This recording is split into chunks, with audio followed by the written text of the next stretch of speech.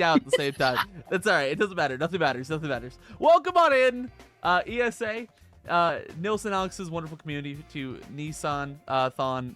This is gonna be DylanJayFox doing a 337% with my friend Nuke _47, who you heard before I started speaking, because we were having a conversation, and I said, yeah, I'm ready to get counted down, and I wasn't ready because I was in the middle of talking, but I typed yes, so that's my fault, and I'm an idiot. But welcome on in, guys. We're gonna be playing Spyro's 3 through 1. We're going to be going in order of Spyro 3, Spyro 1, then Spyro 2. We're completing all 3 of the games in the trilogy. I'm not going to beat around the bush. I'm just going to start, and we're going to get going. All right, so, ladies and gentlemen, if you have any fun questions about Spyro, feel free to leave them in the chat as it is. My friend Nuke here, _47, Nuke _47, my beautiful, wonderful, radiant commentator. What do you think about this? He's gonna cutscene crash. I can feel it. I actually didn't. We're already good. Are you watching on the ESA? Are you watching on my Twitch stream? Or are you watching in our call? Because I was past that. I was on the Twitch stream. Oh, got you. Yeah. I have it up in our call for you, so you can have that at least. Ah, okay. So I can be up to date on the gameplay. Yep. So the point of a 337% is, simply put, to make it so you get to 337%. Yes. Basically, you're just completing all 3 games. That's what the percentage adds up to. Spyro it's 3 120% for Spyro 1, 100% for Spyro 2, and 117% for Spyro 3. I cut you off. I'm so sorry. No, you're good. You explained it how I was going to anyway. But yeah, pretty much what Nuke said, where our goal is just we're going to be completing all of the Spyro games. If you've never seen them before, they are an absolute joy if you enjoy collectathon style games. Native to the Sony PlayStation, releasing as far back as 1998. These games paved childhoods for many, myself included. This one I'm starting with, Spyro 3, is pretty much my childhood, like as a video game. I don't know about you, Nuke, when it comes to Spyro 3 was my favorite as a kid. Yeah, same. I was gonna say. All right, Enchanted Towers. We're gonna get there in like an hour or so, but it has a little skateboarding arena. I would spend so much time there just trying to get a good new high score in there. It was crazy. Dude, the Enchanted Towers skate park is like goated. Like if we were doing this as like with incentives and stuff like that, I would totally want to do something with like the skate park again, like we did at ESA Summer this past year. You could just pop my gameplay feed up, and I could do the Lost Fleet and SBRILs. Wait, that's a good idea. I should have like Subway Surfed that over my webcam or something. I actually don't know if my webcam's even on the ESA stream. I don't know what the ESA stream looks like right now, but it shows you. Don't worry. Oh, it does. Okay. Thank God. My ego really, honestly, if my face wasn't showing, I would feel like we're like losing out on part of the content for the people. Anyway, Dude, you need to get a fish hat. Let's be real here. I do. You know what the worst part is? I actually grabbed a couple of hats to like put on because I was thinking about you being the commentator, and I left them all out in my living room. So like I could run there during Enchanted, but like it's not you know. It wasn't as that might well be a prepped. fire idea. I will put on my fish hat in respect, though. Rightfully so. But yeah, welcome on in, guys. This is like honestly gonna be the coziest, most like probably at a point sleep deprived run I've ever done. I woke up today at about 11 p.m. my time. I'm starting this run at 11 a.m. my time. I'm starting this run at 9 p.m. or 9:20ish, 9:30ish, and it is going to be a pretty long run. It's gonna be about 8 hours if you're seeing the estimate there. So we're gonna be tucked in for quite the expedition. Nuke, what are your predictions early on about this run? You're gonna get Agent Spyro, but you won't get the third person. You'll be in first person. Scorch RNG, however, is going to be very, very terrible. We'll get to that later. You will miss a gem in Enchanted, and it will be in the skate park. So we have to go there again, obviously. Gotcha. And last prediction will be you'll have a fire super bonus round. Okay. It's gonna be like sub 7, you think, or like better? Sub 7 probably. Sub 7. All right, I'll take it. I'll take a sub 7. Would sub 7 be better than my SVR? I hope not. I hope not either. My Spyro 3 honestly could use a lot of work. It's fair.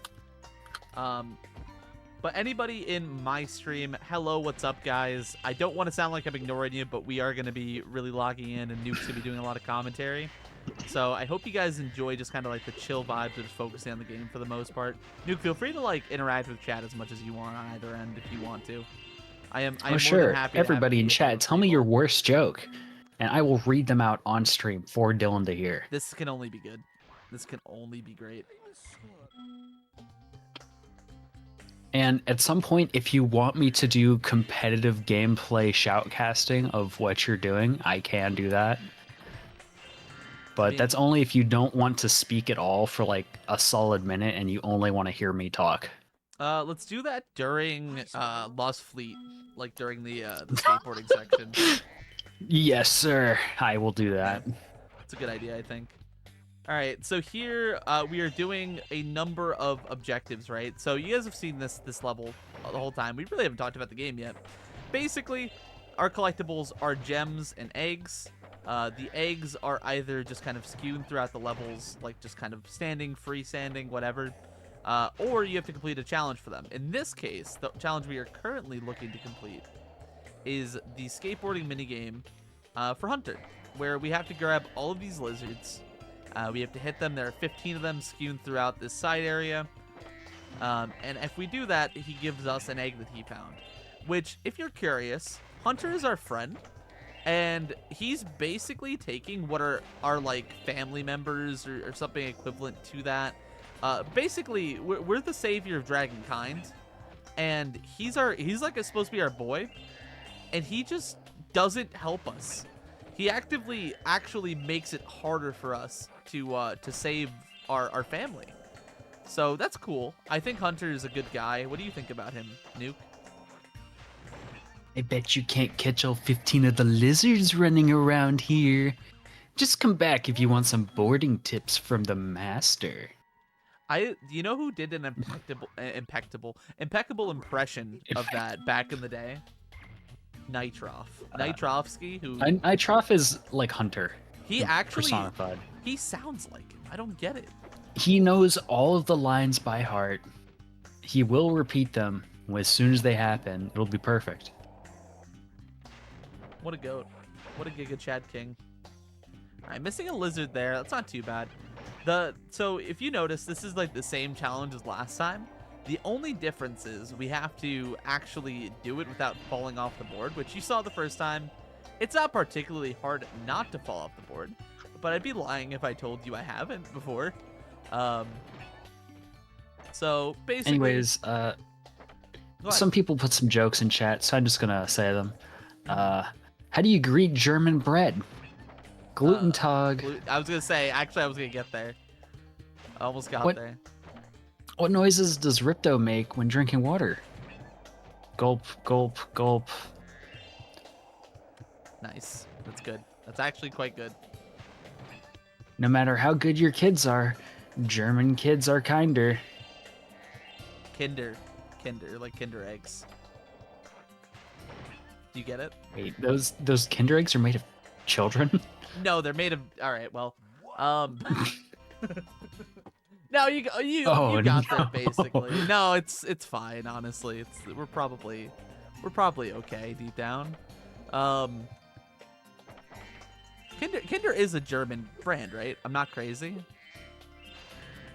I know it's European because they have it in like England because they brag about how they have like good chocolate over there or something, right? That they're like, oh, American chocolate sucks. They'll talk about Hershey's or whatever. Swiss chocolate. Yeah. Dude, Something like that. Switzerland overall, dude. I gotta go to Switzerland. If you had to go to one European country right now, like you just have to pack your bag and go. There's no questions. Which one are you going to? Which one am I going to? Yeah.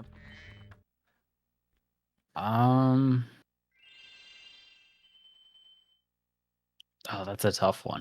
I have to grab that 2 I after know exit that clap. I won't be going to France or Italy. Rightfully so on France. I don't know about Italy. Italy, I hear their food in some places is just not super good. Bro, it's Italian food. What do you mean? Hello?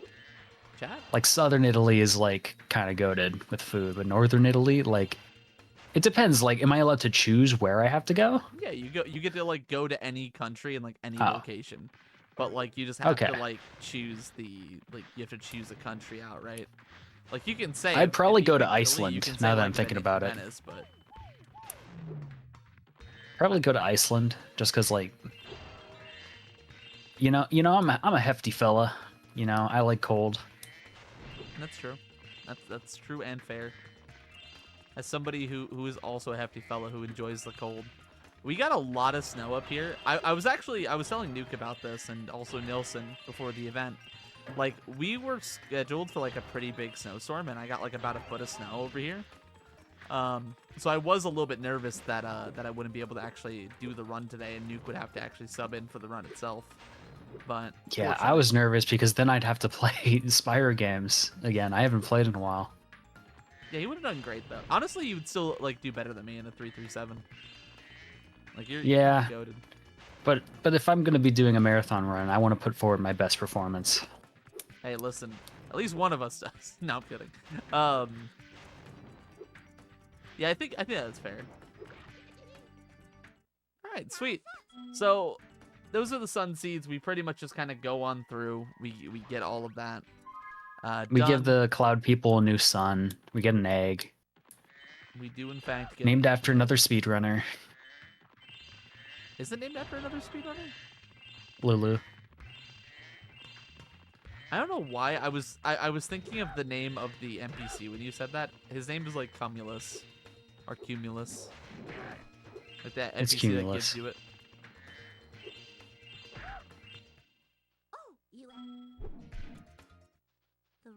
But yeah, Chad, you don't even need to worry about if Dylan becomes sleepy or anything because these are my normal hours. Anyone else work a night shift?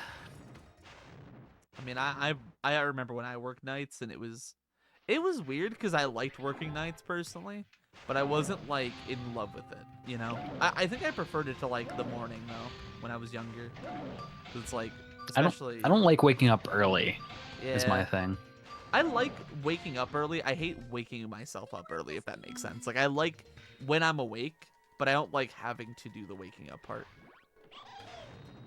In recent years, I've just not been able to wake myself up with an alarm.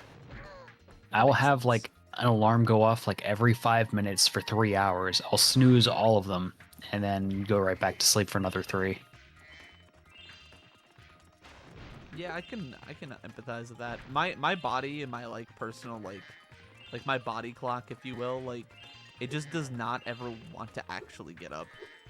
Like I really have to fight with myself to wake up in the mornings, like so much more often than I feel like anyone else does. And not to say other people don't, but like, God, it's just tough. He nuked the run. I think he probably did, Penta. I think Nuke probably did nuke the run if we did PB. If we do PB. Also, what's up, Maeve? Dude, Thank if you this for the GLs. PBs, I'll do something. Chat, you heard it. He's gonna do something. Last time a Nuke said they were gonna do that, bad things happened. Anyway, I was hoping for you to like follow that up, but you just didn't. I was waiting for you. I was trying to give you like a lineup Dude. for like your latest like Sly Cooper runs, you know? Dude, I will do a Sly 2 100% run where I only know the first half of it. Probably good. You're up to like what episode, like 4 or something, right? I just finished 4 last night or this morning. Last night for me. Yeah. Anyways, if you ever run Sly 2, episode 4 hates you. That I makes don't think sense. I'm like no none of the other episodes so far have like been as difficult as this. It's just pain. Yeah. But So you know what? The good part of it is that at the very end there is a one mission where you just get to beat up people as Murray, which that's good, that's like the relief you get. that's like catharsis. Anyways, you were saying something.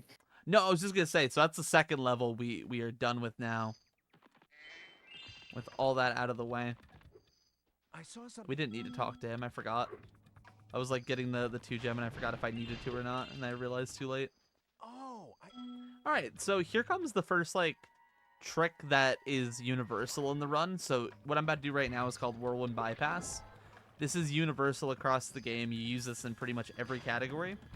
Basically, you do some weirdly double jump-esque inputs if you're a Spyro 2 runner, in order to get a little bit of a double jump in the air almost to get height in order to get on top of that arch, which is otherwise inaccessible in normal gameplay, which is only addended and changed in a very, very late build of the game.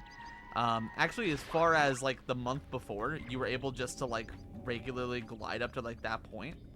But they did fix it by final release, so very interesting little bit of trivia if you've ever seen any of like the prototype Spyros.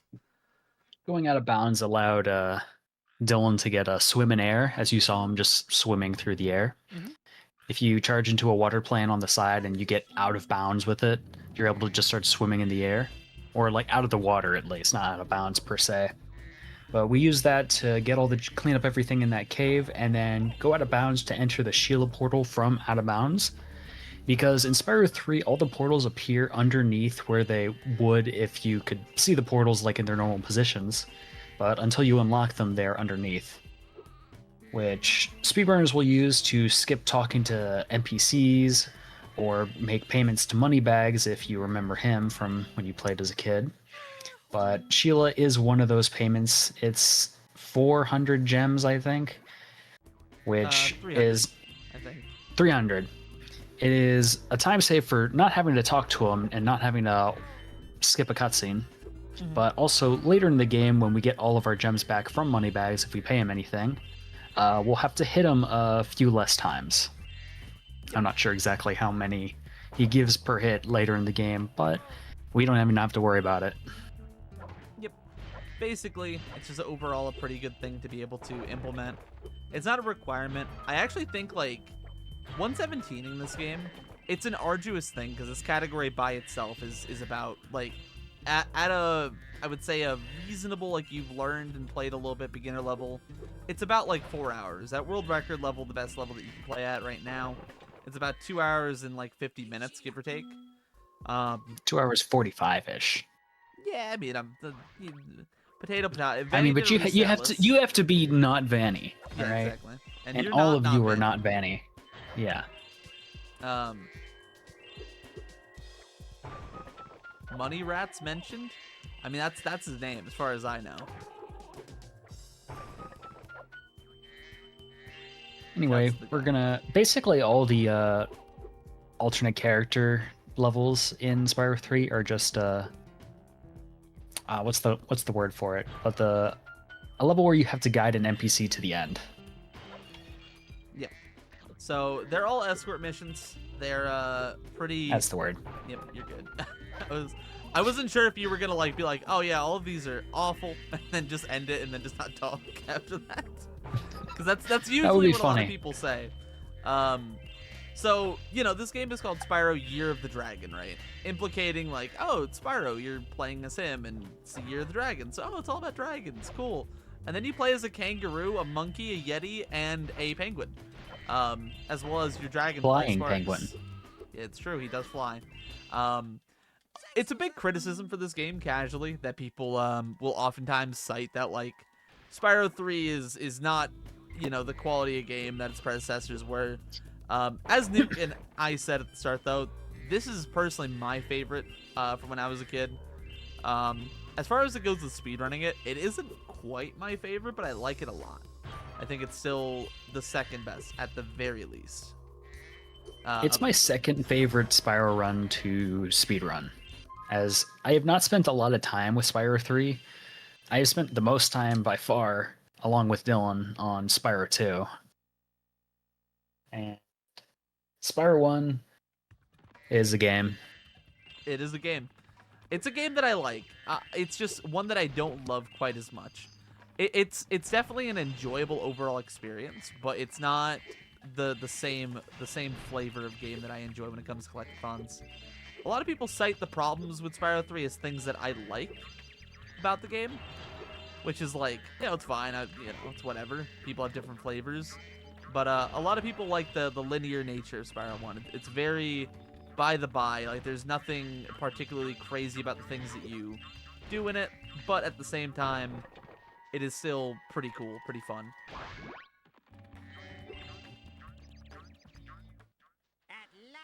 Holy Nick Astalos, thank you for the good luck, gamer. I hope the rest of your Rain World stream went well, brother.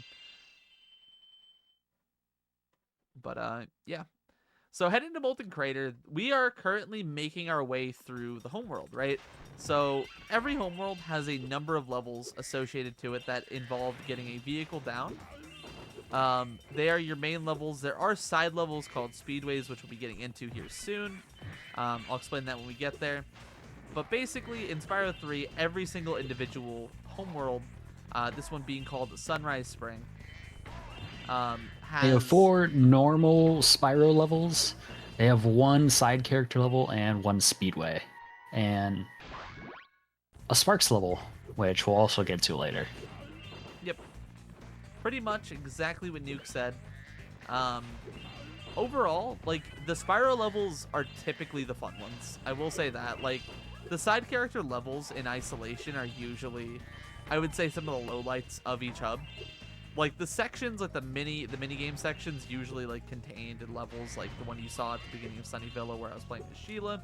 That one's not so bad, but I don't exactly love it, if that makes sense. It's just kind of there. Forgot where I was going for a second. Almost omitted the section at first, but it should be fine.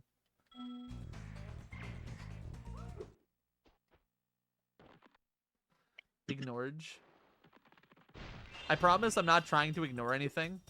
If anyone in my stream is chatting, I've mentioned it before, but it is simply very hard to try to provide commentary on the run and then also play the game at the same time. It's very hard for me when it comes to doing this in a marathon setting. I messed up there. So usually you want to get this yellow thief to go towards HypnoShark. Why are you awake? Why is he awake? This is like the middle of the night for him. What's this guy doing? Thank you for the luck, brother.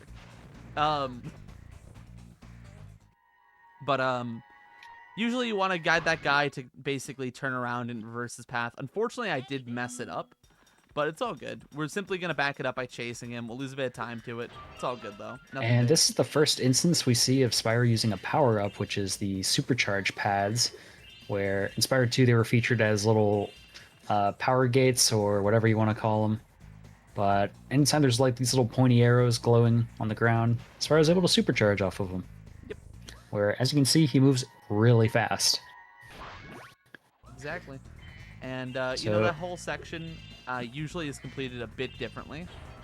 But because of that miss, I'm basically doing this a little bit different to try to save back some time on what we already lost.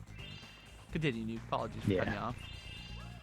But supercharge is generally used to get places faster, and for 117 specifically, just collect things way faster, which you saw Dylan do a small bit of it after getting that second egg in there, but he's able to just get places really quick, and for top runners, they're able to just carry the supercharge and get all of those end gems all at once without like losing speed, which makes you move really quick.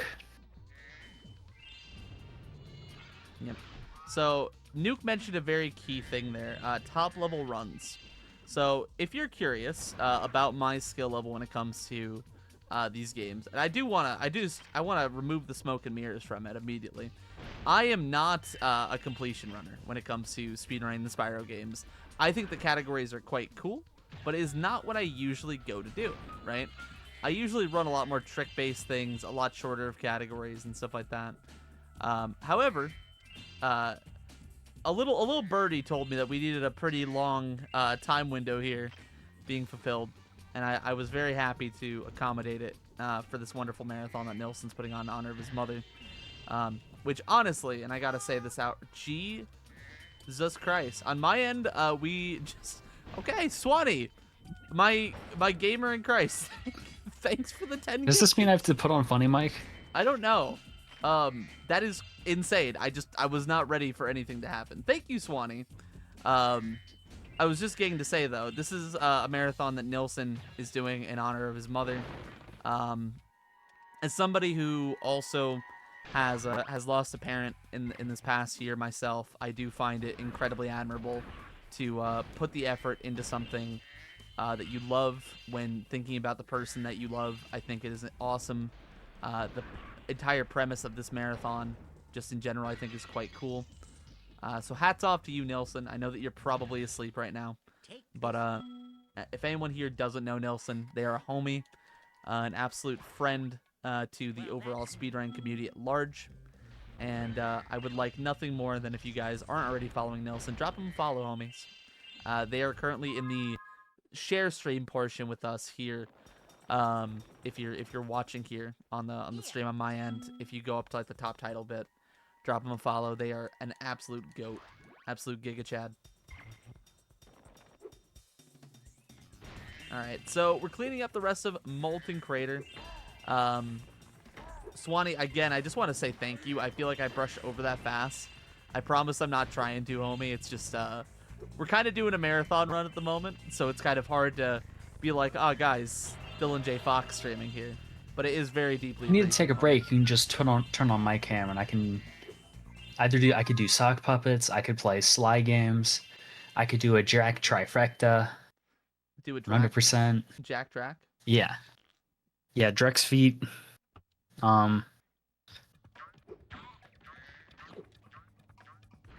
Holy, shared hype train activated out of absolute nowhere. That's funny.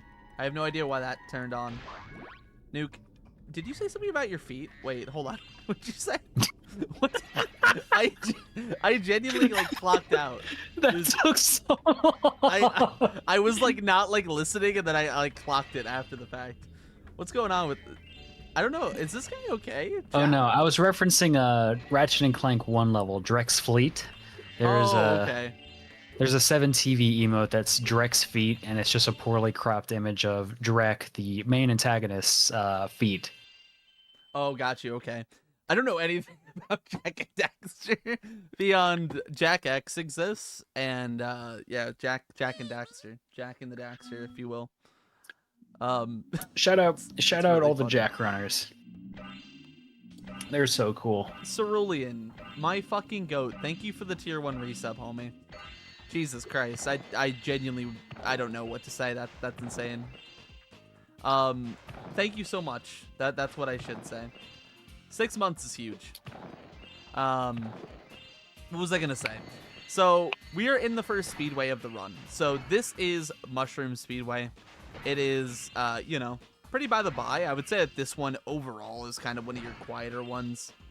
When it comes to as you go through the do. game, the speedways, as you can see, Spyro's flying. He's flying decently fast here, and the supercharge is actually a lot faster than his super flying.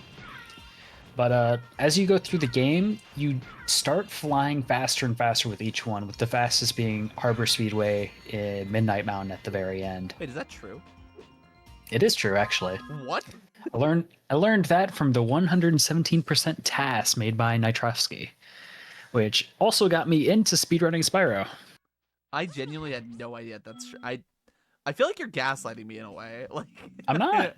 All right, I believe you. Brother Swanee, my companion and brother. I think these guys really want to hear my funny mic. I think that there is a desire for the funny mic, Loki. So let me get through this really quick. So here we are in our first hunter minigame, which I have thoroughly messed up at the moment. We should be fine. I should be able to recover this. I know the cycles decently well. But basically, this minigame is all about like these saucers, and you're in this plane, and you're supposed to basically take them all out in a specific-ish order. Nuke, I forgot generally, where one of them is. It's gonna be in this tunnel on your left. Should I go through the tunnel or wait? Yeah, go through the tunnel. I don't think it is. I think I got this one. Wait. Hold on. I accidentally like actually lost track of which one it was. No, it And yeah, look in the Discord. It is not. It is not the tunnel one. All right, just go around the island that way, to the right. Oh, there it is. There we go. Interesting. I actually fully lost track of which one that was. Sometimes they escape you, and getting the cycle the very first try is actually makes it go by really quick. Holy. Masterkin, thank you for the resub for the paying forward in Nilson's channel. It was very kind of you. As well as Swanee, brother. Dude, you are actually going ham right now. My brother, thank you so much for the gifteds. That's I don't know what to say.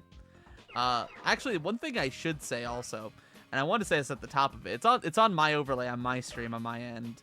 But happy holidays, everybody. And I don't know about everybody here. I don't know who celebrates Happy what, holidays. but I think we can all agree that we hope that happy holidays happened for everybody, as much as possible within reason. My holidays were pretty happy. I got lots of food. Dude, I watched my dad cry. Christmas dinner It was hits. awesome. You watched your dad cry? What happened? Oh, you know, we got a gift from my late grandfather. Oh. Yeah, that'll hit. That'll hit. My dad was a very emotional man as well. He was a bit of a crier. And like he would cry at holiday gifts all the time, and I had a bit of a cry at one this year. I will say that, but you know, it was nice. You know, it's good to cry. Men out there, if you're afraid to cry, please don't be. Just start crying right now. Start weeping now. But no, for real, it's like mental health and stuff like that, especially in guys, is just such an undersung thing, and it's an important thing just to be able to like cry at something that makes you happy. Express that feeling. Can't really put anything else on there. That was perfectly said. Yep. You should cry yourself now. I will say this, and I do want to just reiterate it. Swanee, dude, thank you so much. I don't know what to say. If there's one thing I didn't expect right now, it was that. So, very, very deeply, deeply appreciated, brother. This is also my hype train, like, my shared hype train record right now, which is pretty cool. I don't think I've ever gotten a hype train during a shared chat, other than with, like, Laura. But also, to be fair, I only ever have done a shared stream with Laura, so there's that. Dude, you could be doing a shared stream with me. True. We could be slying our Coopers later. Dude, I've run so many games for Dylan to say like, "Oh yeah, I'll do that run too." And then he doesn't do it. I have like never said I'll actually do the run. I've said that looks cool. Maybe I would someday. To a lot. In fairness to you, I have done that a lot where I've said this looks cool. I could see myself maybe messing with it. But I've never said, "Oh yeah, I'll do that." Because that's commitment. We don't like that. Wrong pipe. Dude. on the energy drink here. But our first Dude, like mainly underwater I will level. teach you. Oh yeah, this is the first and only pretty much fully underwater level. Yep. Overall, like underwater controls and I thought you were gonna continue, but you just stopped. I was thinking. You could. You can tell we rehearsed this, right? No, underwater controls in Spyro, they're a lot better than in a lot of 3D platformers from the 90s. Oh, for sure. but They're they're like amazing. they're still kind of shaky. I hate the underwater controls. Why did Sparks not grab that red gem? So, one thing to note about Spyro 3 is that if you're mashed up against the ground, Sparks is not able to see gems around you whenever you're swimming. So you want to be a little bit above the surface, or the bottom of floor, the pretty yeah. much. Yeah. Dude, Swanee wants my funny mic, I swear. Swanee wants something, dude. Brother, thank you genuinely so much. You are going fucking ballistic. I don't know what else to say about that. I've been trying to keep a mind and not curse because we are doing the the marathon run here, but that I don't know what else to say. I don't know how else to like actually express how insane that is. Thank you so much, Swanee. Seriously, brother. You are going like anything is above and beyond, but you are very truly well above and beyond anything.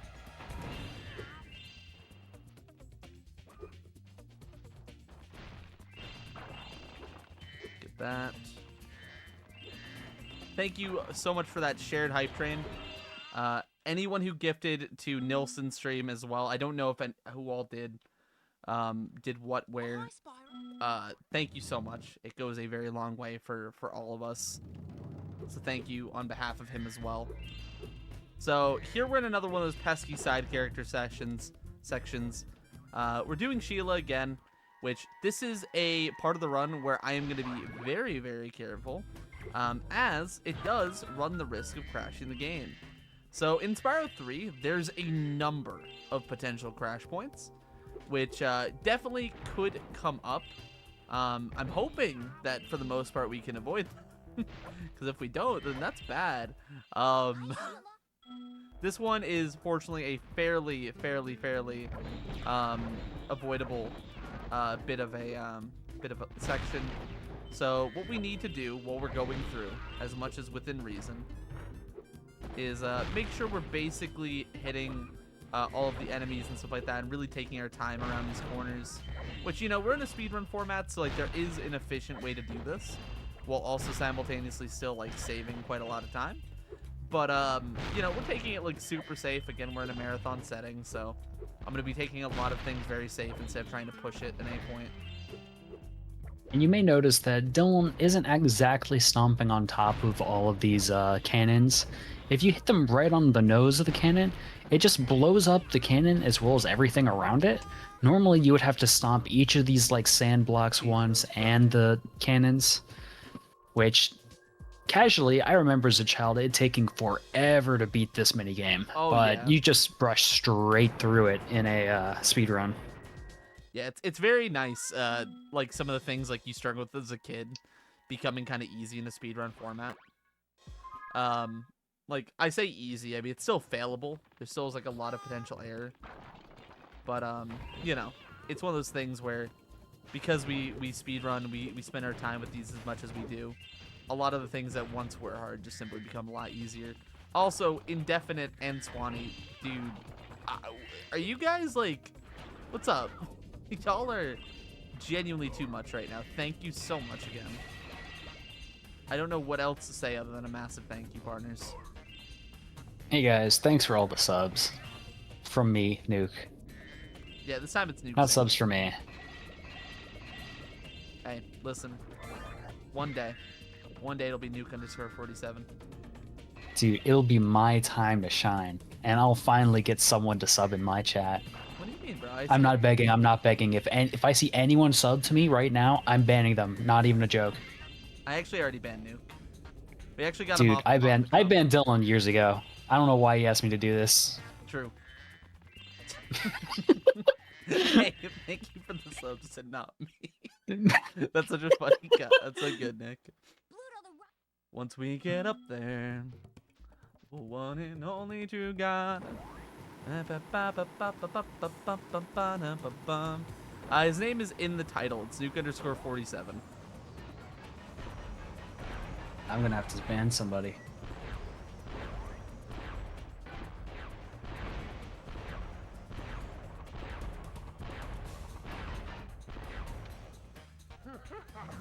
I have my OBS open because I was messing with slide too. So my sub sound is just if it happens, it's gonna be loud as shit and it's gonna scare me. I just need to know if you hear me yell, that's probably what happened. What is up, by the way, Zilla? What is up, Macy? Everybody, God, if you guys everyone are is watching here. on my stream, on my end, I promise I am trying to like keep something of an eye on chat, but I'm also trying to like do this as much of a marathon run as I can, with like trying to like provide some commentary. So you'll have to forgive me if it feels like I'm ignoring you. I promise. Chat, what's your favorite holiday beverage? So I actually, fun fact, I picked up this peppermint Bailey's finally. I was telling my chat about it for a little while, and it goes down like such a treat. So I would say peppermint Bailey's is my personal answer to this question. If you mean non-alcoholic, probably like eggnog. I like eggnog enough. Dude, eggnog's pretty good. I'm not. There's so many people that just like put water in. Someone put 2% Kroger milk. Mhm. That's very specific. I like that it's Kroger at least, because that means I think you're from like. Where's Kroger? Is that like south? Where am I thinking? Might be south. How do we get 4 waters? I mean, people are just healthy, dude. Like, you know, it's just how it's got to be. I mean, I said holiday beverage, so they didn't really listen. Well, I mean, maybe they drink on the holidays. What if that is their holiday beverage? Would you count hot chocolate as a holiday beverage? I would actually. I'd say hot chocolate. I enjoy a hot chocolate. Also, just to reiterate, thank you again so much, Swanee. Thank you so much, Indefinite, as well. Again, I don't want to feel like I'm brushing over your guys' kindness, but again, I keep bouncing back to it. I'm trying to balance it. Marathon run. Yeah, exactly. Ohio, not the meme. Is Kroger an Ohio place? For some reason, I think of it as like either Midwest or South in my head. Like, I think there are Krogers in Texas. Like, I think Shemp has been to a Kroger before, for example. All right. One thing I want to make mention of is, for the most part, we have avoided missing gems in our individual levels. What that means is, in each of the levels in Summer Forest, there are 400 gems each, right? And if you miss a gem, usually what you would want to do is you'd want to wait and backtrack at the end of the game, unless you know where that gem is outright. I missed gems. I Who's the believe in other just guy? Wolfen He's Crater. gonna get blessed. Listen carefully, you. Oh, I'm just reading chat. Who's the other guy? He's gonna get blessed. Listen, if you want to bless anybody, and I don't mean to take away from you, Nuke, I would bless my friend Nilson Alex, who's actually putting on this wonderful marathon that I'm taking part in. If you would like to spread some kindness, if you look at the top of the screen, there should be a shared chat. And Nilson Alex is one of the 4 names listed on that, alongside ESA Marathon and ESA Marathon 2. That is, if possible, that would be who I would recommend if you want to spread some kindness to. He's putting on this wonderful marathon in honor of his late mother, which, you know, having been in my stream at different points, I'm sure you guys have heard my stories about my parents, and namely my late father. So again, I love the fact that we're doing a marathon like this with this kind of intention. That would be who, if possible. If you want to bless somebody, drop some blessings their way, homie, please, if you could. I second that. I don't need subs. I'm not trying to bully you. Oh no, don't worry. Promise. I specifically said I don't want them. Yeah. Give them to somebody who deserves them more than I. But sincerely, Swanee, you've done plenty, brother. As far as it goes for me, I can't even begin to say thank you enough. History beckons a macho man. We love the macho man. Hello. All right, so here's our first Sparks level. Nuke, do you want to explain what a Sparks level is? So Sparks, as you can see right now, we're playing as Sparks, which is the dragonfly that's been following Spyro throughout our little adventure here for the last 43 minutes. And they're really just top-down, like they're basically 2D shooter missions, where Sparks will fire like little bullets to kill whatever bug, lobster, whatever it is in the level. These are crawdads, because we're in crawdad farms. And Dylan's going to try to get through here without dying. He just picked up a butterfly, which is the health pickup. And there is color butterflies like this green one, which gives Sparks some power-ups where he's able to shoot really fast. The green one in And particular we're gonna is the be- main one, right? Yeah, that's the main one everyone likes because it does the most damage the quickest. Because for the bosses specifically, we want to be able to kill them as fast as possible, being speedrunners. And there's no other power up for Sparks to be able to kill those bosses quicker than the machine gun. And right here, this is the last green butterfly of the level, so if Dylan does happen to die after picking this up, he will have to fight the boss normally. Not to jinx it or anything, but... Oh shit. Oh, good. We're good. I swore. My bad. You're good. Like they said, you can absolutely do like a bit of swearing. Just obviously try not to make it a sailor. Oh no, I'm watching the stream. I just saw you get hit twice. You're on one hit. I'm just like, it's so over. It's over. Fortunately, we clutched those and we are fine. So, but we also picked up the second best power up, which is the invincibility one. It lasts for as long as the bar on the right hand side lasts, and you see that we're able to just charge right through every single enemy in our way, and instantly destroy them. Yep. And we can break all these spawner boxes immediately and collect all the gems really quick. And we have just enough time to get through this top area without taking pretty much any damage because we could just, again, charge straight through everything.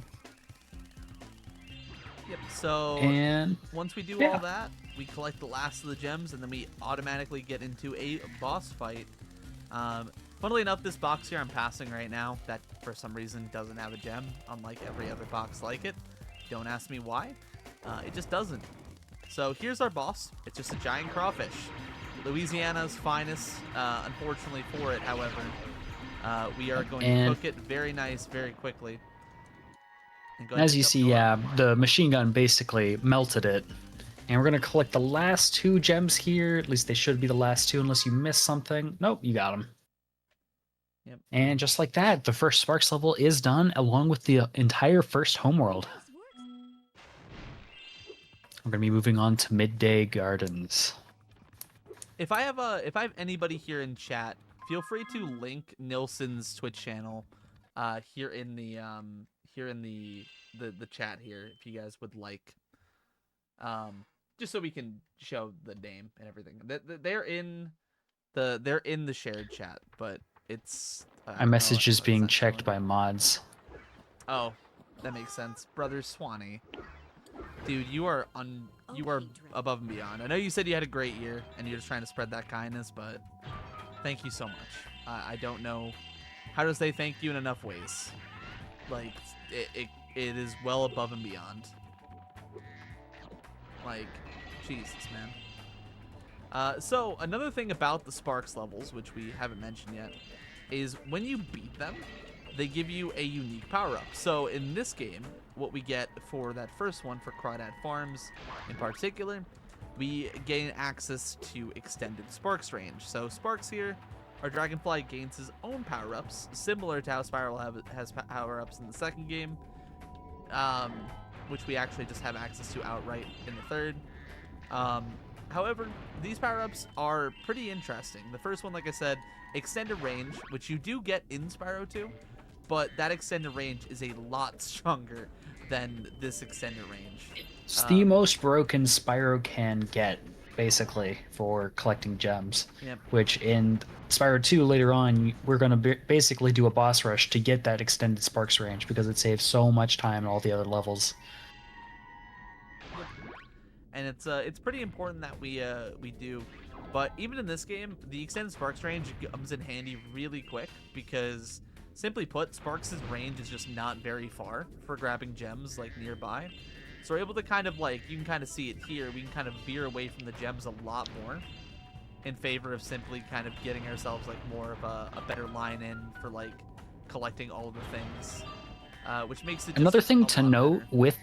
with the Sparks range is that when Spyro is swimming specifically, his Sparks range goes up a lot more for some reason, which sounds really good, but it also ends up being detrimental a little bit later on in the run, because if there's a massive pile of gems in an underwater section, you normally would have to wait a little longer for Sparks to be able to grab all of them.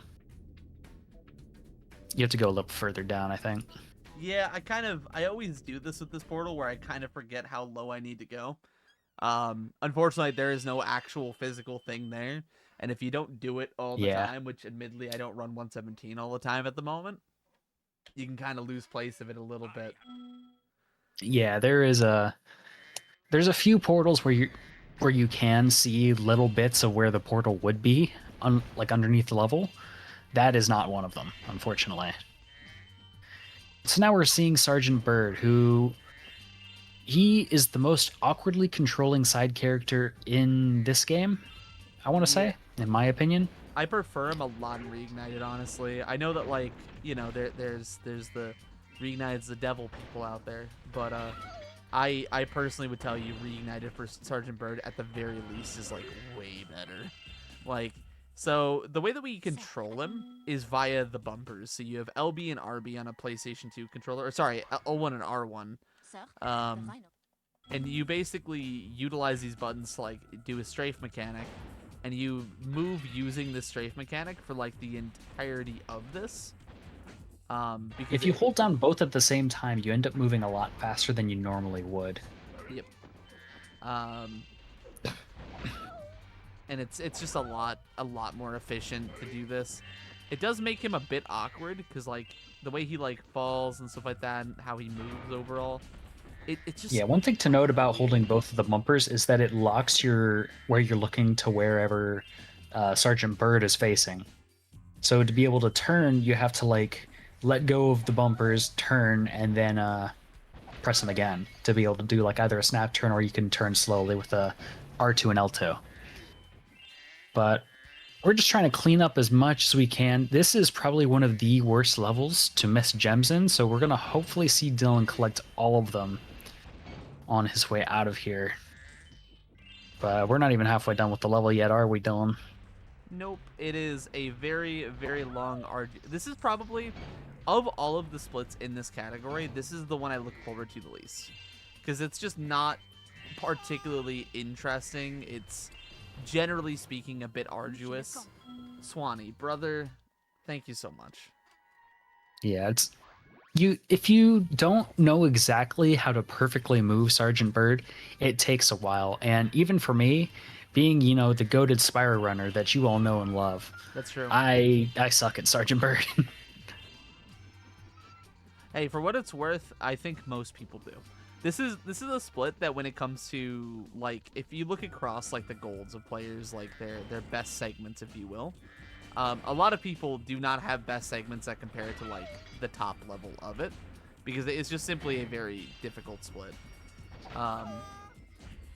It's also very hard to get good at a lot of Spyro 3 levels in general, because doing ILs for practice of this game, like, levels can be anywhere from like 5 to 8 minutes, which is a long time to play really well. Yeah. It definitely incentivizes like a lot of section-based like practice, which is just something that like not everybody has like the build for or like wants to do necessarily. Also, Deviate and Swanee, again, brothers, y'all are genuinely so insane. These guys are going crazy up in the gift sub department. I don't know what's happening. Apparently, a 337 is just what happened. What's bringing this on? I don't know. But no, for real. I'm gonna be real. I did my first Brash Vecta, and I don't know why so many people showed up. I mean, it's just a cool thing, man. You know, it's doing completion categories at the very least in speedrun. I personally find to be very fun to watch. I love them at pretty much any level.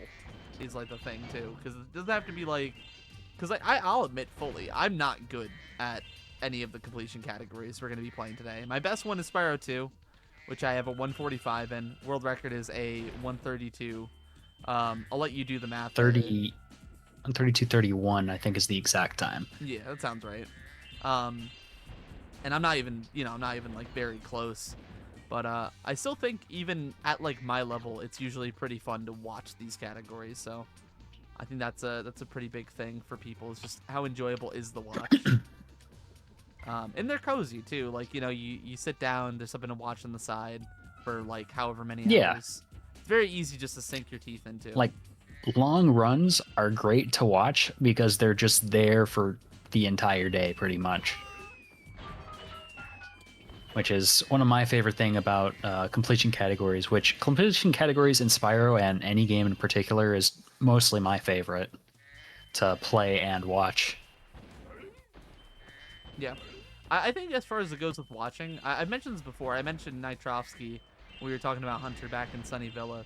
When I first started watching speedrunning, and I watched Spyro speedrunning specifically, I watched a lot of Nitrovsky do this category. Let's go. That's where a lot of my basis for it kind of came from. And it's just awesome to watch a category like this as much. Also, Deviate, brother, thank you for the gift into Stardusted. Again, you guys like, are beyond insane right now. I don't know a what lot to of say. categories are like super high octane, and it's just like brief, like 30 minutes on average of just like playing like insanely well. And it can be very hyped to watch that. But watching just like the satisfying, like slow burn of watching a game be just 100%ed, I don't think there's anything that beats that for me. Yeah, I can kind of agree with that. I will say my preference as far as player goes and my preference as a viewer are definitely a bit different. Because I like completion speedruns a lot more as a viewer than I do as a player. But I don't dislike them. It's just that, like, if I were to grade them, it's like an 80 for playing, like a 95 for watching. And then I would say, like, What would you grade Crash 1? awful. Burn it. Get rid of it. Don't ever have that game exist if you can. Like, in my opinion, we should have ET'd that game and not ET. Anyway. Anyways, chat, how are you doing? I'm trying to... Hold on. We can do that. Ooh, close. So, one mechanic I've kind of glossed over, which you guys are seeing me implement here and there, is flame charging. Basically, it does what it says on the tin. You flame, and then you charge. Usually it's into an enemy or a basket or a barrel or whatever. And if you do it right, the gems, after you do that, will home into you. If you do it wrong, then they don't. It's not really any deeper than that. The game detects, like, if Spyro is charging through a basket or an enemy to home in the gem to them. But for certain enemies and pretty much every basket that you can flame, if you flame it and then charge it, you're able to do... What was that? I don't know, man. The first one was really bad. The second one was, like, unfortunate. How did that go so far above him? I don't know. Anyways, this is Sleepyhead. Normally you have to go through the level and light up a bunch of lamps to wake him up. And he's Sleepyhead, so he's obviously mad that it's all bright and he's trying to sleep. So you have to fight him because he's yawning and throwing alligators at you and bombs. And to get an egg, because he has an egg for some reason.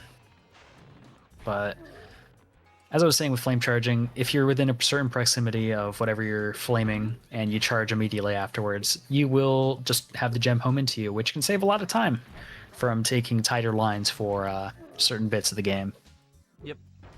It is a bit more finicky in Spyro 1 compared to its followers in 2 and 3.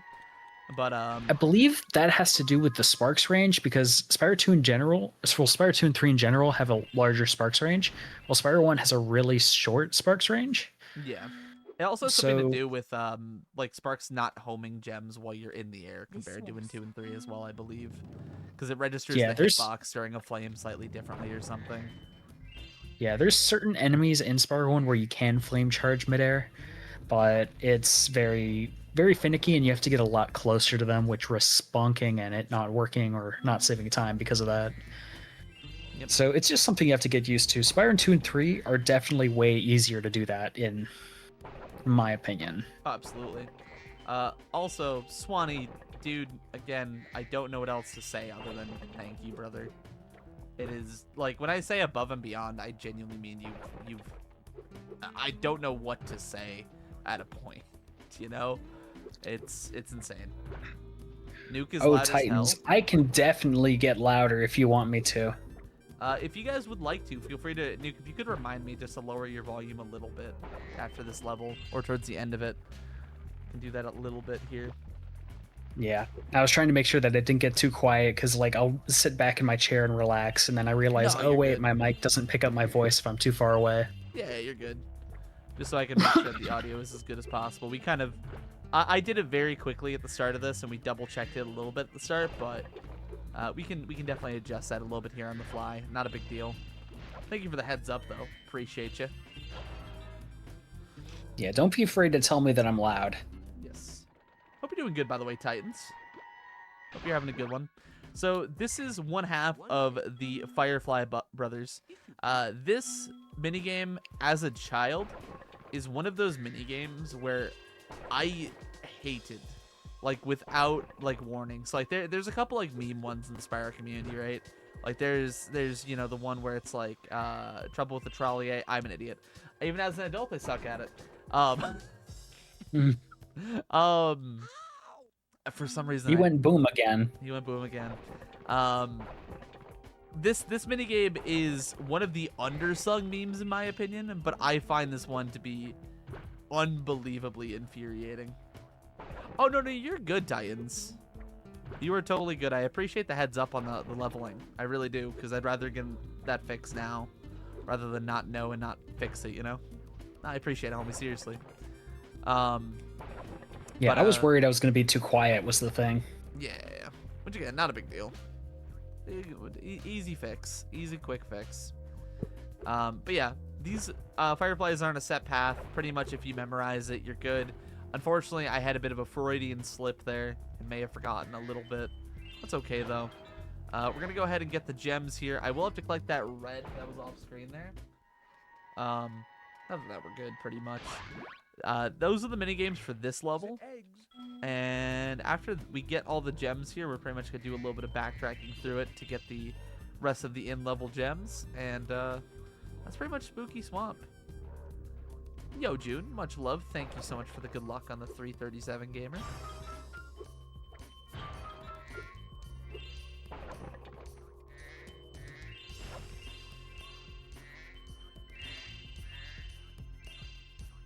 All right. I'm going to clean up the last few gems in this area and then head back on out to the main level of Spooky Swamp where we get to play as the dragon. Yes, which again, one of the things people complain about is the lack of Spyro in Spyro 3. Honestly, I gotta say this. I think that it makes sense. It's a valid criticism. And the more I've played this game, the more I've realized, oh god, I wish I was just playing as Spyro only. But I think it was nice that they tried to mess around a little bit. How long into Spyro are we? We're about an hour or so deep right now. We have, give or take, this run will take me close to about 8 hours to complete. Hopefully a bit less. But if it does take me 8 hours, so be it. So we're pretty much just about an eighth of the way through. For this game in particular, we're about a quarter of the way done, I would say. Alright, so here, one of the freestanding eggs here is my boy Frank. What's up, Frank? Any Franks in the chat? What's up, Franks? We love Franks red hot. Any Frankerz's? Any Franker Z's in the chat? I'm gonna steal that and use that next time I do 117 runs by myself. All right. So another thing to mention about Sparks, by the way, which we didn't really mention too much of, is there is like a health system in this game, where when you get hit, Sparks is basically the person getting hit for you. So Sparks will go from gold to blue to green to dying completely. And the way that you heal him is via butterflies, which come off of those like little things on the floor that you just saw. There's a bunch of there's either going to be fodder. There's either going to be fodder, which are the tiny little animals you run into, or butterfly jars, which you'll just randomly see with a butterfly in them. Yep. Not really much else to say. You do get an extra hit point later on in the game for completing a Sparks level. I believe that is the third Sparks level that you have to complete to get that. Yep. And that is like a big thing as well, is like the way that this game works, dissimilarly to Spyro 2, is like doing the boss rush is not as advantageous, right? But like getting to the power-ups and getting them as fast as possible is usually very worthwhile.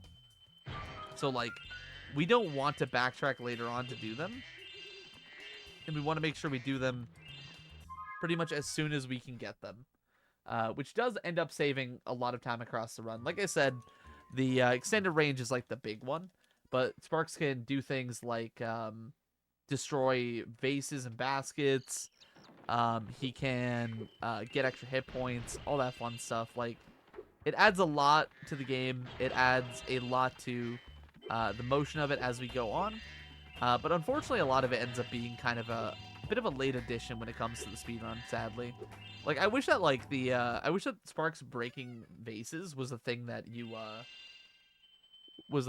could, you know, like, have for, like, most of the run, in all honesty. I almost wish there was, like, a new game plus 117. Might I gift when there isn't a sub goal? Listen. Should I put on funny mic? Oh yeah, change the audio, by the way. Oh yeah, I have to do that at some point here in the near future. I'll do it when I get to the end of level. Like, I can just lower you by a few decibels and see if that's good. Yeah, when you get to Bamboatless.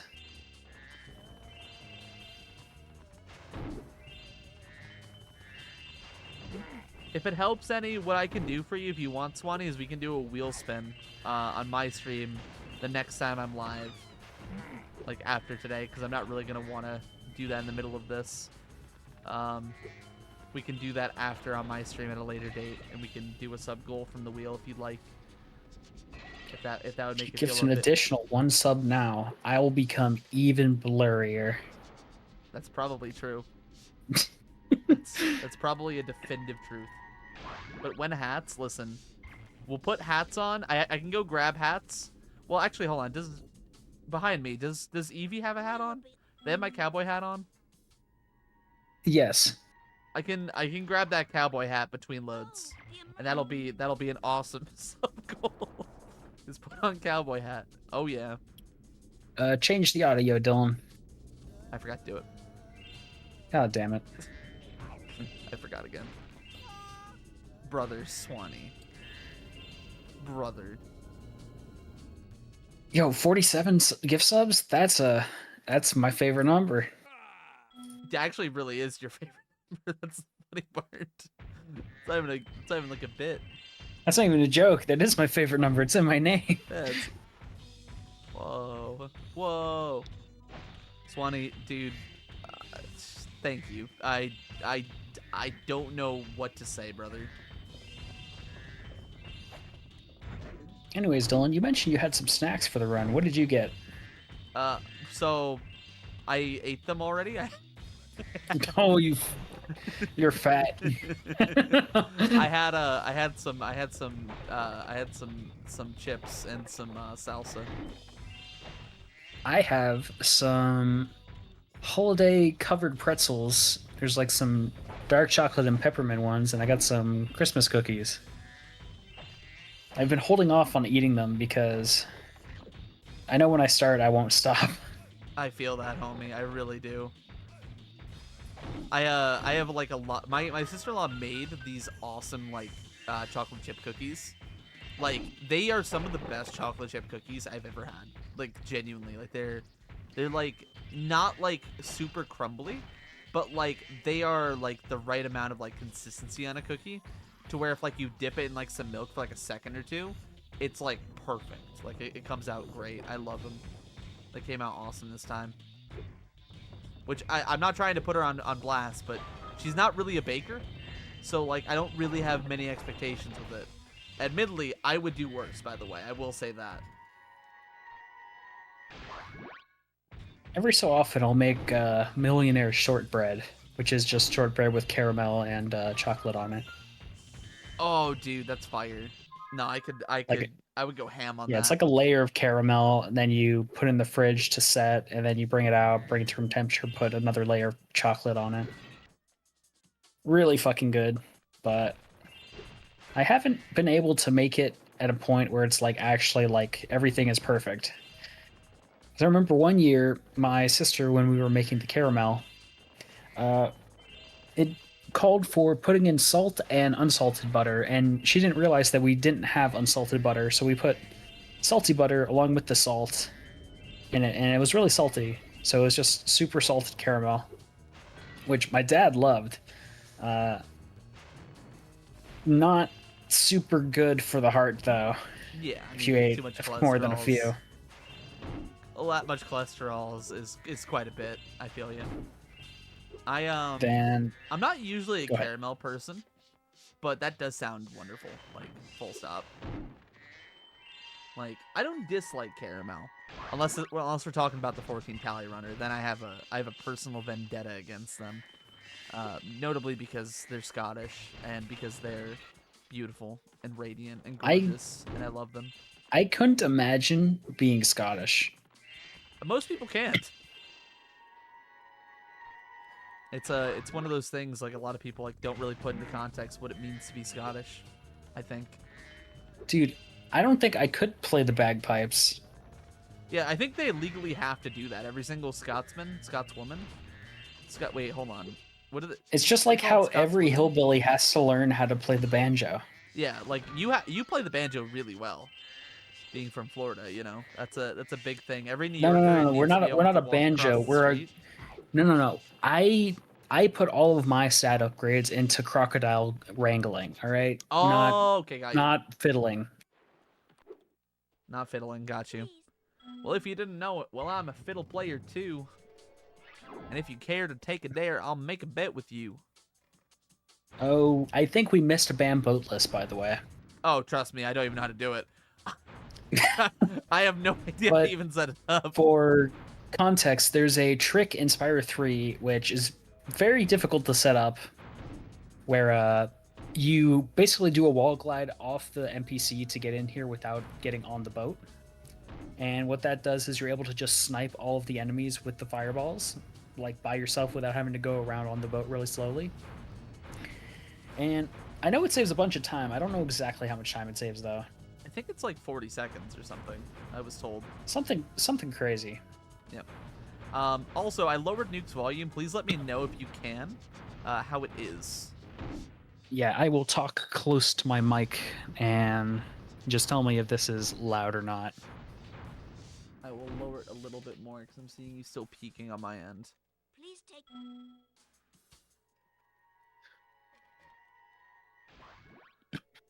Florida for the win. We have Floridians around here. Holy. Dude, I thought I was the only person into speedrunning in the entire state. That's crazy. So there's also another Spyro runner who you know very well in the state.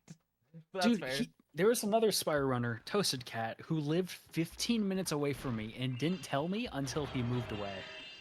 Yeah, you guys I were was supposed to get pissed. some chicken, right? Dude, we were supposed to go to Lovebird's Chicken. Yeah, it's kind of messed up. You guys should have gone to Lovebirds together. Thank you, Goosler. Oh my god, June on the watch streak. Holy. By the way, I'm just curious, Nuke. Could you tell me what the current gift sub like monthly record is? Did we get that just now with Swanee? I'm just curious because I Current think that gift they sub did. record? Like, oh, is it the thing at the top of the chat? Yeah, I think they did. Which So the top in right one now night is Esoteric insane. Engineer at 60. Oh no, you're right. So that was at the start of this month. I did Tiziano and dude, Esoteric just dropped a 50 bomb and I've never seen 50 subs at one time.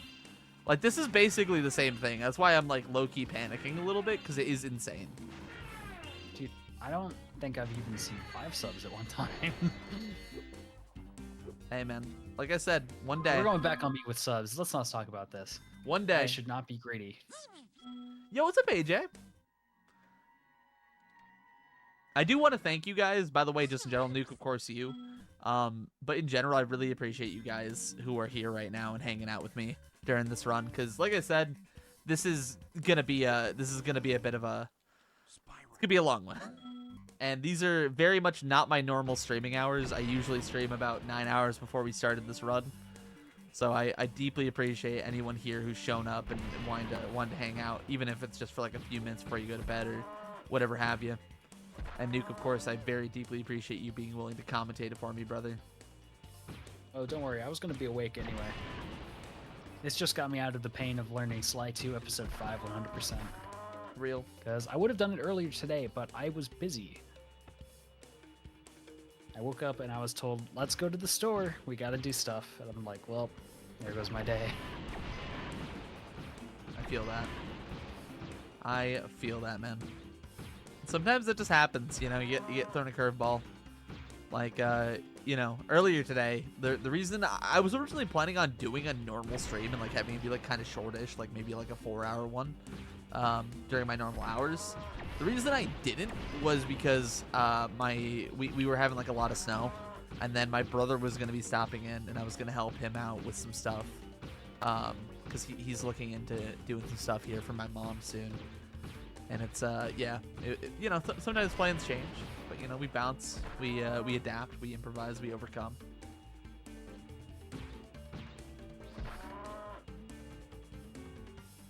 All right, so that's Hunter.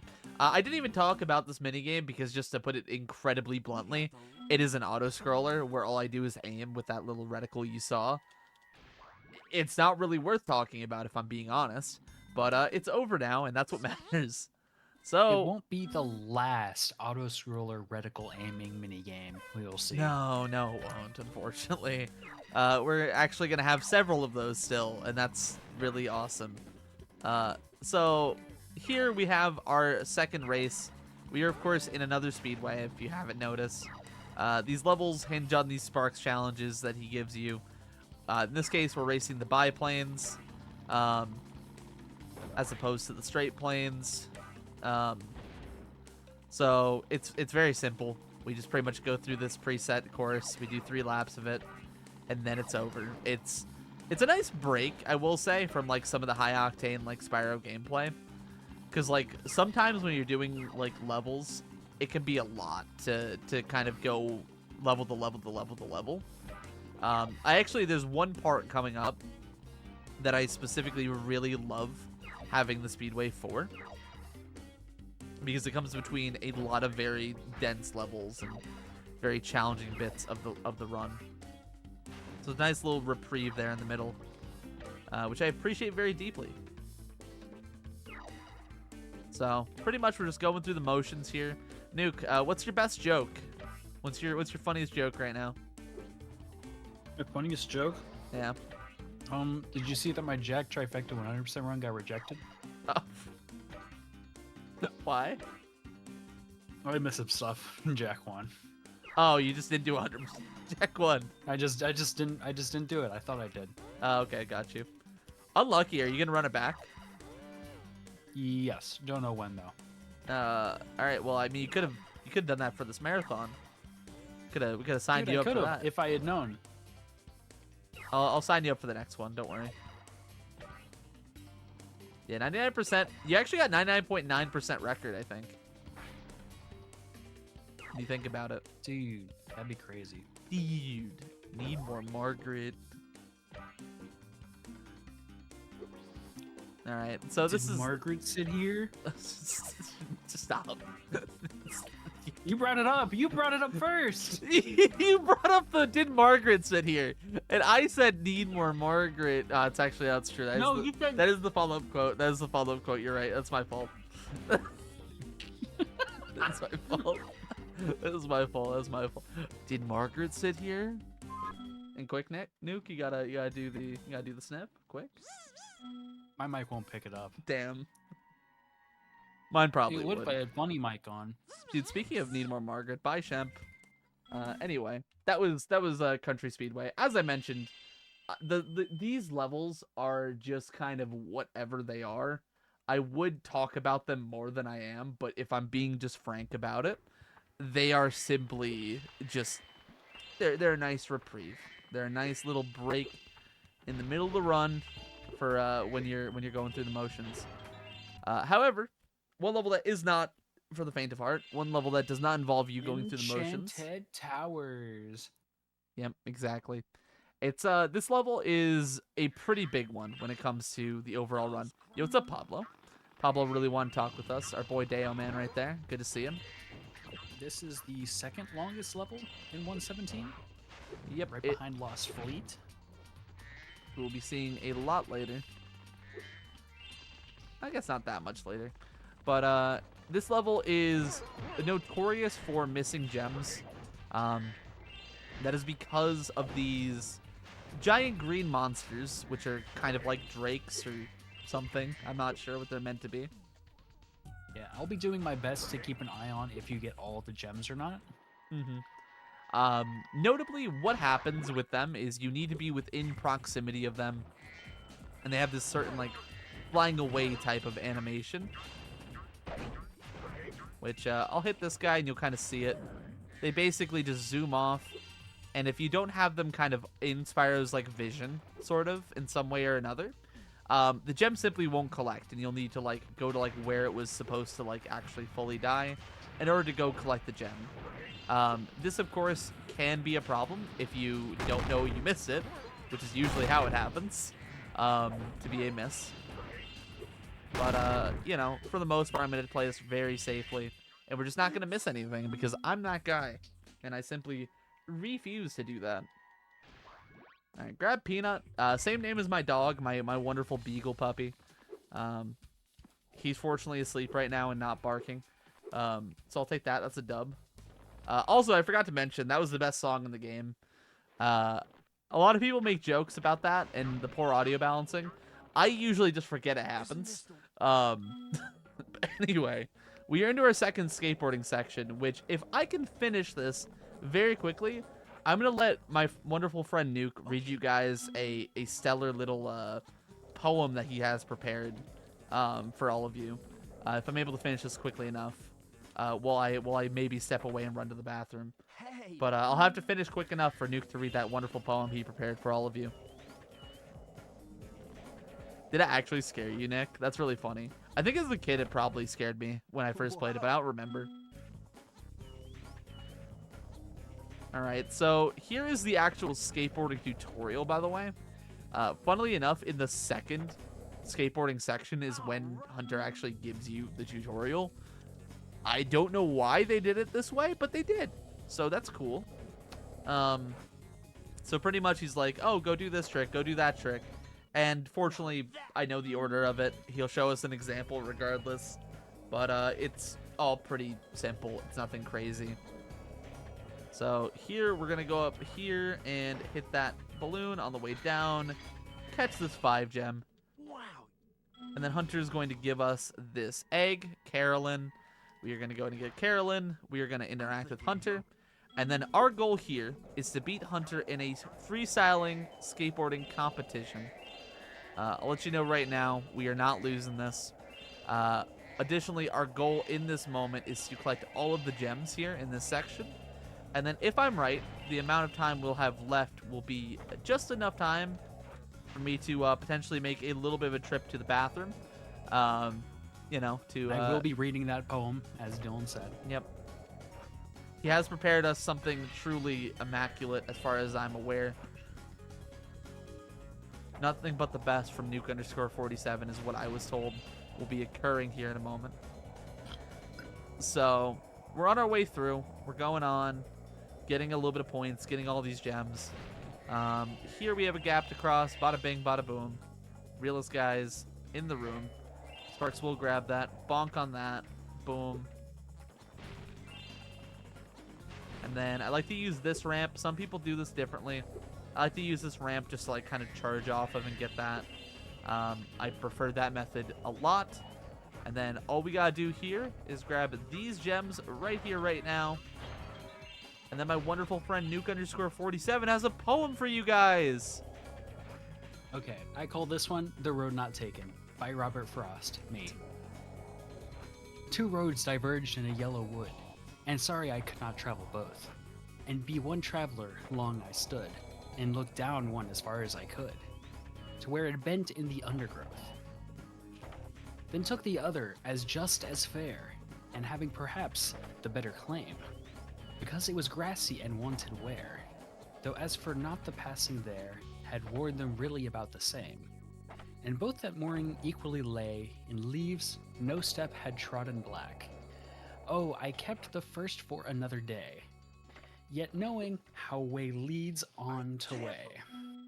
I doubted if I should ever come back. I shall be telling this with a sigh, somewhere ages and ages hence. 2 roads diverge in a wood, and I took the one less traveled by, and that has made all the difference. Ladies and Anyways, tell me gentlemen, what you guys thought.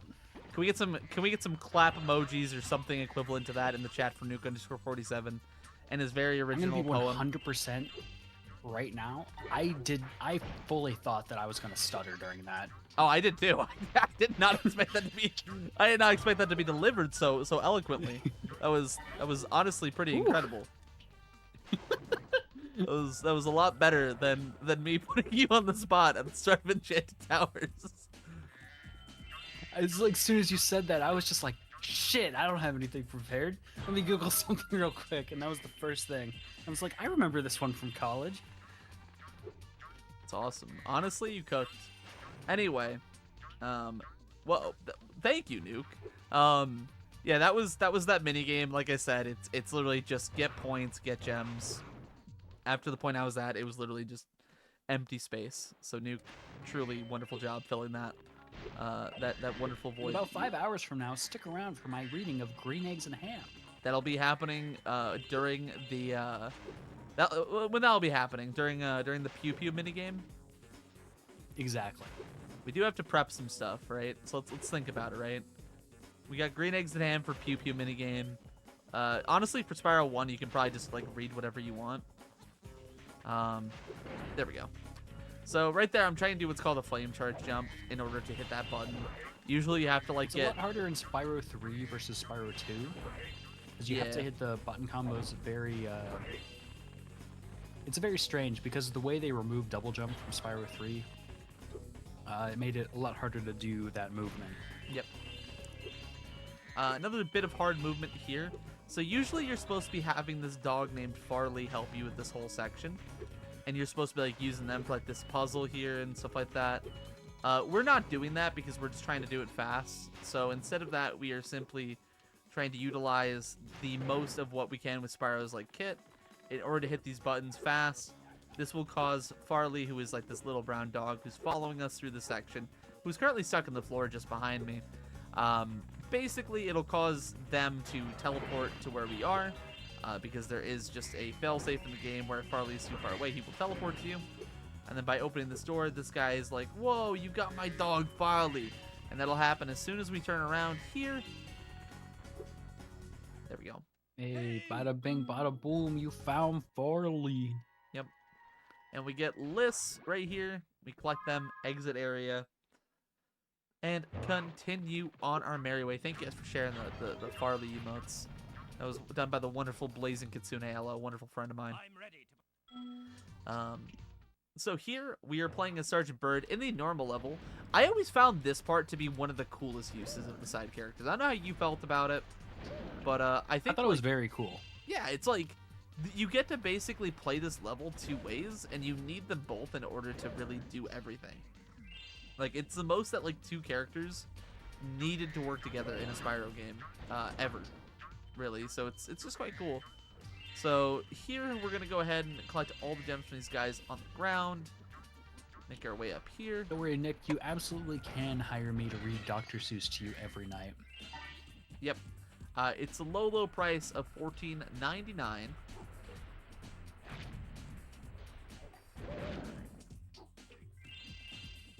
Okay, that's two gems to collect. Sorry, I was like focused on like that. I just didn't want to miss that one. All right, so from here, like I said, we have to focus a lot on these like little drakes, who you know, can run us a bit of a problem if we do end up looking away from them. And I'm not sure which one I hit or whatever, but fortunately, I am that guy, and I'm gonna pay attention to them and make sure that we do collect all of these gems. So the ones that are closer to the ground, for some reason, they will always also shoot the gems out. Kind of like, weirdly, they don't home to you directly. I don't know why they programmed them differently. I feel like they could have just done it the same way they did the other ones. But, I mean... So the reason for that one is you're supposed to get those guys as Spyro, which is what the little green rocks that spawn on the ground are for.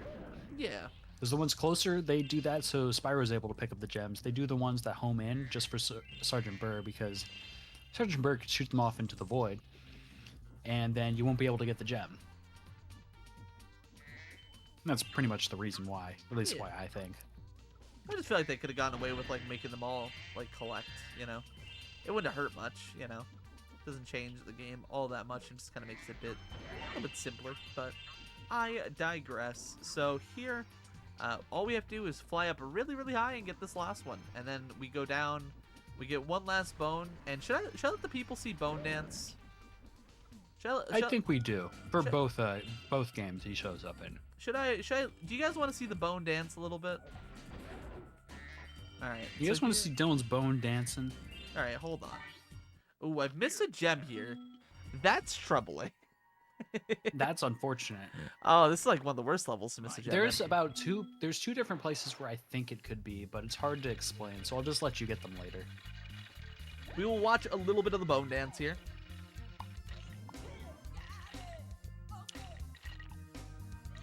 As you can see, he is a bit of a hip fella. Literally, in the sense of he is all hips. He is all bone. No muscle, no cartilage. The bone is dancing. And here he's going to do his final little bit. Oh, yeah. Oh, yeah. Oh, yeah. Oh, yeah. Oh, yeah. Oh. Close. Very close, very close, very close. All right, so we're going to exit there. $4.99. If I were to guess based off of being a one gem, it's not one of the flying guys, which is fortunate.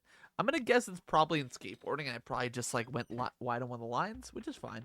We can back that up nicely. All right, so there... Oh, no, the rabbit missed the base. I really wanted the rabbit to hit the base. So, we're going to be heading into one of the scariest levels in this run. We're about to see the best egg, Mingus.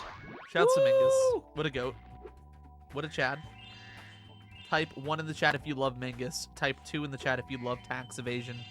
Type 3 in the chat if you're loving this marathon. Type 4 in chat if you love DylanJayFox. Type 5 in the chat if you love Nuke_47. And don't type any numbers if you love all of them. That's true. That's how we get all of them, Dylan. No, you have them type 6, so we need the chat engagement, because then Twitch will recommend them more. So, anyway.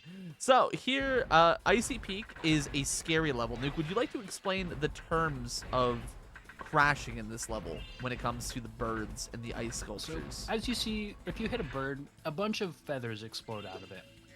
And all those count as particles, individual particles. So basically, if there's too many particles loaded at once, you crash the game. So, don't do that.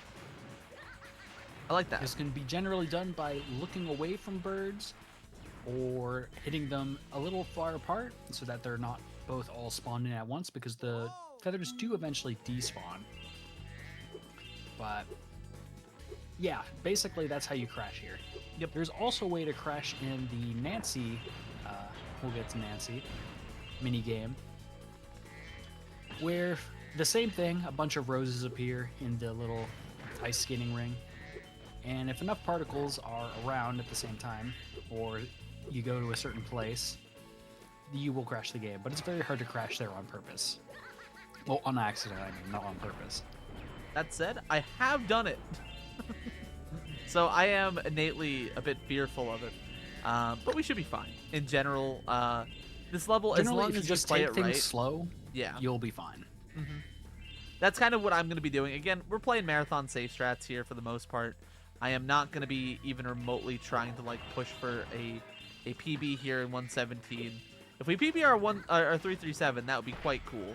But I am honestly super fine if we don't. I would rather simply have a good marathon showcase, show off all the things, and not run the risk of crashing than even think about that as a possibility. So, yeah. But another way to stay perfectly safe is to play with a memory card, which is very slow. So we don't generally do that. Yep. I have elected to not use a memory card because here's my thoughts. If we crash Spyro 3, I'm simply going to play the other two and then just do several hours of 14 Talisman speedruns for the viewing audience as a means to accommodate the time slot. I also, generally speaking, do not think it is worth the memory card. As long as like you're safe, the chances of you actually crashing the game is just so much lower. Like, I'm gonna be playing this like super safe and not like trying to push for like a PB or anything like that or nothing. So I'm not really too stressed about that whole possibility. All right, so once again, just kind of running through collecting gems and stuff like that. We grab Maynard. That egg in particular can be gotten a number of different ways in speedruns. Notably, there is a few different tricks in 100 egg, which is one of the categories here in Spyro 3, which I personally don't love, but I do have a lot of love for watching it. Once again, we go into that perspective of runner versus like viewer. Personally, I think Spyro 3 117 is just awesome as a viewer. I really do. Like with like levels where like you're just constantly collecting gems, the sound design in Spyro like 2 and 3 for me at least is why I think I love these games as much as I do, because like the gem collecting noises in this game are just so good. Careful, SpongeBob. Yep, I was taking my time there. I realized I was missing my shots on the birds. There we go. And you're good. Yep, we're all good now. Now we don't really even have to worry about the birds crash as much. There is another part in this level where we theoretically could with the birds, but I think we'll be plenty fine. If I avoid that one, I'm usually feeling pretty good about my chances with the other. Alright, so here we're going to talk to Moneybags, crack open this side area, and this is Nancy. I kind of want to let Nancy get hit once, low-key, but I'm not going to. So, Dylan, unfortunately, grapefruit. I'll be back in a second. No worries. So here's Nancy. She is a little polar bear. She is doing her wonderful little dance routine here, guys. And she's spinning around for us, right? It's honestly just an auto-scroller. I let her get hit by accident. Did you guys like the noise? I turned the wrong way there. I was trying to shift the stick, and it unfortunately shot the wrong way. Oh, that's funny. But Nancy here, she's doing her figure skating routine. That time we turned the right way. We're fine. Boom, he's gone. Are you guys happy now? And these Rhinox want to stop her from performing. So we stop the Rhinox from doing that by flaming them and getting around. It is a really nice noise, Holly. It is a great like damage noise. Whoever recorded that noise as a voice actress, I am genuinely so like it deserves applause. Absolutely, it does. It is an incredible damage sound. All right, so here, like I said, we're just protecting her from these Rhinox who are trying to hit her with hockey sticks, as you do.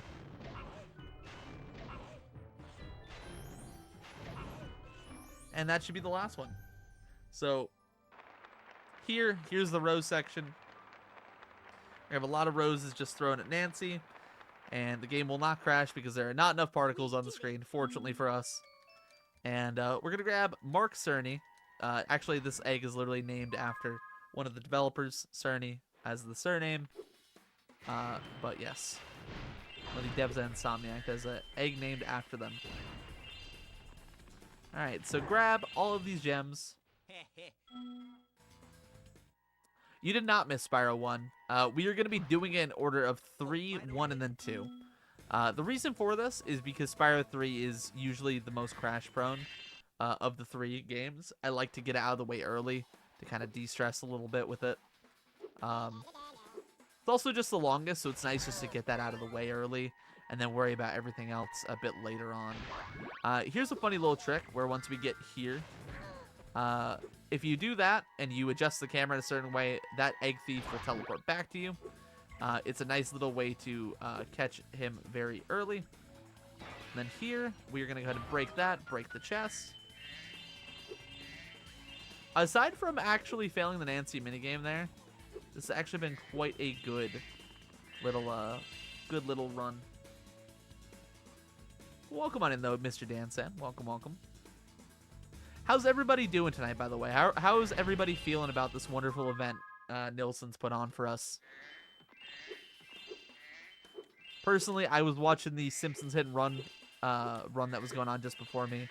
I unfortunately had a little bit of stuff to do prior to it, so I didn't really quite get to catch a majority of the marathon up to this point. But overall, it seems like it's been pretty well received. People seem to have been really enjoying themselves with it, so I hope everybody who has hung out, chilled out, been here for whatever amount of time has been able to enjoy it.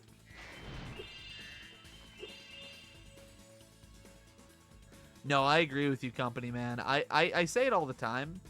I spend so much time on Twitch, specifically just lurking in Spyro speedruns and stuff like that and hanging out. I don't necessarily chat a lot, but I am just here to vibe, you know? I'm here to chill.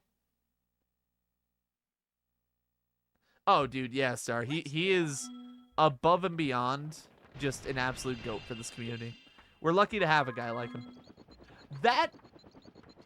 Could anyone on my end clip that? So, the reason I say that is I've actually never seen the menu pop up instantly once you land in that. And that might be a slight time save. Usually the menu takes a second while he goes to the middle of the platform. But for some reason that instantly popped. I actually have no idea what just happened there. It's not a big deal or anything like that. I doubt it's actually like a big time save if it is even one that's not known. But I swear to God, I've never seen that before. That's weird.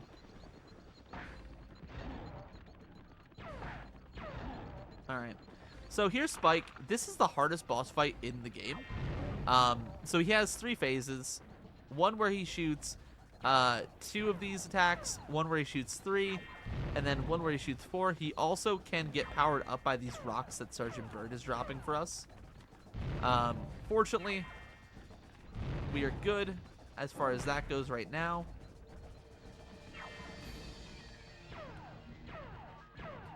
We focus. Bada bing, bada boom. That hit him, but it didn't. He had iframes. Okay. I didn't know he had iframes. I'm not gonna lie. Alright. We'll hit him with the last one. That's totally fine. We're still on green sparks, so we are in good shape with that. Beautiful, beautiful, beautiful, beautiful. And then we'll go ahead and exit there after we've collected the egg. More like pie frames, dude. Nikasalos? I'm just saying, ESA should definitely have Nikasalos on sometime. That guy's like really good disruptor or something.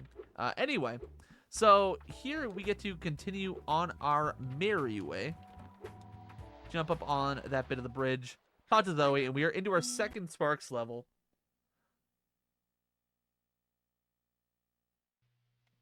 No, I agree. Listen, I love that ESA does the reruns. It's nice to have the content. But it's honestly awesome that they're doing these community outreach type events. Which I don't want to say anything about it, but there's a chance that in the future you guys might see something partially hosted by me. If you know, you know. Here on the channel, there has been some discussion about that previously, but we'll cross that bridge when we get to it. There might be a little bit of that. They're also He is so back, dude. He's so back. How was your grapefruit? dude? It was awesome. If you guys don't know, Nuke is a really massive fan of grapefruits, so much so that he's actually in a grapefruit eating competition, where basically the idea is he's going to be consuming 1 grapefruit every single day as fast as he can, and the sum total of all of those times is going to eventually be added together at the end of the month, which is coming up here soon. And then whoever has the lowest sum total of time for eating grapefruits across the month wins $10,000. That is not a lie and or improvised or made up even a little bit just on the spot right now. That is the whole truth and nothing but the truth, I promise. I've never known Dylan to be a liar of anything. Yeah, absolutely. Notably, I've never lied about anything in my life. It's just a thing about me. It's just, honesty. I can't. It's just a quirky little thing about him. Yep. Quirky, zany little thing. All right, so we're making our way through Spider Town. Nuke, what are your thoughts on Spider Town? This level completely depends on if you die or not, if it's a chill level or if it's a painful experience. I agree completely. So I've already collected the last green butterfly, which, as we established in the first Sparks level, is the most important one. Is the most important of all of the power-up butterflies to keep on hold for the boss fight. That is true universally across all of the Sparks levels, and it's obviously going to come in handy here. So if we die, we lose the power-up, so I'm going to be doing everything in my power to not die, and to not utilize this power-up enough to, waste it, essentially. So we're going to grab that gem. Ooh, grab that. Wonderful, wonderful, wonderful. Alright, take a little bit of damage there. That is a-okay, though. As we get to go ahead down here.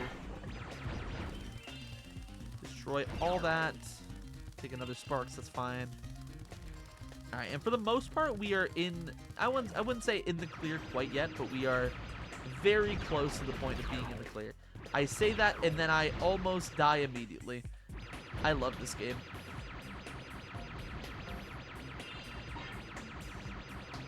I'm gonna really lock in. Nuke, what are your thoughts? About time.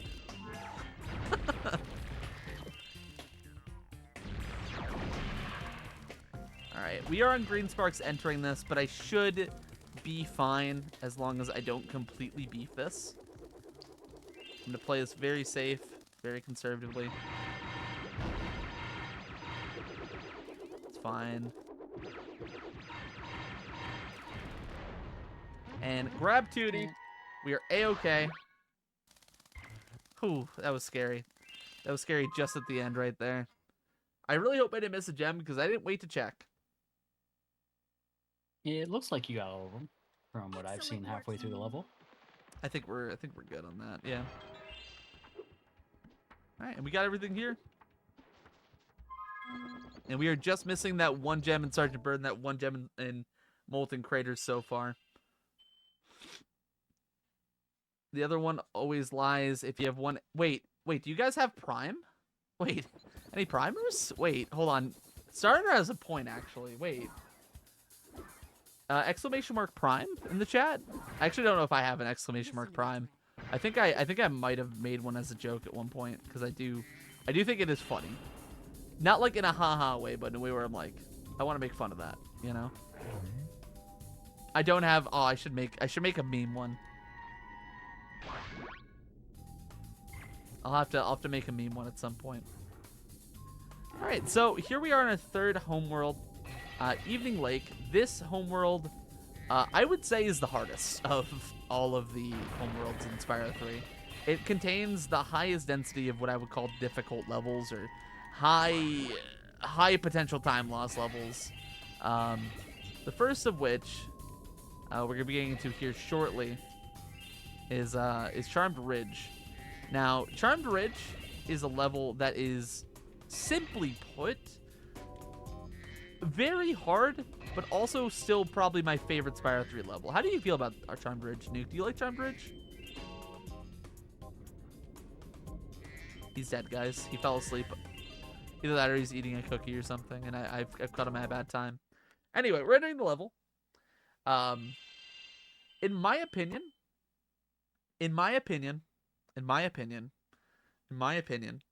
Charmed Ridge is the most whimsical Spyro 3 level. I love the vibe of it. I love the music. I think it has an absolute banger of a track. I believe Fusion Synth, my wonderful ESA Jingle Jam peer from this past Jingle Jam event, would agree. It is just an awesome, awesome little level with an awesome track. All right, here we're going to take a damage from that cat wizard. I'm actually going to take a tactical death here in order to replenish my spark.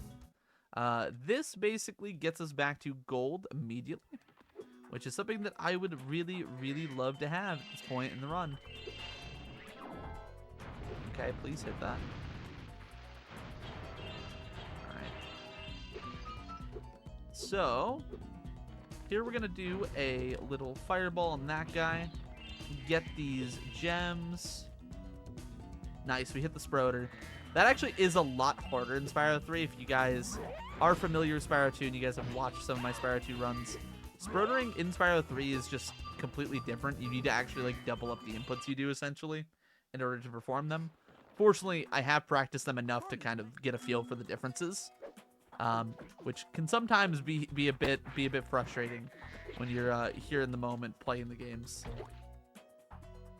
What is up, CDN? Welcome on in. I don't need that right now. I need this now. Got my order of how to get these. This little section here allows us to jump up on it, get on over to the mushroom, and make our way over there. starting to get concerned if Nuke died eating a cookie or not. Oh yeah, no, I was watching a YouTube video. That's my bad, guys. I wasn't locked in. I can't believe that. Wait, you're watching? I can't believe this guy. Chat, can somebody ban this guy? I should have had Derek Lander commentate this. I knew it. I knew it. Nah, actually, get him out of here. Anybody else want in on comms? Star, you want to hop in? You want to hop in? This guy, get him out of here. All right, next ESA summer, if Nuke_47 does attend, we are considering him an op completely. No. I should have had Toronite commentate. I should have had. Can't believe. What was the question? Let me answer. No, it's fine. It's over now. The moment's gone. The moment's gone, dude. All right. Anyway, please, I can do better. This guy's fired, chat. I'll read another poem. What do I say about this game? Whatever you want. Yeah, read another poem. Give me your. Don't do that yet. Do it during the Sergeant Bird minigame. All right. Give you a little bit of time to get your best material prepped. All right. Very nice. Okay. So pretty much this minigame was all about getting to the top of the mountain here, right? It's very simple. And yeah, it's I would explain it deeper, but honestly the mechanical minutia of it is kind of boring if I'm being honest.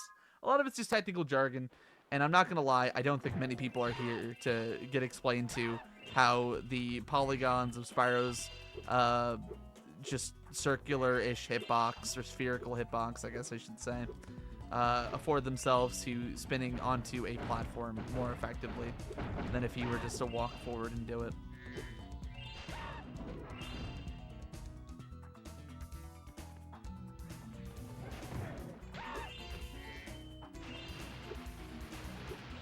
You guys want Edgar Allan Poe or Emily Dickinson?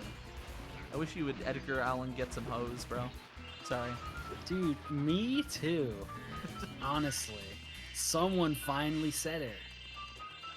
This is why I can't. This is why I shouldn't have had Nuke. I'm just like, I'm too chummy. It's too Dude, it could always get worse. It could have been Shemp. Oh, if it were Shemp, it would have been awful. Like, I mean it so sincerely. I don't think there was a worse mistake they could have made than giving us a 100-day grace at ESA. Like, I don't know how we got through that, and we got like actually told like, oh, you guys did a good job. Genuinely, I mean this. I am so surprised that they even let it happen. All right. Anyway, so that was the end of level mission. My 117 run that I did for Dylan's marathon. You did for USC, and yeah, that was fun. That was an experience. That was some of the greatest commentary I think has ever been provided on a 117. So here's Sergeant Bird. Pretty much, this lady is our soon to be either wife or our girlfriend or something, and basically they're like, dude, there's some cats here, and they're like trying to like do stuff, and we pretty much just have to shoot them a couple of different times. There's timing to it, but you just saw me execute on that timing really nicely. And now here's Nuke with his Edgar Allan hose. The Raven by Edgar Allan Poe. Once upon a midnight dreary, while I pondered weak and weary over many a quaint and curious volume of forgotten lore, while I nodded, nearly napping, suddenly there came a tapping, as of someone gently rapping at my chamber door. "'Tis some visitor," I muttered, tapping at my chamber door, only this and nothing more. What do y'all think? That it? I think that's it. Does that end on quote the Raven nevermore? Apparently, I'm going. I could be crazy, but I'm almost sure that it ends on that line. I was like getting into it. I was like beginning to like, you know, bump the head, you know. Dude, oh yeah, no, they only had the first fucking bit of it. Okay, here I go. Distinctly, I remember it was the bleak December, and each separate dying ember wrought its ghost upon the floor. Eagerly I wished the morrow, vainly I had sought to borrow from my books surcease of sorrow, sorrow for the lost Lenore, for the rare and radiant maiden whom angels name Lenore, nameless here forevermore. And the silken sad, uncertain rustling of each purple curtain thrilled me, filled me with fantastic terrors never felt before. So that now, to still the beating of my heart, I stood repeating, "'Tis some visitor entreating entrance at my chamber door." Some late visitor entreating entrance at my chamber door. This is it and nothing more. Presently my soul grew stronger, hesitating then no longer. "Sir," and I, or "Madam, truly your forgiveness I implore." But the fact is, I was napping, and so gently you came rapping, and so faintly you came tapping at my chamber door, that I scarce was sure I heard you. Here I opened wide the door, darkness there and nothing more. This goes on for a while. Do you want me to keep doing this? How much longer is it? I'm not even halfway through. Oh my god. You know what? I'll save the rest for later. Yeah, that's our part 1.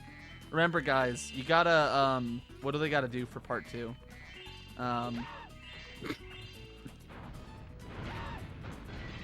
Anyway, so that's Charmed Ridge. This is honestly, this was maybe the best decision I could have made for a 337, I think. Derek Lander would never be up for the bit like this. Derek Lander, that guy would never Derek comment would just it. lock in on trying to explain the run. He'd be like, And then go like urethra. into some tangent about like some, I don't know, He pizza drivers would- or something. And then he would complain about practice and how like other speedrunners practice to get good times, and how if he doesn't practice, he doesn't get good times. Yeah, if you don't do the thing that everyone does, Oh, then I you missed won't 3 get gems. Good times. Should I just go back now? Oh, yeah, just go back now. You're right here. And you already have Sparks Finder, which we did get from that other Sparks level. That was the power-up we got, where if you hit all the shoulder buttons, Sparks will point to the closest gem. Is an Edgar Allan Poe poem considered fiction? Yes, I think so. Is it considered fiction? I thought it was like based on like life experiences. Like, didn't he actually like kill someone and stuff them under his floorboards or something? Or am I like That was the imagining telltale things? heart where there was a soft beating of a heart underneath the floorboards. Oh, I know what I didn't do, Nuke. Gotta get the 2 1 gems up there. It's not nonfiction, but what if like there was a raven that was like nevermore dog? What if he did say that? I think that's the exact quote. Dude.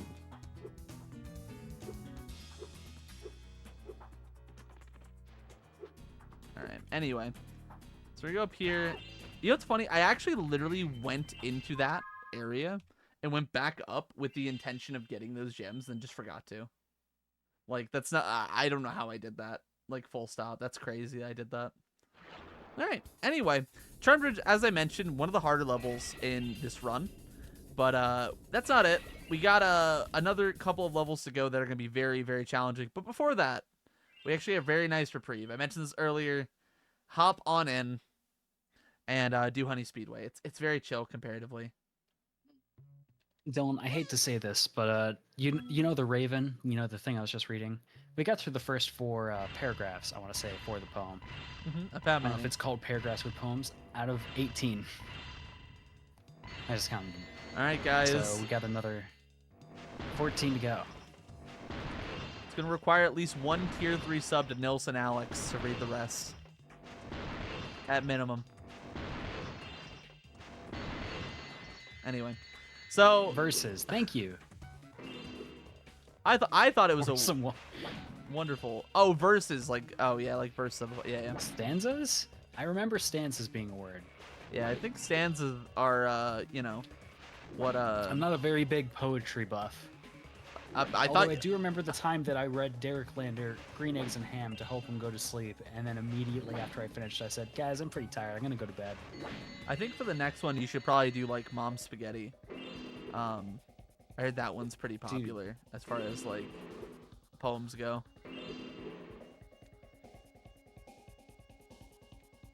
That would be kind of funny, but I can't just leave something unfinished. Oh, listen. I know. That's what I'm looking forward to. Honestly, you could just do it while I'm doing the race if you really want to, because it's not gonna matter. The races in this game are quite literally just 3 of the same thing over and over again. So, and this next mini game is from Hunter. So you might be wondering about our level order here. The reason that we do Evening Lake, the homeworld that we're in right now, in the order that we do, is because after we complete the main objective in another level, Hunter will actually get captured by the sorceress and by Bianca, this bunny girl. And until you beat the boss, you won't be able to do any of the Hunter side mini games. Yep. Which He makes... just won't be there. Go ahead. And basically we want to do the levels where there is Hunter first, because there is only 3 in this homeworld where you do need to talk to Hunter. Wait. Well, there's only 2 actually. CD... But we want to make sure after... Oh, go ahead. Did you see CDN fucking Jaden Nelson? Alright, so you actually literally have to read the rest. I made a promise. You want me to start now, or do you want me to finish explaining? Explain it, then you can go ahead. But after 3 levels of like entering and exiting after getting the final egg for the area, or just completing a mission like in the Speedway, Hunter will get captured. So within those first 3 levels, we want to do the first 2 that we need Hunter for, which being Honey Speedway and Lost Fleet. Alrighty. So that's why we're doing this level order, where we get Charm Ridge because that's one of the 3 levels that is right there. And then we do Honey Speedway and then Lost Fleet right after. So we're able to get through all the 100 mini games without him being captured beforehand. Yep. Pretty much just a sequencing thing. You could theoretically, I believe, do it after you've done the boss fight, Scorch, and then do it before Sparks, but like it's just not worth it based off of where you are positionally, like just across from Charm Bridge pretty much. So anyway, Nuke, feel free to finish your wonderful poem, which I don't think you're gonna be able to finish by the time this race is over, I'm not gonna lie. All right. Can you read in like the the verbose stylings of Marshall Mathers? I can't do that. All right, well, I tried. Deep into that darkness peering, long I stood there wondering, fearing, doubting, dreaming dreams no mortal ever dared to dream before. But the silence was unbroken, and the stillness gave no token, and the only word there spoken was the whispered word Lenore. This I whispered, and an echo murmured back the word Lenore. Merely this and nothing more. Back into the chamber turning, all my soul within me burning, soon again I heard tapping, somewhat louder than before. Surely, I said, surely that is something at my window lattice. Let me see, then, what thereat is, and this mystery explore. Let my heart be as still a moment, and this mystery explore. 'Tis the wind and nothing more. Open here I flung the shutter, when, with many a flirt and flutter, in there stepped a stately raven and the saintly days of yore. Not the least obeisance? Can't say that. Made he, not a minute stopped or stayed Abyssians? But obeisance, thank you. You're good. There wasn't a second I, so I didn't know. You're good. You're good. With mine of lord or lady, perched above my chamber door, perched upon a bust of Pallas just above my chamber door, perched and sat and nothing more. Then this ebony bird beguiling my sad fancy into smiling, by the grave and stirred decorum of the countenance it wore. Don't thy crest be shorn and shaven, thou, I said, art sure no craven, ghastly grim and ancient raven, wandering from the nightly shore. Tell me what thy lordly name is on the night Plutonian shore. Quoth the raven, nevermore.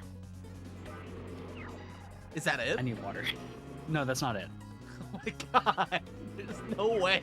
That was like 4 stanzas. Bro, we have like half left still. Jesus Christ. Are you still even in Honey Speedway? No, I'm about to leave. I'm getting the egg and I'm like dipping. Much I marveled this ungainly fowl to hear discourse so plainly, though its answer little meaning, little relevancy bore, for we cannot help agreeing that no living human being ever yet was blessed with seeing bird above his chamber door, bird or beast upon the sculpted bust above his chamber door, with such name as Nevermore. But the raven, sitting lonely on the placid bust, spoke only that one word, as if his soul in that one word he did outpour. Nothing farther than he uttered, not a feather then he fluttered, till I scarcely more than muttered, other friends have flown before. On the morrow he will leave me, as my hopes have flown before. Then the bird said, nevermore. Startled at the stillness broken by reply so aptly spoken, doubtless, said I, what it utters is its only stock and store. Caught some unhappy master, whom unmerciful disaster followed fast and followed faster, till his songs one burden bore, till the dirges of his hope that melancholy burden bore of never, nevermore. I just got to follow. Who followed me for this shit?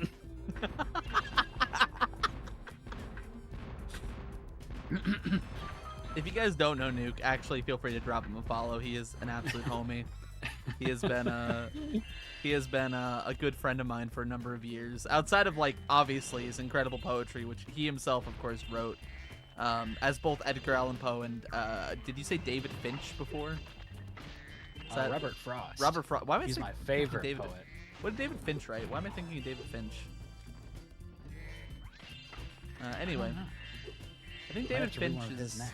I don't think he's a poet. I think he's like a novelist, actually. But continue if you still have more. The Raven. I'm almost done. You're almost done. All right. But the raven still beguiling all my fancy into smiling, straight I wheeled a cushioned seat in front of the bird, and bust and door. Then upon the velvet sinking, I betook myself to linking fancy unto fancy, thinking what this ominous bird of yore, what this grim, ungainly, ghastly, gaunt, and ominous bird of yore, meant in croaking nevermore. This I sat engaging and guessing, but no syllable expressing to the fowl whose fiery eyes now burned into my bosom's core. This and more I sat divining, with my head at ease reclining, on the cushion's velvet lining that the lamp light gloated o'er. But whose velvet violet lining with the lamp light gloating over, she shall press nevermore. Then methought the air grew denser, perfumed from an unseen censer, swung by a seraphim whose footfalls tinkled on the tufted floor. Wretch, I cried, thy God hath lent thee, by these angels he hath sent thee, respite and nepenthe from thy memories of Lenore. Quaff this kind of nepenthe, and forget this lost Lenore, quoth the raven nevermore. We have 4 more lines. I need to get a drink. I can't believe this. I'm not gonna lie, the only word that's like stuck with me is like Lenore. That is the only that is like stood out in my mind is because you said the word Lenore, like the name. I guess. At least 1,000 times. It's been like I think at least like 7 or 8 at least, right? Prophet, said I, thing of evil, prophet still, if bird or devil, whether tempters sent or whether tempest tossed thee here ashore, desolate yet all undaunted, of this desert land enchanted, on this home by horror haunted, tell me truly, I implore, is there balm in Gilead? Tell me, I implore, quoth the raven, nevermore. Prophet, said I, thing of evil, prophet still, if bird or devil, by that heaven that bends above us, by that God we both adore, tell the soul with sorrow laden, if within the distant Aden, it shall clasp a sainted maiden, whose the angel's name Lenore, clasp a rare and radiant maiden, whom the angel's name Lenore, quoth the raven nevermore. Be that word our sign of parting, bird or fiend, I shriek, upstarting, get thee back into the tempest and the night's Plutonian shore. Leave no black plume as a token of that lie that soul hath spoken. Leave my loneliness unbroken, quit the bust above my door.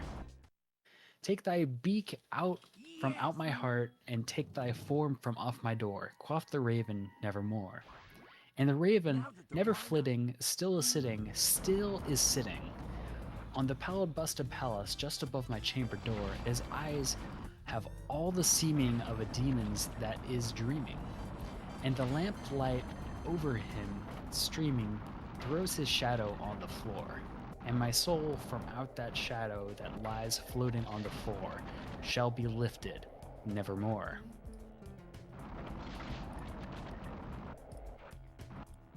Is that it? Anyways, we're doing Lost Fleet skateboarding. Is we're done? Yeah, that's it. Oh my god. I regret actually asking you. Like, was in Enchanted Towers? I was like, is that it? I thought it ended on Nevermore. It didn't even end on Nevermore. And it went on for, I don't even know how long that was. Like, that was like a 30-minute bit of a poem that I apparently just don't know anything about other than Lenore still. Dude, I think when I was in middle school, we had to do an assignment about poetry, and I think I didn't know about this poem, and I named one of my poems The Raven, and I got like a 0 for plagiarism, and I'm just like, what did I plagiarize? All right, guys. I guess now I know. Massive claps in chat for Nuke_47. I do wish you did it like Marshall Mathers, but I get why you didn't. No, I would not have been able to say. You heard the words I was saying, right? I would not have been able to do that at any sort of quickness. Oh, I didn't mean quick. I just meant like with the verboseness of it, like the kind of like, quote the Raven, nevermore, like that. You know, like, dude, you know, really lean into it, like. Anyway, so Lost Fleet. The skateboarding section is over. Pretty much, it's a race that you have to get through. It's actually kind of fun. I like that section a lot. Unfortunately, we did have to deal with a certain Raven instead of focusing on it. But listen, it was all in the name of the bit, and I respect the bit. We respect the bit. We love the bit around these parts. Unfortunately, there I did fall, but we should be able to recover this nice and quick. Overall, this level is one of the longest in the game. Is one important piece of what we're doing here. It is because that race section does take several minutes to complete by itself. And then we have another mini game coming up here in a minute called Subs. Which, just the level itself is like huge. Yeah, it's just a big one. Put on your finest dress clothes and raise a glass of wine. Make sure it's a nice strawberry wine if you got it. A little bit of strawberry. I know Nuke loves strawberry wine. He drinks a lot, I promise. Dude, I'm not lying. I just realized we're not even like done with Spyro 3. You're gonna be here for like another 5 hours. Dude, you better get maybe your even 6. You better get your poetry ready. If we get any more, dude, if we get any more tier 3s. I have some more poetry lined up. Bro, right he is now. prepped and Freddy Fazbear right now. Dude. Holy. But anyway, Lost Fleet. So the rest of the level is going to involve us grabbing the leftover straggler gems, killing a couple more of these birds with this cannon, which is very fun and definitely not tedious, I promise. Yeah, these birds are cycle dependent whenever you're in the main level. So you have to be really quick to like, and you have to know like which cycle you'll be on, depending on like where, you know, how fast you're able to complete the rest of the level. So it makes it really tedious in knowing exactly where the birds are. So if you're like me, and I'm assuming also Dylan, you won't know where the birds are. No, not even close. And where you're supposed to shoot. So you just sort of have to look for them and try to hit them as best you can. Appears I did miss some gems in the overworld. I just saw sparks pointing. That's fine. We'll clean that up after the fact. So here's one of the sub mini games in this game. This sub shoots rockets out the front of it, and honestly, I don't like how it feels. It has a lock-on mechanic, but you try to free shoot as much as you can if you're able to hit one within reason. However, you're gonna see me probably not bother even once, because if I'm being completely honest, I'm not gonna hit one. So instead of that, we're simply going to chase them down the good old-fashioned way. I was so lucky that sub turned around in the tunnel just to get shot by you immediately. That was crazy luck right there. Was it lucky? I don't think I've ever seen that happen. Normally, if you lock on them, sometimes they'll just randomly turn around to mess you up, which you don't see that very often in like the first phase. But like, see, like he just did it right there. For the 5th one. See, he just turned around now. All right, so this guy, we're chasing him down. Boom. All right, that's good. So the first one is fortunately the easier of the two. However, that does, of course, mean the second one is going to be the harder of the two. So for the second one, they'll be dropping mines and stuff like that behind them, which if you get hit by them, you have to restart from the beginning, which is very fun and not bad in any way, I promise. Right, guys? Right, Nuke? Right? Chat? Yeah.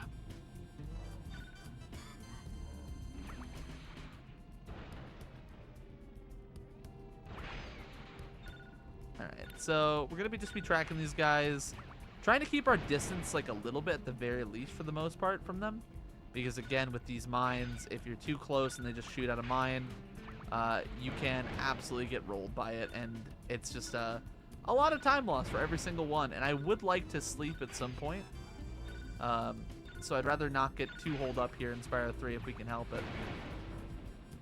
How do you feel about sleeping, Nuke? Do you like the idea? Dude, I won't be sleeping until like 7 a.m. That's 7 hours from now.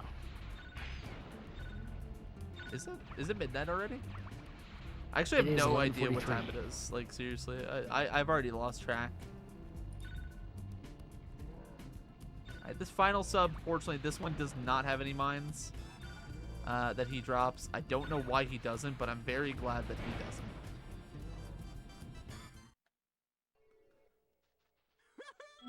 You don't need to know what time it is? Well, what if I do, Nick? Jesus Christ, dude, I can't read. I have something on my stream where I have like a little date and time thing in top left corner on my webcam. So that if I ever need to check myself and I'm not already looking at like a PC, I can just see it. A decent thing to do. It's also so people watching can know what time it is for me. They'll be like, wow, you're up at 5 a.m. speedrunning? What the fuck? What are you doing? What's wrong with you? How could you? Alright, so Anyways, here, chat, we're gonna be drop trying to any do poems this. you want me to read in chat. True. I was gonna say this like bit of the mini game where we're collecting these gems around. This can be done in one cycle, which I'm gonna be trying really hard to do here. I think I might have failed it off of that turn, how bad that was, but we'll see. Basically, you can see on the right and you can hear by the audio, this power-up has a timer on it, which I actually did make. Very nice. We do not have all the gems, though, I found. Yeah, we're going to need to go over here. That's fine. Do you consider the script of the B movie to be poetry? Do you Do consider you want me to be here for the next 4 hours reading the script of the B movie? I mean, it's not going to be doing Is that anything really else. something you want me to do for no money? Yeah, like we need money towards something. I don't know what it's towards. We need some amount of money towards some goal in order to do that, I think. Whether it be something or something else. There we go. That 5 gem, I don't think we went into that when we went through that area. I actually did that level opposite of how I normally do it. I usually do subs first and then do skateboarding, but Yeah, your route looked kind of funky to me. yeah, I kind of got lost a little bit. That's okay though. It's lost fleet. It happens. I do want to ask, however, like, not you, Nuke, but Torinite, does that mean you consider the script of the B movie to be poetry? Because that does involve some. That does pin more on you than it does us. Yeah, like, you know what I'm saying? I feel like this is indicative of something, a sign of the times, even, if you will.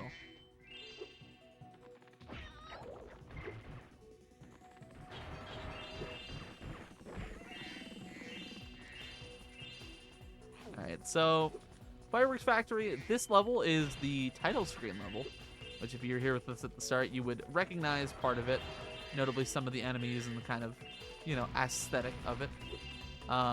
It is a pretty big fan favorite level. However, in the speedrun, it is a pretty tenuous, arduous level, regardless of which category you play, really. I would argue that in 100 Egg, it's still pretty challenging. Any percent, it is absolutely a reset point for a lot of people, myself included at this point, I guess. Notably because the proxy involved in it is just brutal and hard and difficult. And then, of course, in 117, it's no different. The actual like mini games in this, which involve a pair of dragons, which involved Agent 9, and also a little mini game where we're going to be seeing our friend Derek Lander for a moment. They're all pretty difficult. I would say the one with Derek Lander is probably the least difficult, but you can die. You can lose time there for sure. And in general, it's just a bit of a tough split. Actually, too many games with Derek Lander. True. I always forget that he's in the Dragons one, though. Yeah, because it's mostly about the dragons there. Yeah. Like anyways, Nick, you can DM me a poem.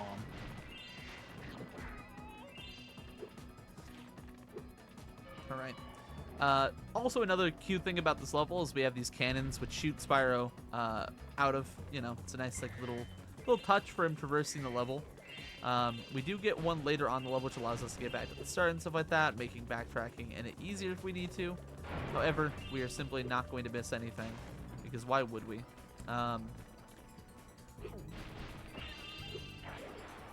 You know what, Nick? I was looking at this poem. That was one of the ones I was going to read. This can only be good. I can only imagine the ensuing events to be very, very good.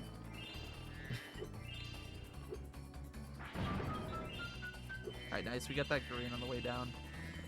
So I was so worried that Nick was just going to send me some random, like, I don't even know what kind of poem. It wouldn't be a poem. I was so worried that I would be like, yeah, I could read this on stream. Don't worry. Because I have an ability to say no to people. Wait. Hi, Derek. Hi, what? Derek. I was gonna say, you didn't say hi, Derek, dude. That was kind of messed up.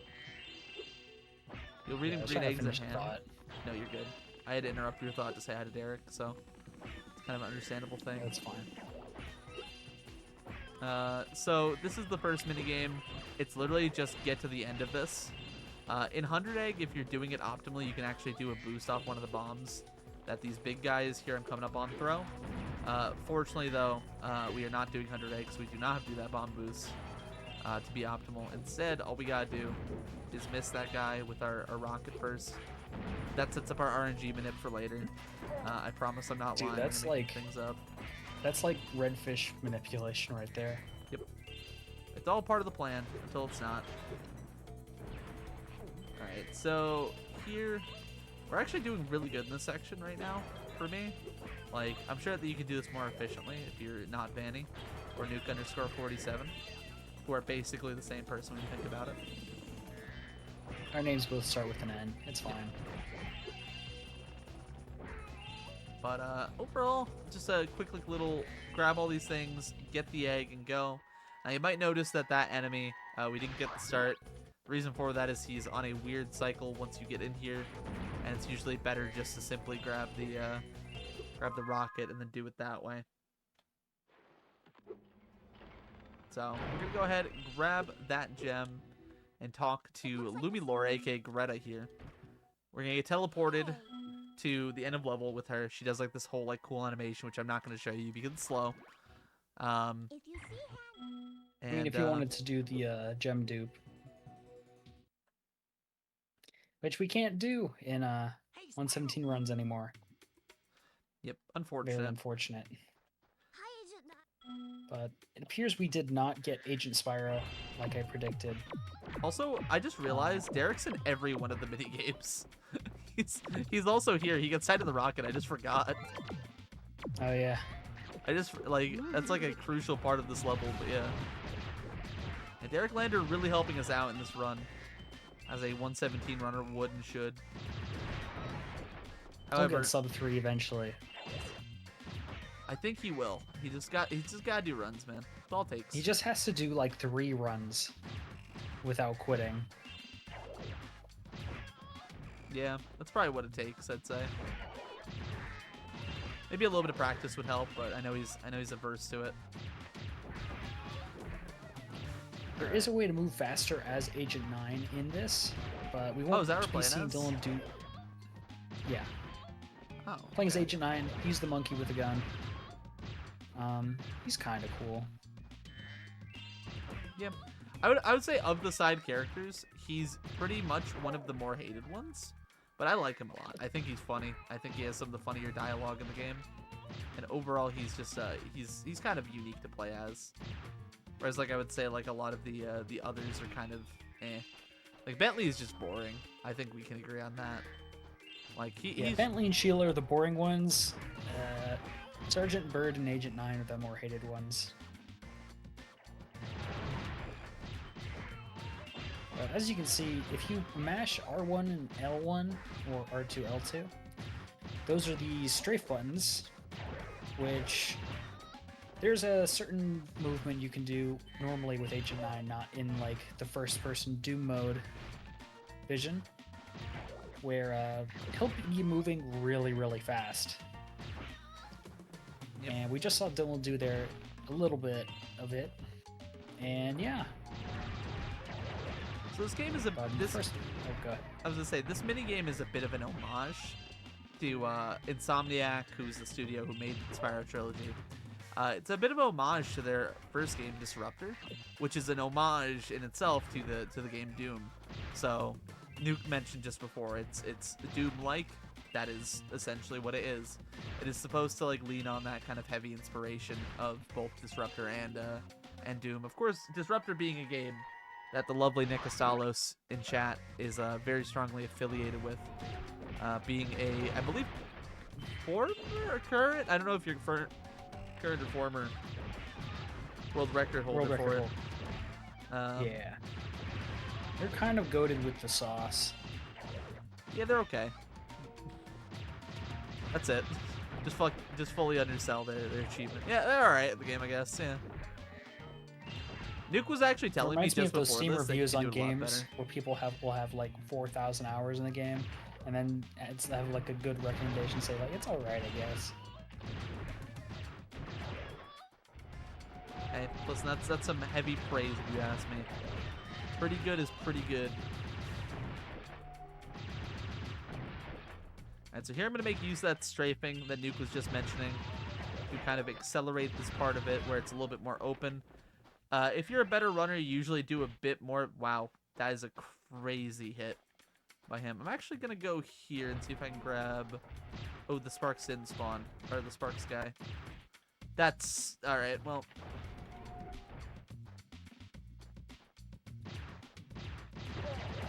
I'm about to die. Hold on. I'd be very careful. Very careful. You got so lucky hitting that fodder, by the way. No, I'm just really good at aiming. It was all skill. That was my old school Modern Warfare 2 gameplay coming back. Anyway, so here we're just gonna kind of finish up the section by destroying a couple more boxes, getting the gems out of them, and then we have to, of course, save Derek Lander from his imminent peril, imminent doom, if you will. Ah, imminent doom. I get it. Yep. I didn't get it, but listen, that's fine. Thanks for West. On the main category, but in others, Dragons will not let you keep it. Dude, you just gotta get on it. You just gotta push record down all the way. I believe in you. But yeah, that is that part of Fireworks Factory. We still have the boss fight, the mini boss fight in this level to go, which is against a pair of twin dragons. This boss fight, as a kid, I thought was one of the coolest things in the world. As an adult, I hate it because I speedrun this game. So, as mentioned, twin dragons meaning two bosses. So you have to destroy them. They regenerate, and they have these weird flight paths, and sometimes they decide if they're going to go into like these little side areas with tunnels or go underneath in these other tunnels like this guy's about to go. No, he didn't. Okay. Basically, what you want them to do is just circle around in front of like the two entrances to the tunnel, like forever, because it's just the easiest place to get hits on them really fast. So here you can see like this orange one hasn't gone into a tunnel real quick, but he was having a bit of a finicky flight path, so I was having a bit of trouble hitting him. He's now down to his last couple hits though, fortunately. If I could nail, there we go. Cool. And then I think the purple one might have just gone into like the, yeah, it did. Okay. So it's a lot easier to hit them during the start bit because you just have more surface area to hit. But then as they get lower and lower and lower and lower, it just becomes tedious to try to hit them for like those two final hit points or whatever it is. Unless you know they're coming out of somewhere, something like that. Just be quite challenging.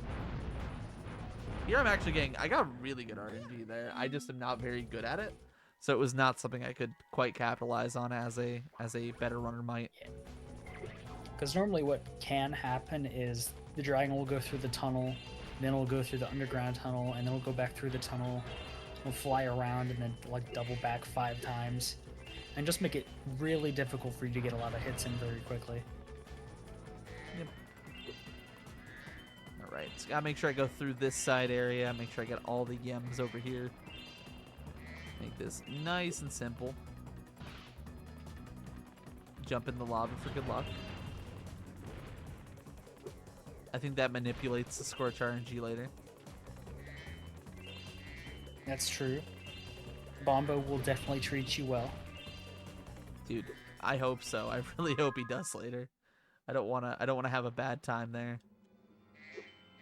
Alright, so now we're just cleaning up these last few gems in the level. Making our way through this actually quite nicely and all in all, I would say. And I have missed a gem somewhere. It's probably gonna be on one of the enemies right here across. Yep. I always miss one of these guys. I always do. Yeah, there's certain movement you can do to make them all pop up in the same places at the same time. But I'm assuming you, as well as I, haven't actually learned like the proper route to be able to get them all consistently. Yep. It's all good though. Just a couple seconds to go through and grab that guy. Also, I do want to just shout out the couple of folks that have followed me during this run so far. I don't want to call you out by name just in case you're like just lurking and vibing, enjoying the run, whatever. But I do appreciate it. Hope you guys enjoy your stay. Shout out to one guy that followed me during the Edgar Allan Poe poem. Hey, listen. They're a goat. They're a goat among goats. That's all I'll say about that. So here, we're going to go ahead, collect a couple of these overworld eggs. I believe these are the last couple that we have to grab. This jump here is so much harder to reignited, if you're curious. The jump to grab Hannah, this egg right here that we just did. So much harder in that game than in this game. And now we're going to be going out of bounds to enter a level early, like we did for Sheila back at the very start of the game.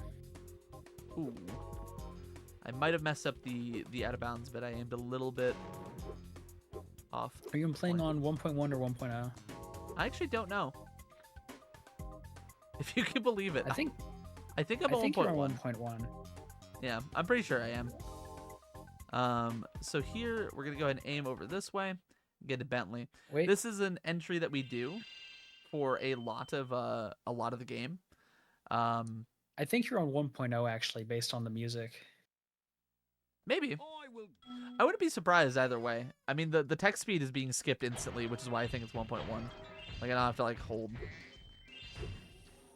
First game I played got me in Spyro series. Same. Actually, Spyro 3 was like when it comes to Christmas, I was telling this story during my Christmas stream because we did a 117 speedrun then as well. Like this is the game I associate with Christmas. As weird as that sounds, because it's definitely not a Christmas game, but it was like the game I got during one of my earliest like Christmas where I could remember things. And I fell in love with Spyro because of Spyro 3 and the nature of this game. I have very fond memories of like sitting on like the couch as a kid with my mom and her playing this with me because all my brothers were a good bit older. It's like they were doing all older kid stuff, you know, and not really playing games like Spyro. Like they were playing, you know, the earlier entries in the COD series and, you know, games like Die Hard in the PS1 and Grand Theft Auto. But my mom would sit with me and play this game, and it brings back a lot of very Christmas-oriented memories for me personally. So I'm glad that other people share in this being like their childhood Spyro a lot. It is definitely the one that I lean on being my favorite from a casual perspective. All right, so here we do a little bit of a skip. I definitely have similar feelings to Dylan there. This is one of my favorite games of all time. Hell yeah. Casually and as a speedrun. It's just wonderful to watch it. Yeah. Honestly, dude, you gotta get back into it. I need to spend more time playing 117, but I did promise after I did my personal marathon run I don't want to plug it too much during another marathon. That'd be kind of strange. But I want to get back to Spyro 2 100%, which is my main category of choice right now. And I told Bradley Gaming that I would compete with him. So. Oh, you're gonna go for like a 133, like 132, 133 range? I mean, back when I said that I would compete with him, he had like a 135. Yeah, I mean, listen, dude, you gotta. That just means you got a little further to go. I'd love to see that. There's been like a lot of competition at the top of Spyro completion lately. Spyro 2 100% has seen 2 new records this year, which for context. After three years of nothing. Yep. It's a very, very exciting time to be a Spyro 2 runner, which is my main game. I usually play a lot more Spyro 2, and not really usually completion, but in general, it's just awesome to see the scene kind of doing what it's doing. But yeah, Spyro 3, big love for this game. It's a joy to watch. It's a joy to play. Watch my older sister all the time play them. Hell yeah, Fusion. I feel that, brother. That's kind of how I grew my affinity for Grand Theft Auto as well, because like my favorite game of all time is Grand Theft Auto San Andreas. Full stop. That is just my favorite one. Did I see a gem? I don't know if I saw a gem over there or not. I might be hallucinating. I'll know if I missed a gem. I think you got all of them. I thought I just saw one off. Yet. I thought I saw one over off to the left, like before I would do like the gong bit. We'll see. We'll check. Nah, we're good. But yeah, pretty much the same reason. I watched my brothers play San Andreas, and I'm like, dude, this game is so cool. Dylan, can you tell me go bed so I go bed? I mean, I don't know why you're awake right now. Like, I was under the assumption you had just woken up. Like, I assumed that about, I can read you a like, poem to help you go to sleep. Oh, I got you, Lazi. I mean, try to go to bed. Try to rest yourself if you can. Do you have anything that you can take to kind of help ease it? No, anything but that? Oh, no. Lazi is very averse to poetry. Dude, but I thought I had a soothing voice that would help you get to sleep. Dude. Damn, I can't believe Lazi just basically said they hate you. How's that make you feel, Nuke? I just might cry. That might be the worst Christmas gift I've ever gotten. Damn. What's the best Christmas gift you've ever gotten? I think the most memorable for me was my parents got me this giant box. So I thought I got like a console or something. And then I lifted it up. It was light as shit. I'm just like, what is in this? It was filled with like styrofoam peanuts. And at the very bottom of it, I didn't know at the time there was a Pokemon game. Like, I think it was Pokemon White 2. I think it was. And what I had found first was an orange they had put in there. So I thought I got a giant box filled with packing peanuts and a orange at the bottom of it. And you want to know the funniest part? I put that orange on the counter to eat later, and I never got to eat it. Someone else ate it. It's so messed up. Somebody ate your orange. Dude, I was so mad about it. Wait, which one did you get? Did you get Pokemon Black or White? I was a Pokemon White guy. I liked how Zekrom looked, and then when I got White too, I was just like, oh, I'm gonna get Zekrom again, and then it was Reshiram, and I was like, damn. It's ruined the joke. I was gonna say, well, you know, orange is the new black if you got Pokemon Black. Anyway, continue your story. And that was it. I got an orange. Oh. I didn't get to eat said orange. That was it. You just sort of added that on at the end. Oh, I'm sorry to say. It's funny, like, you mentioned that, because, like, as a kid, I always wanted, like, a motorcycle, right? And I always told my parents, like, oh, I love a motorcycle. I want to ride a motorcycle, you know, all that fun stuff. And, you know, my... Ozzy said okay. That means I get to read another poem. Oh my god, I can't believe it. I'll let you finish your story first, though. You're good. So they got me a little motorcycle, right? And I opened my present. I'm like, oh wow, this is cool. Like, I'm like, at this point, we were on, I guess I was like 10, maybe 9 or 10, and my parents got me a little motorcycle. Like it was like in the package, and my brothers were like excited. And in the package with the motorcycle, there was like another little present that was wrapped. And I'm looking at the motorcycle and playing with it. I'm like, oh, this is what I meant, but like it's so cool. I'm happy I got this. And I opened the present, and it's like this little bottle of water, right? It's literally like a bottle of water that was like in, I don't know, like just a general bottle. And on the front, it's like sticky tape, and it says Santa's magic water, right? And I'm a dumb kid. And there's like instructions. It's like, if you pour this water on whatever you see, you can make it grow into the largest version that you can think of, or whatever the words would have been at that point. It's a little bit lost on me now. And they're like, I think you should pour that on the motorcycle, and you might be able to get a full motorcycle. And again, dumb kid. Oh my god! Oh my god! So I pull the motorcycle out of the package. Like, I rip that thing apart.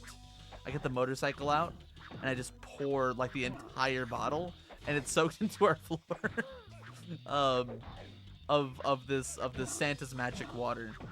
And my parents are like, oh, it's just not growing to me. Maybe you should go like hang out with your brothers for like a little bit. And I'm just disappointed. I'm hanging out, you know, just whatever. And me and my brother are like talking, and we're playing like they're playing Yu-Gi-Oh with me, because I was really into Yu-Gi-Oh as a kid.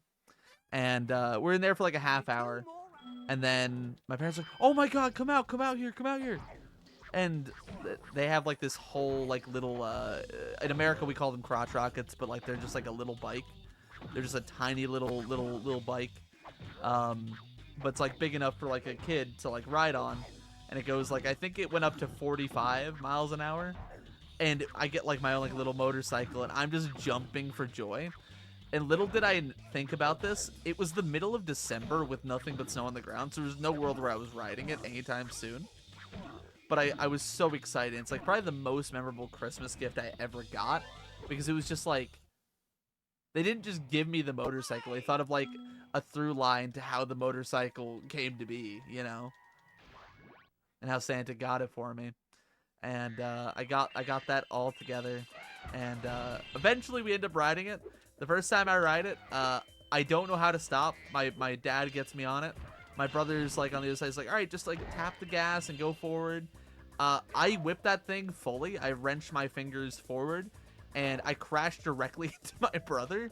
And he sprained his ankle because of it. And then I never rode it again. So that's the story about that. Thanks for helping out. It was genuinely one of those Christmas gifts that I think back to, and I'm like, God, I love the thoughtfulness of stuff like that. Like if and when I have kids of my own, I really hope that I have half the mind to think of something like kind of fun, whimsical, and interesting to do like that. Anyway, we're on cat hockey, so go ahead and read your poem. Go ahead and read Green Eggs and Go Ham. ahead Or and whatever read the you got. one that Nick Costello sent me.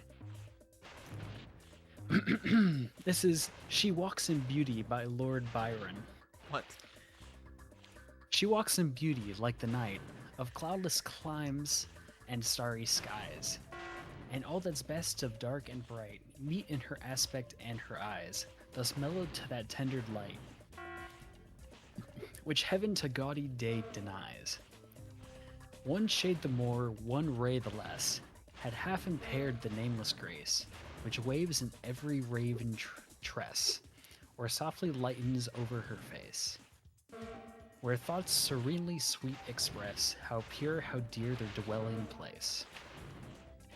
And on that cheek and over that brow, so soft, so calm, yet eloquent, the smiles that win, the tints that glow, but tell of days in goodness You should spent, ask for a mind at peace with all below, a heart whose love is innocent. That it? Yeah. Dude, Eminem would rap the shit out of Lord Byron. There was like no rhymes in there. I'm not even gonna front. Can't believe this. I can't believe that Eminem could not rap Lord Byron. I'm not gonna lie, the fact that this whole bit started in Enchanted Towers and has persisted as Dude. long as it has is kind of crazy. It's been like an hour and a half. It's been most of the 117 speedrun. Just Nuke reading poetry. Honestly, it's better commentary than I would provide solo, so hey, I'll take it. Yeah, no. Whenever I do solo commentary, because I've tried doing solo commentary before, I just end up getting really quiet and not saying anything because I just run out of things to say. Because I'm like, yep, guys, I'm just speedrunning. This is my Spyro 117 run. I'm just gonna say, yep, I get gems here, I get eggs. That's it. Anyways, when I was a kid, I played cat hockey, and I loved it so much that I would spend some time afterwards taking every cat out of the opponent's goal and putting it in my goal instead. Things you do as a child in these games. To be honest, cat hockey was kind of sick as a kid. It's one of those things where, like, as an adult, I feel like, you know, in modern gaming, I would say, actually, like, there's such an emphasis on things like challenges and stuff like that, that, like, kind of the whimsy of, like, childhood wonder in games is kind of, like, I don't want to say dead, but, like, there's always, like, a, oh, well, why don't we nuzlocke this with Pokemon, or, like, skipping the dialogue in a game. Like, we're always, like, in such a rush. Like, I know I'm saying that as I'm speedrunning a game, but I feel like it's just true across gamers in general that we don't really take the time to really deeply appreciate all of the little things about these games anymore, the things that you can choose to do if you choose to do them. Which is, you know, I think a little bit of a lost art, you know, things like that. Anyway, Evening Lake is now pretty much done. We have to do a little bit of stuff left in the homeworld itself, but now we get to go on to Scorch, who is a boss riddled with RNG, our favorite 3 letters in speedrunning, and the 3 letters that dictate if a run is good or not. Yep. So Scorch has 2 different things that you can hit him with. One of them being a red rocket, one of them being a green rocket, both of which do the same amount of damage. However, only one of them has 50 shots and is not the one that we just got. So here, what we're going to be doing is hoping that Bentley off to the right throws us a red rocket at some point. As of right now, we're 0-2, but you know, you never know. Things could happen. Additionally, this is pretty awesome RNG so far. He does have different attack cycles. He can elect to shoot fireballs at you. And he can elect to shoot enemy eggs at you. Right there was his animation for throwing fireballs, but I interrupted it with my attack. Alright, finally a red rocket. And here we're hoping to see nothing but fireballs from this point onward. Unfortunate. We now have to wait for him to lower his shields again. Also, what is up, Crumpet? Welcome, welcome on in.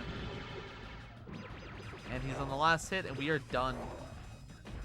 We probably lost about 30 to 40 seconds to the RNG there. But, you know, we move. It's fine. It ain't a big deal. It's speedrunning, expecting these things. In any percent, it's a lot more detrimental to get bad RNG in that fight. For pretty obvious reasons, just a shorter category. So every second matters a little bit more. But at 117, it's really just whatever. It still sucks, but it's like I can shrug my shoulders a bit more at it. However, one thing I can't shrug my shoulders at is this level right here. Nuke, would you like to discuss all the reasons that you love Starfish Reef? Yeah, there's enemies everywhere. You don't have enough of the machine gun shots to kill all of them. Because at the very start, we do a little trick at the beginning to go fight the boss as soon as we can. Because we get a little green machine gun power up right at the start, so we're just going to use all of that to make sure that we're able to kill the boss. What if I told you I don't do it? What if I told you I don't do that route?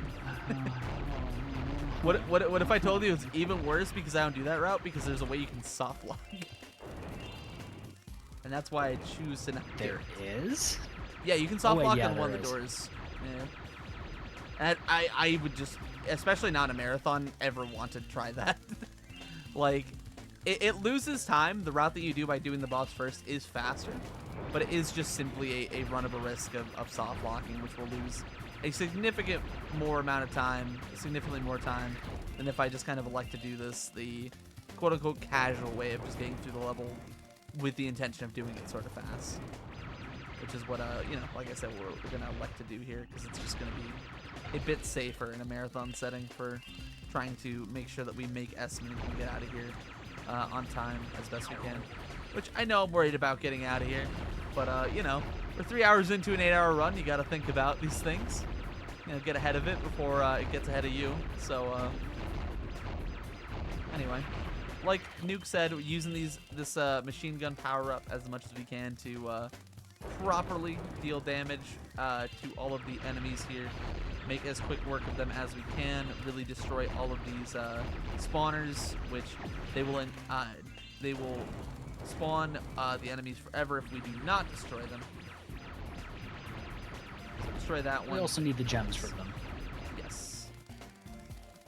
But mainly, honestly, I like to get them out of the way as fast as I can, just because they scare me, and I don't like being scared. I don't like fear. Is that why you got World Rec % and Vanny % in Five Nights at Freddy's? Yes.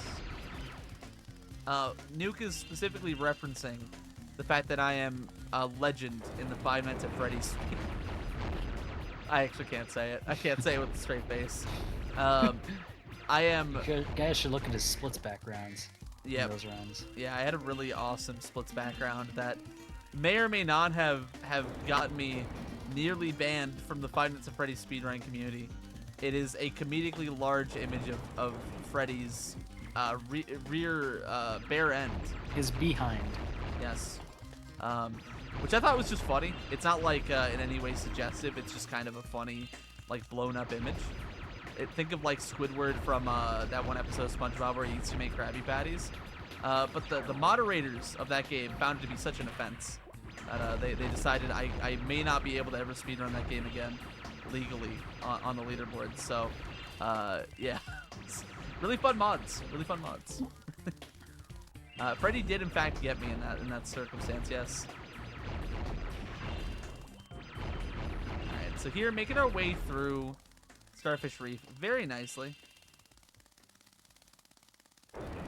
Yeah, so going through a level normally, you actually have to kill all the enemies for the doors to be able to open, as far as I know. Which is why the game soft locks, because if you beat the boss, supposedly all the doors are supposed to open until it realizes that you haven't killed all the enemies in there. So you're able to soft lock by the door closing behind you and not opening until all the enemies in the previous room, which you can't get to anymore, are defeated. Which, yeah, that's why it soft locks. Yes. Also, I'm being informed that my webcam, in fact, froze. I will reset it after this and hope that it works. And if it doesn't, then we are going to change my webcam source to an image of Nuke_47, which I have available to me. I have it on lock every moment of my life in case I need to look at something beautiful and radiant, just to catch my eye, get myself in a better mood. I keep it by my bedside. Is it the picture I'm thinking? Oh no, I'm just joking. Wait, my webcam is working. Wait, is it not working? It just started working again. I actually have no. That was insane just timing. started working again. I didn't change anything. I like actually edited nothing, but that's fine. As long as we're working, that's what matters. So that is Evening Lake, and now we are on to the final homeworld, Midnight Mountain. It is now, hell yes, Cerulean. Hope you're having a good night, by the way. Everybody, if it's morning, night, whatever time of day it is, hopefully you're having a good one. Hopefully you had happy holidays. I've been reiterating it the last few days of my streams, and I've said it a couple times here. But I really, really mean this. I hope everybody had just a good holly jolly holiday. Holly jolly holiday, even. Spyro, Yeah, I'm also hoping that the good luck on everything holds as well. I'm not gonna lie, I don't exactly have high hopes for the end time, but I am hoping that we can have a good time and that we finish the run without any hiccups. All right, so here we are about to finish the any percent portion of the run. Pretty good time. It's only a little bit off of my PB. We're gonna be entering the Sorceress's Lair, who is the final boss of the game. in the literal sense and the right now sense. Can I shamelessly plug the awesome shirt you're wearing? No, because we're doing a marathon. Any other time, I'd say yes. Any other time, I'd say absolutely. But I don't want to make it about me as much as I can. Obviously, this is my run, but, you know. It's about Nils and Alex and putting on this awesome marathon for us in collaboration with ESA and, you know, doing it in honor of his late mother, which is, again, a cause that I think is a stellar reason to pour your heart into something that you love. I really, truly mean that. I think it's a very admirable, awesome, incredible thing. I believe he's chosen to do here. So, well, I do appreciate it. I'd rather not do any of the self promo bits, even as like a bit of a joke, as best I can.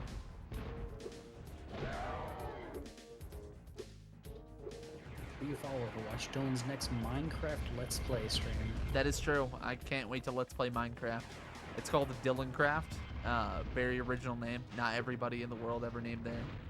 That shot tracked me so hard. What just happened? That was insane. I think you got rolled. Like, that was actually, like, am I crazy for that, or was that, like, super tracking for, like, a second? Alright, so here we do perform tank skip. This trick allows us to basically get a tank when we're not supposed to, which is very useful for the reasons of it shoots fast. I don't know why. Oh, wait, no, we didn't get tank skip. That wasn't the last hit. I miscounted. Never mind. We miss tank skip. I'm a fraud and a loser. Just DylanCraft? DylanJayFox. Is that better? Is that more the speed of what the bit would be?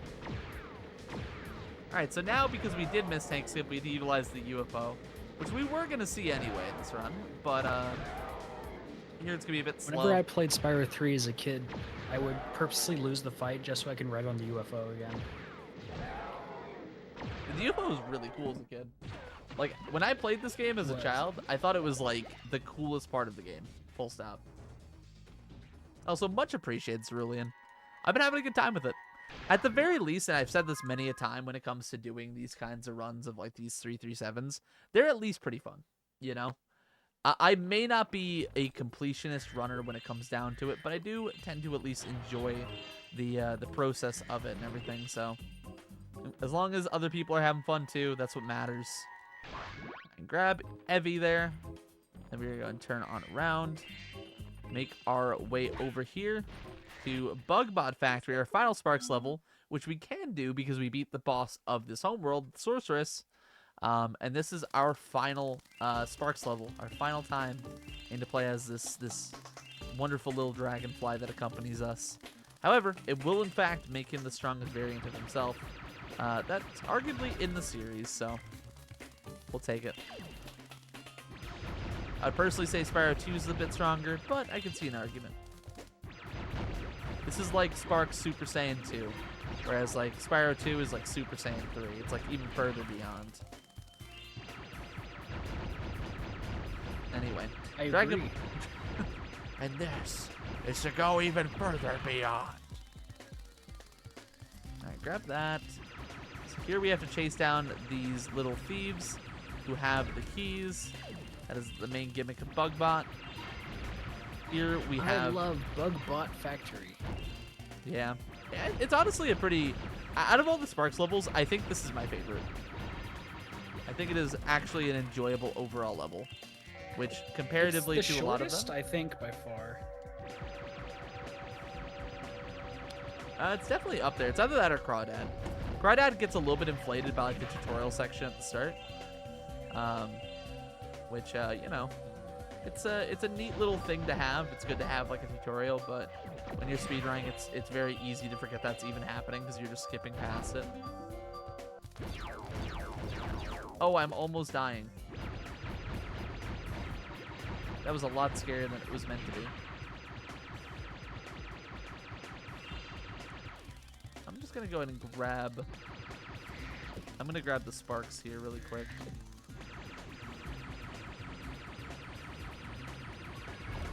Alright, go ahead and continue on our merry way over here.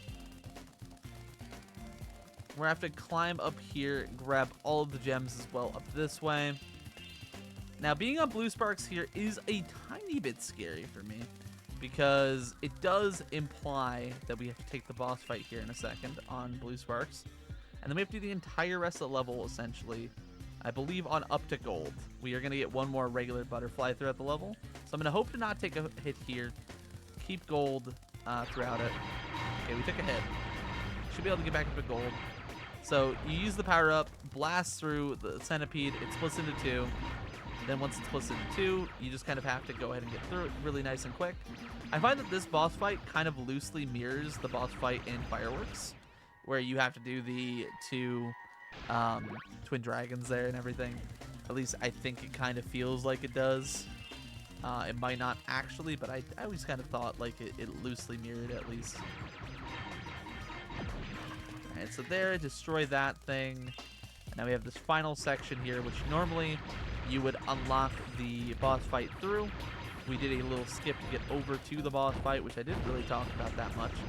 Because admittedly, this is my first time ever doing a 117 round marathon, and I'm kind of forgetting things to commentate about left and right, but that's okay. It's all good. And then, yeah, we're going to finish off with this guy here. Get the 200 out of 200 and exit out of there. Decent little bug bot factory. Not bad. Definitely got tripped up in the middle by that guy kind of going in a way I wasn't expecting, but it's fine. We stay balling. We say balling as in B-A-L-L-I-N-G, not B-A-W-L-I-N-G. Also, what's up, Bo Rida? I forget if I said hi. What's up, Stavros? Hope you guys are doing good this evening. And grab our boy Myken. Myken. And as I mentioned a bit earlier, our Sparks power up this time is basically making it so he will destroy the bases surrounding us, making it a lot easier to traverse kind of freely without having to worry about stopping and charging things and or flaming them. Just makes it a bit easier. So there we perform a proxy by using the Scorpion's tail to launch us up. And by doing that, we get to the end of the level way earlier than we normally would. And then we're going to talk to Tara, who is a reference to the Tomb Raider, Lara Croft. The actual names in this level are references to other video games.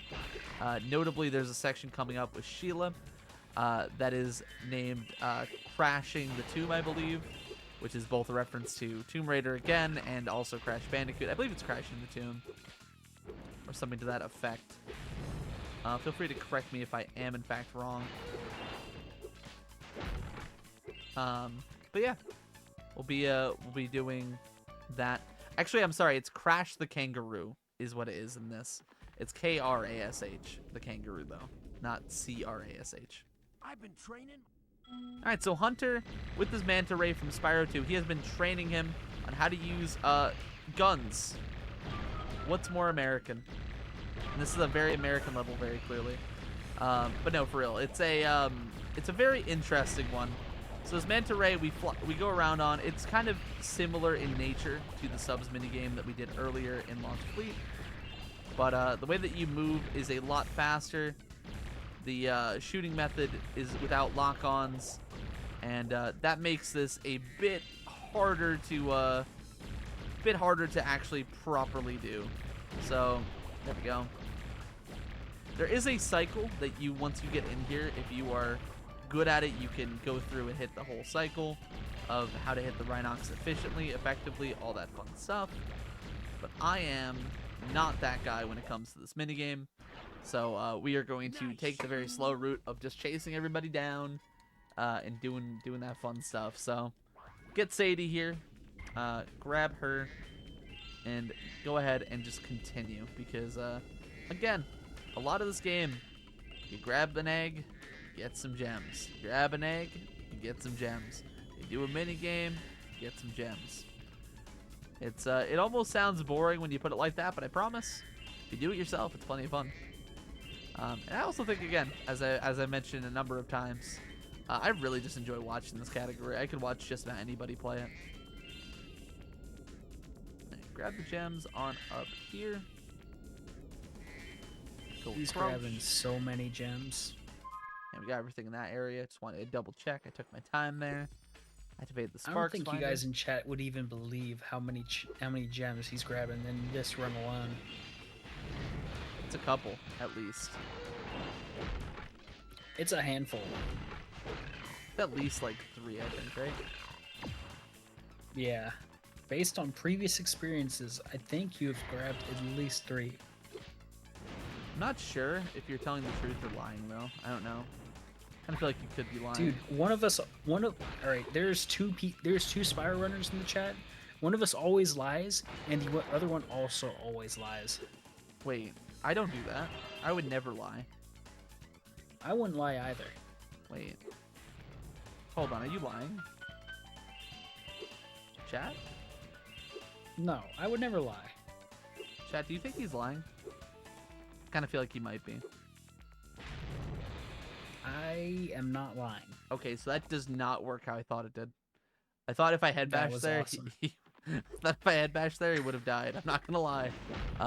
Anyway, You Hey- have the spirit. hey, that's all that matters. Nuke is a sly runner. That's just not true. Calling Nuke a sly runner is like calling me a Mega Man runner. A crash runner. Yeah. I'm a big crash runner. To be fair, I have run at least like 6 crash games. Like That's more than me. original Trilogy, CTR, CTTR, and Crash 4. And NF as well, actually. That's 7. Wow. Hi, Spyro. I also technically did a run of NST at one point, but I don't think it's on my SRCom profile. I think it was during that era where I was like, oh, it's a bad time, so I don't want to submit it. That's cringe. I don't want bad times on my profile. Meanwhile, all of my times are The only bad speedrun times. I haven't submitted are... Well, the only speedruns I haven't submitted are my very first Spyro 1 120% run, which my stream cut out for, and I didn't locally record it, so there's some of it missing. That's fair. And some runs I just forgot to, like, record as well, or stream. Yeah, I mean, if you don't have proof, there's no real point in submitting. They will just simply get denied. Everything else is on my speedrun.com page, which I believe I just passed you in number of runs. I believe actually. it, because you've just been doing a lot. I'm going to start submitting all of my L's, though, that way I do pass you again. Yeah. I need to. I can't let you get ahead of Once me. all the ones I have pending right now are accepted, I should be at 282 runs. It's a lot of runs. It is. Like, especially since you're doing Sly Cooper, if you actually submit every PB that you get for the episodes, you're just going to be swimming in runs. Oh yeah, no, Sly 2, I'm already at 10 plus 15, yeah, 25 PBs right now, which actually just passed my amount for Spyro 3.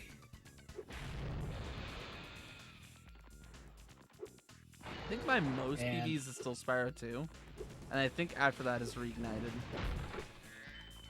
Yeah, I can definitely see Sly 2 once I finish all the episode runs for the next 4 episodes that I'm doing. I can see it definitely passing, like getting to at least 2nd place for my number of runs. Because I definitely won't have more than Spyro 2, which I'm at 63 runs right now. But Spyro 1 and the Spyro Trilogy category extensions are number 2 and 3, both at 35 runs. I can definitely see myself getting at least another 10 PBs for Sly 2 for the episodes. Believe it, honestly. Definitely think you could definitely get to that point. There's a lot of like that with like Sly Cooper. Like if I ever properly did Sly runs, like I really should have done some number of any percent Sly 1 runs, but I just never did. Like doing all the episode runs, learning Hundo, it just seems like a whole thing that you can definitely get a lot of submission space out of. If your goal is to have like a lot of runs on the good old SRC. I do want to say though, I do think it's awesome, the habit of just submitting every run, because even if it's like a second PB or if it's like a millisecond PB or like you tie it, I don't know, man, it's still an improvement. You know, it's good to track it, good to have like history with it. I personally find a lot of value in doing that myself. And how you feel about that, but I personally love having an accurate history of my time with games. Yeah, I definitely like submitting all of my runs. Like a PB is a PB. I'm not just gonna not submit it just because I didn't like the time. Yeah, I've heard way too many speedrunners do that. Like, I don't know. I feel like if you put the time in and you get a PB, even if it's not like the greatest run of all time or whatever, like just, I don't know, have fun with it. Be proud of it. So here's another section with Agent 9, by the way. We are now playing his actual level, which is really interesting. Dude, I don't know if I've ever missed one of these guys. My camera just got all sorts of messed up there when I unzoomed. So I was just zooming in for the bit. I was gonna say, like, they normally want you to zoom in here, but you can kind of just free shoot like I've been doing. But as soon as I tried to unzoom after that, it was just not giving me what I wanted at all. Alright, so here we're gonna do a spin jump, make our way up here. Once again, spin jumps basically hinge on your hitbox being a bit spherical, and because of that, it allows Spyro, or in this case Agent 9, to gain a bit more height by jumping and spinning, allowing you to get higher and higher surfaces, which is kind of cool. Alright, there's Ferris Bueller. We are done with him. Skip this cutscene, aim in, aim up here, try to catch these birds as they are coming out. Unfortunately, we only got 2, but that's not too bad.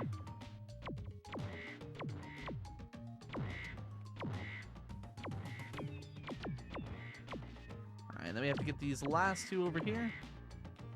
Very nice. So we don't get an egg for that, but we do clear out the lab. We are now able to progress in the level. Nuke, how do you feel about Agent 9's actual level? Do you like this level? Because I think it's kind of fun. I think it's the least This is offensive. the most fun of the side character levels because there's the most variety of things to do.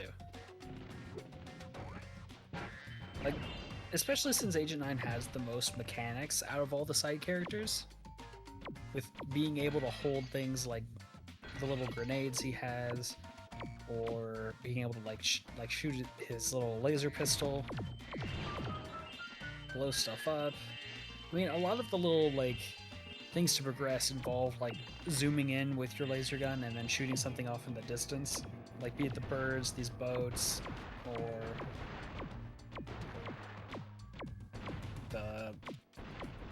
yeah, that's basically it, but it's definitely fun.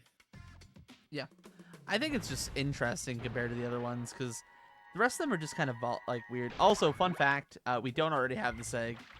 I believe there's something to do with like memory as to why it says that.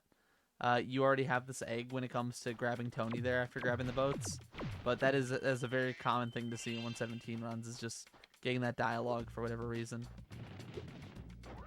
So there I'm going to take a death abuse because I do want to refresh my sparks because it is just an important thing to keep a hold of as best we can here. Grab all these beautiful succulent little gems here.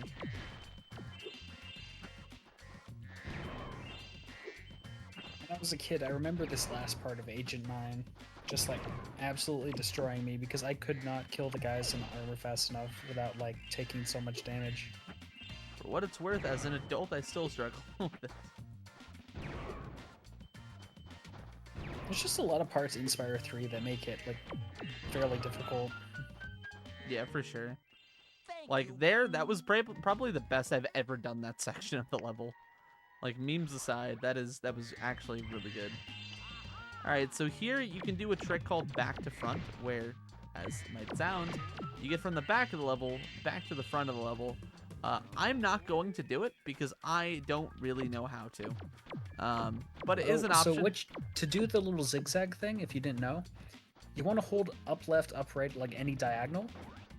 You want to hold L1, and then I like to mash R1. Mhm. But if you're like standing still and not moving, it won't do it. Yeah, you started to do it. Like that, guys. I personally am not very well versed in it, so I'd rather just avoid trying in a marathon space of trying to do the trick to there. But it is a pretty big time save, as you might imagine, just kind of getting all your way back, because you're basically overloading the momentum of Agent 9 and just kind of shooting him off of like a little bit of like a ramped part of the surface over there. If you really want to see some cool Agent 9 movement, please go watch the 117% task. It is insane what is done with Agent 9 on that. So here I have missed a gem, which I'm going to go ahead and Death Abuse. I'm assuming it's somewhere towards like the end. Oh, It's one of the balloons. my Death Abuse. Yeah, I Death Abuse, so like these balloons respawned. Yeah, it's a bit of a folly by me, but that's okay. I took a Death Abuse a bit earlier in the level, which you know, usually you don't, but I took it for the sake of safety on my Sparks. That's fine though. We'll do that and go ahead and still go ahead and make a decent level out of that Agent 9. Bit of a shame. That was honestly a really good split overall, aside from that last bit, but no biggie. We simply move on our merry way. We're feeling extra merry, right, Nuke? Because it's Christmas? Almost Christmas? Is it almost Christmas again yet? Or no? Guys, Santa's on his way. He's on his way, boys. Alright, so here, we're going to open our guidebook for the first time. Hi, this is the guidebook. It's a cool, like, little piece. And because we beat all of the Sparks levels, we gained access to the Atlas Warp, which is going to let us go ahead and track down this this one gem that we missed in the level. Which so this gem is actually where I thought it would be, based on where Sparks is pointing. Because in this next room, right after this one you're about to jump past, there's like, yeah, right here. Yep. I was thinking there had to be a red there. I'm like, I didn't want to say it, and then you turn around, and then there wasn't anything there, and I looked like a fool. But that's where I thought it would be. Yeah. But very nice, quick backtrack on that, and now we have this one last level, this last bit here, where I apparently just didn't. Which one didn't I get? Wait, what? I'm assuming it's like on the outside part of this area over here. What? Did I just not get you? I guess I just didn't get him during the level. I don't know if that's one I've ever missed, but that's fine. First time for everything. But that's the backtrack. So we basically, ideally there, we don't have to do any backtracking. But again, I have that as a split in the run myself because it's not uncommon for me to miss a gem or two. So we'll use that. We'll make use of it. And like I said, just continue on. No need to worry. And there, we're going to flame Moneybags. He will return us all the gems we have paid him on our journey so far in Spyro 3. And he'll give us that egg. And then he'll go ahead onto this portal. But we're going to beat him to it. We're in a race with him. And we want to make our way into Crystal Islands. Nuke. Aesthetically, how do you feel about Crystal Islands? Because I love this level. I think it's a very pretty level.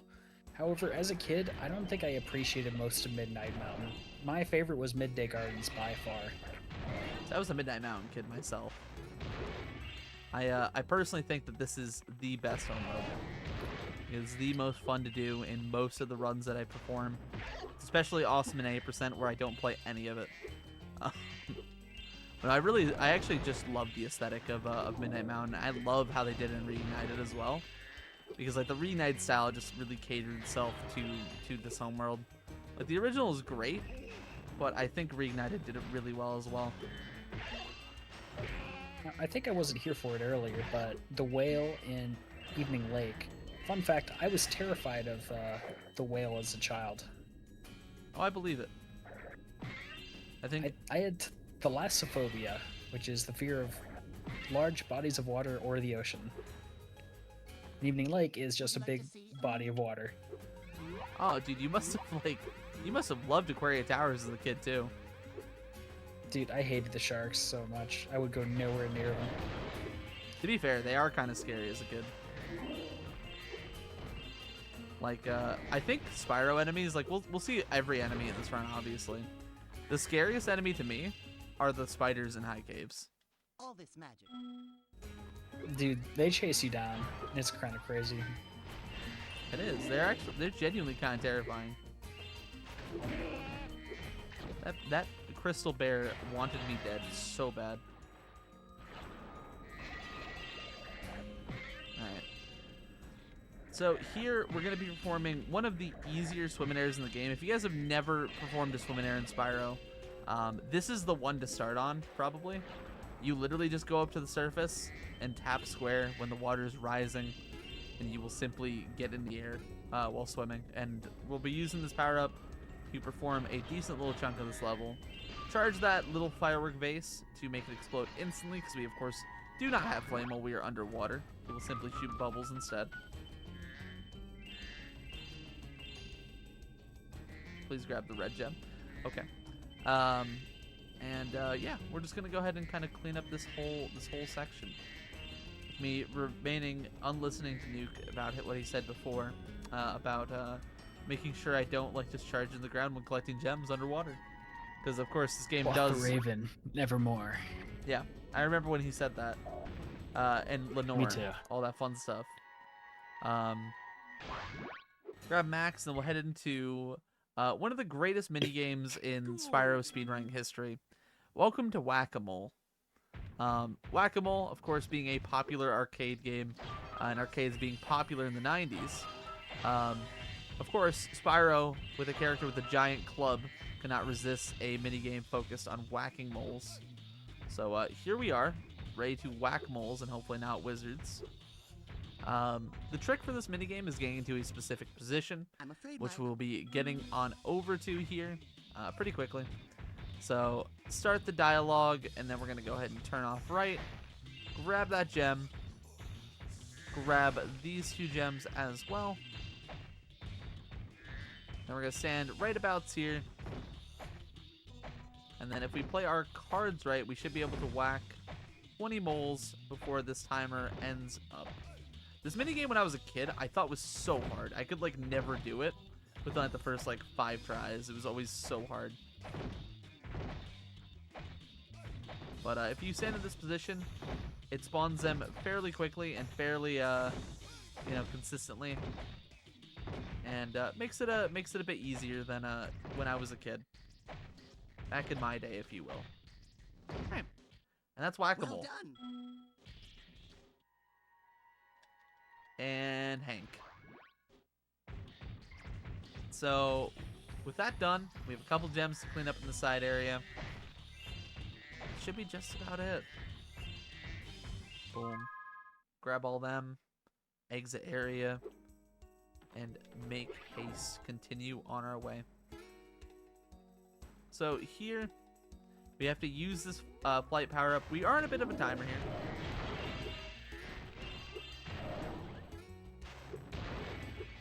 Where we want to basically get all of these enemies and stuff like that, and we want to flame these beavers while they're in the air, like so. Nice, we get a little flame charge action there.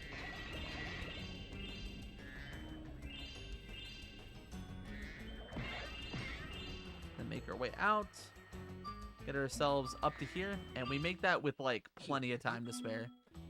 So you basically want to do that whole section with the super flight because you want to land on top of this to both collect the egg, where we do, and specifically in order to get that 10 gem up there, because that is the main way that you get it. You're supposed to get it with super flight casually. So now we have a slide to go down. This is one of my favorite parts of the game.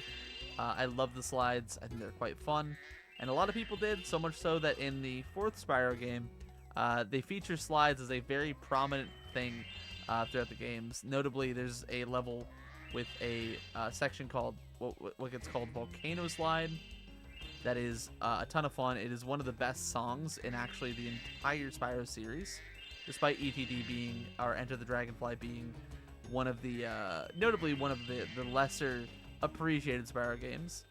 I would argue worst Spyro game. It does get unsung quite a bit, but I think that song, at the very least, is a major, major highlight of the game itself.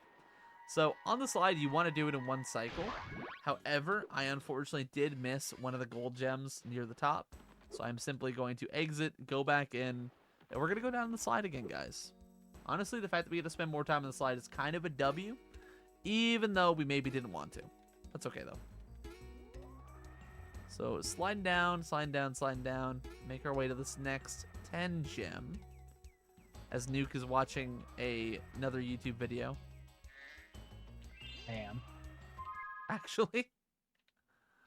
It was a YouTube short. I was watching for like 5 seconds, then you started talking to me. I was like, well, here I go again. This guy. Dude, I have such a problem with YouTube shorts. They really shouldn't have added those to YouTube. Bro, they shouldn't have added short form content to the world. They should honestly have gotten rid of, like, once Vine was gone, we should have realized we had, like, our era with it and need to be over. But now TikTok, it's ruined a generation. It's ruined a generation and me. I'll randomly get, like, TikToks sent to me by Dylan. I do send Could be awesome any time TikToks. of day. Yeah, I'm a bit of a fiend when it comes to sending them. I talk about how much of it's a sickness, and yet I participate in spreading the disease, so I guess that makes me just as bad as anybody else with it.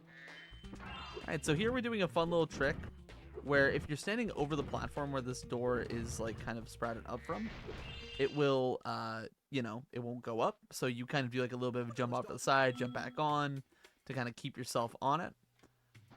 And here, one of the gimmicks of this level are that every single one of these NPCs, you actually have dialogue you need to read and respond to accordingly. So they all will have... they all will have some form of question that they're asking you, which if you don't know the answer, you have to read it and stuff like that. It actually makes this level kind of cool casually. Let's go over here. What Dylan's trying to do is he's trying to do this little zigzag thing to get on top of the edge of the level so that he can just go right to the end without having to fight every room of enemies. Yep. We see him get successfully on there. Now he can just walk all the way past all of these different rooms where he'd have to kill all the enemies and just not have to worry about it. He can just like walk past them. Yep. It's a lot nicer. Also, right there, you kind of saw like a glimpse of it. That's actually the room where the Agent 9 like talk cutscene that you get before you go into the area is stored. So you actually can kind of see that. That's present in all of the levels, but it's one of those rare cases where you actually get to see it too, which is kind of cool. I see you. All right, so a vessel without hinges is of course a bandicoot. Let me get Will out of it. Once again, Spyro making a bit of a subtle nod to its PlayStation sister game in Crash Bandicoot. Alright, so here we have another little slide where we have to just kind of go down it, get these couple of gems, and grab Malcolm in the middle of the level. And, yeah. Nuke, do you have any insight about, or trivia, or fun facts about your time with this wonderful level? I love the tank minigame. It's so much fun and doesn't waste my time. No, why would it? Minigames are like always fun. That's why they're called games. Right? Okay, well Spyro did not want to pick that up. So, That's very tragic. it's okay. It's not a big deal. So these big guys, they throw rocks at you, they explode, and alright, well, throw another one. Our goal with them is to have them throw rocks at us in such a way where we can grab them and then use them. That blue didn't collect, and then that blue didn't collect.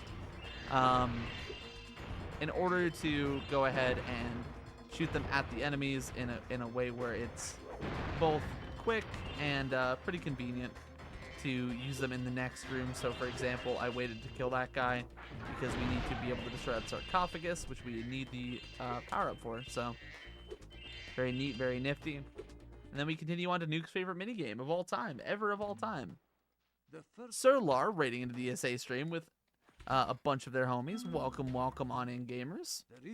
I am DylanJayFox. I am currently performing a Spyro trifecta 337% speedrun. This is completing all 3 of the Spyro games back to back to back. All 3 of the inaugural originals, not the reunited games, if you couldn't tell by the graphics. Wait, this isn't reignited? No, it's the other one. But welcome on in. Hopefully your stream went well, Sir Lar. DylanJayFox. Well, I'm really glad that people have free will and can type in Twitch chats. Me too. Anyway. Not reignited, no problem. Alright, so the first tank minigame, we actually took a couple hits there, so I elected to take a death abuse in order to, as I've done before in the run, refresh the sparks, get us back to gold. Because to put it very simply, tanks 1 is usually the easy one. I took a lot more damage there than I planned on. We are already taking damage here, and I'm missing my shots on that guy. So here, if we do a strafe and we angle ourselves correctly, yep, we'll be able to hit that guy nice and easy. There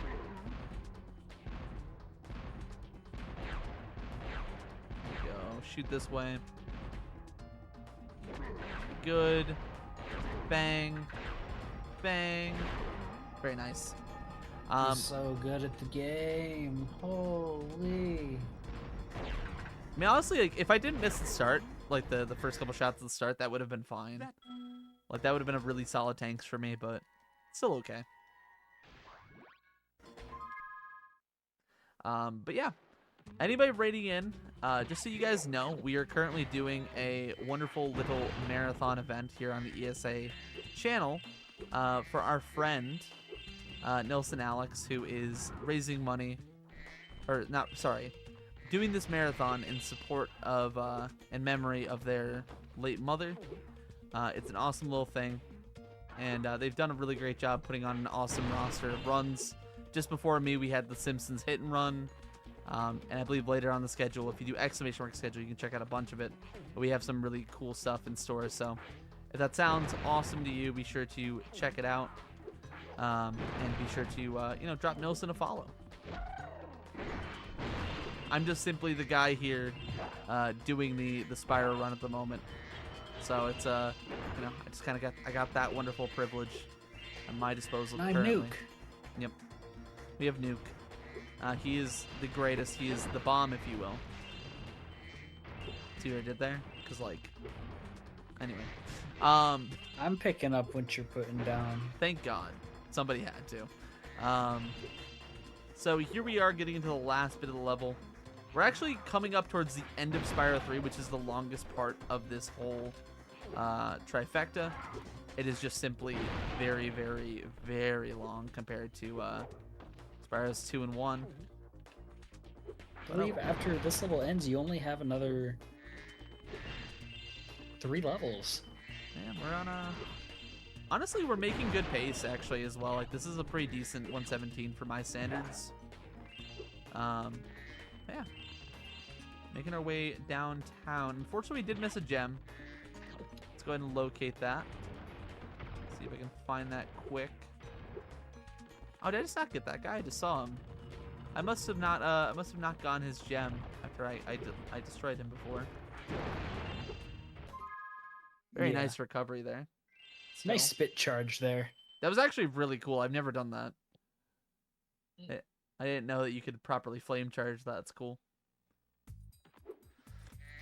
Alright, so now we're going to be heading into Dino Mines, which thematically is one of my favorite levels. It's dinosaurs, but in the West, and they have guns, and I think it's kind of funny. Because they're T-Rexes with very short arms, and watching them try to pull a gun out is really funny. I just think it's a very quirky idea. I love it. Yeah, I think Dino Mines thematically is one of my favorite levels in Spyro 3. Yeah. Also, just playing through it is fun. Yeah, it's not a bad split. There is a portion of it which I find to be kind of dull, but it's not bad inherently. It's just fine. It's okay. So here we're entering Dino Mines. There is a special type of vase in this level, which are these cactuses.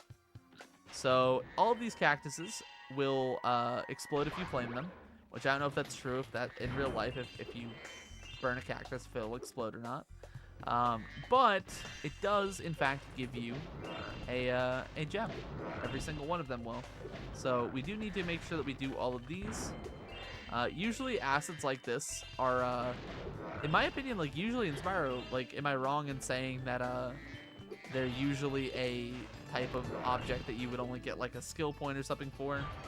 Whereas in this level, it incentivizes you destroying them because you, of course, need the gem in order to complete it. So,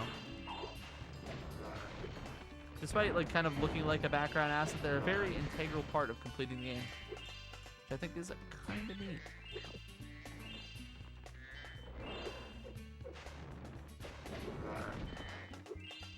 About to sneeze, Nuke. Nuke help. Gesundheit. Ew. Woo. It was coming, no matter what I did there.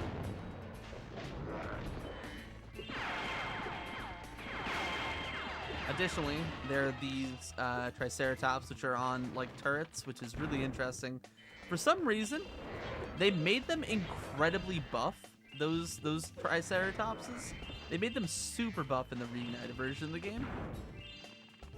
Like they are massive. They are very threatening looking. They're arguably the most threatening enemy looking enemy in the game. It's very imposing.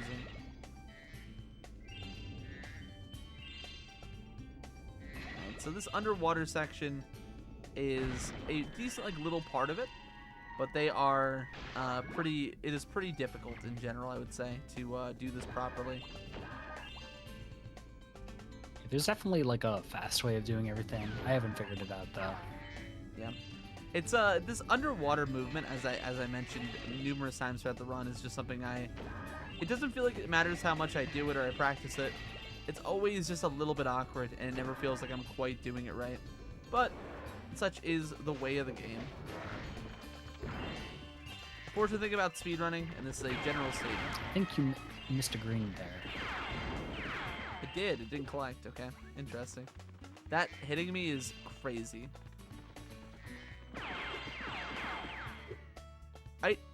What just happened? Did the bulls just push you? I think the bullets pushed me. That's cool.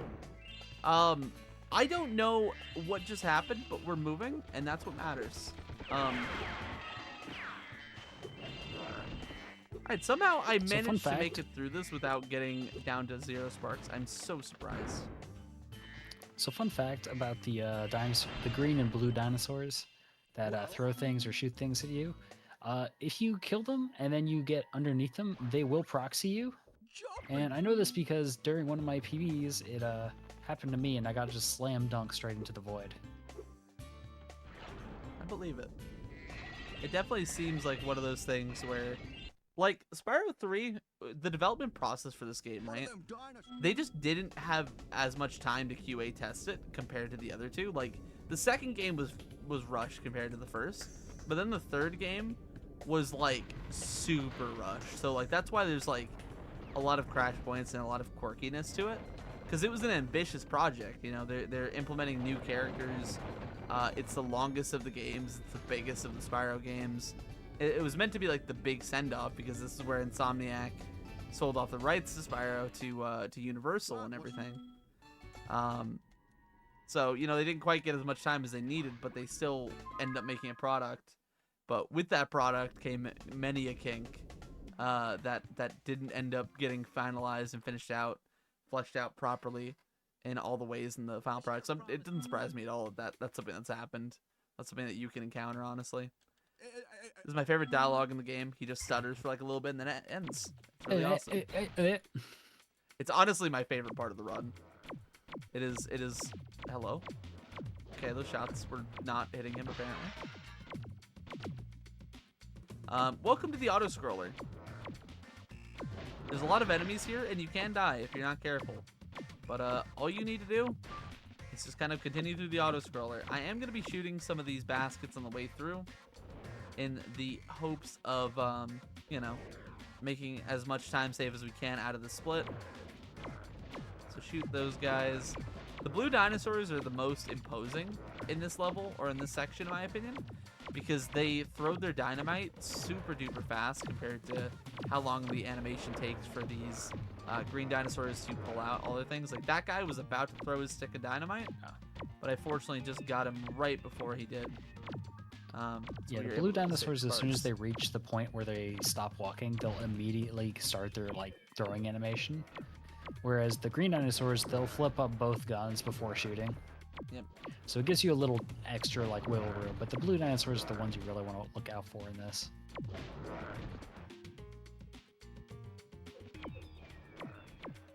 Yo, what's good, HP? Welcome, welcome, welcome. What's up, Camigeno?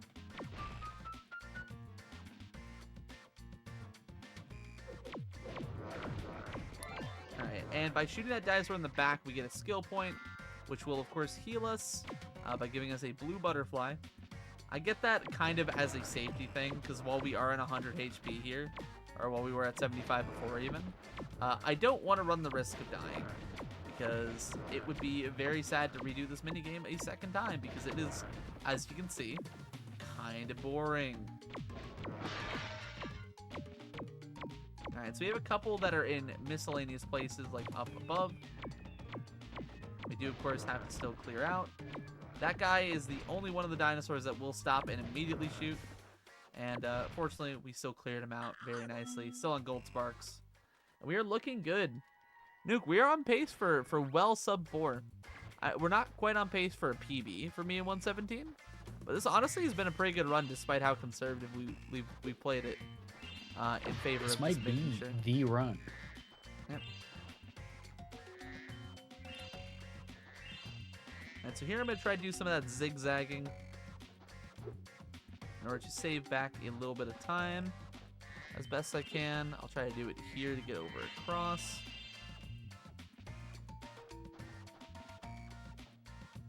Okay, this would have been faster if I just walked. That's fine. I am not very good at it.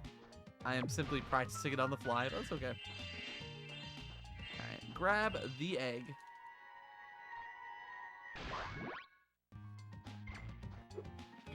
No worries, Holiday. Have a great night. Rest easy. Thank you for stopping in and hanging out as best you could. I promise. Good night, Holly. I'm only mildly upset that you're leaving us right now. I'm only deeply angry and infuriated, and definitely not lying about this just to cause a stink. I promise. I would never do that. Now, have a good night, Holly. Rest easy, gamer. Hopefully you're able to get some good sleep. I know you've been having some trouble the past few nights. Alright. And that's 7 of 700. And that is Dino Mines in the book. So, from here, Nuke, what do we have? That's the last normal Spyro level. Yep. Last normal Spyro level. Next, we're going to be going to Harbor Speedway, which I mentioned very early on in this run, as you'll see that Spyro flies significantly faster than he did during Mushroom Speedway. Yep. And it's a very high octane level. I have missed a 5 gem somewhere. In the That is home world. unfortunate. We will find it. It'll be fine. I think I actually know which one I missed too. I'm thinking about it already. I think it's over by Sorceress. So That's where I would assume it'd be. another fun fact about Harbor Speedway is, I believe, and if I'm not mistaken, this is the Speedway theme in this level that plays for every single Speedway if you're on the 1.0 version of the game. So this song you're hearing right now would play in every single one. And a lot of people would say that it should have done that anyway, because this song is low-key a bop if you enjoy this style of music. The score of this game, composed by Stuart Copeland, drummer for The Police, arguably, in my opinion, is the best among all 3 of the Spyro games. I love Spyro 3 soundtrack. Spyro 2, for as much as I love it as a game in a speedrun setting, I think it has a very weak soundtrack comparatively. And Spyro 1, I don't like. I just don't care for it. I don't think it's bad. I just don't really like it. There's a couple of songs. I always miss that guy because I never am confident just charging through him. It is scary. Okay. Get him there. Recover that nicely. Give up because, you know, that's what John Cena taught me to do at Saturday Night's Main Event a couple weeks ago. And we get Kobe. Unfortunately, he's not scoring any three-pointers here. But we are going to go ahead back in the time attack. And we're going to make our way over to this lighthouse, I will find Hunter. And we are going to get a nice view of his rectum. So here, what we are going to do is we are going to follow this saucer through all of these targets, through all of these little rings that's forming. I wish if I could change one thing about this game, it's that they would zoom this camera out very slightly. Just like a little bit. That way it's not, you know, 90% his entire rear end. But hey, beggars can't be choosers. They do update and reignited. I actually fully lost where the saucer was there. I forgot which way he went. I thought he turned right there. He just doesn't. That was a little bit of a dumb folly on my end. But it's all good. We'll just continue.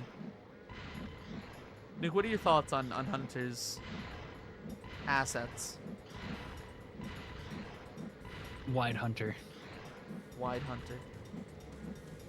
That's true, actually. That's a good point. Something that a lot of people didn't consider. And the 7TV emote havers will get that immediately. If you don't have that, then you probably will not get it, in fact. Alright, follow the saucer all the way through. Alright, now we're kind of at the end of this minigame. It's a little fail by me, but it's okay. It was a little bit of a funny moment. A little bit of a tee-hee, if you will.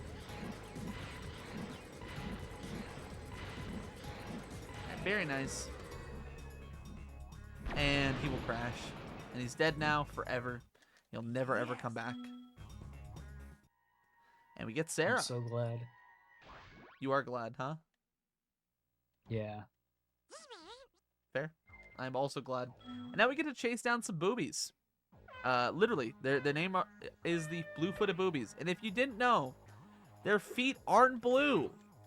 So did Insomniac just want to make an innuendo in this family-friendly game like they would never ever do later on in their time with such classics as Ratchet and Clank Up Your Arsenal or Ratchet Commando and Clank Going Commando?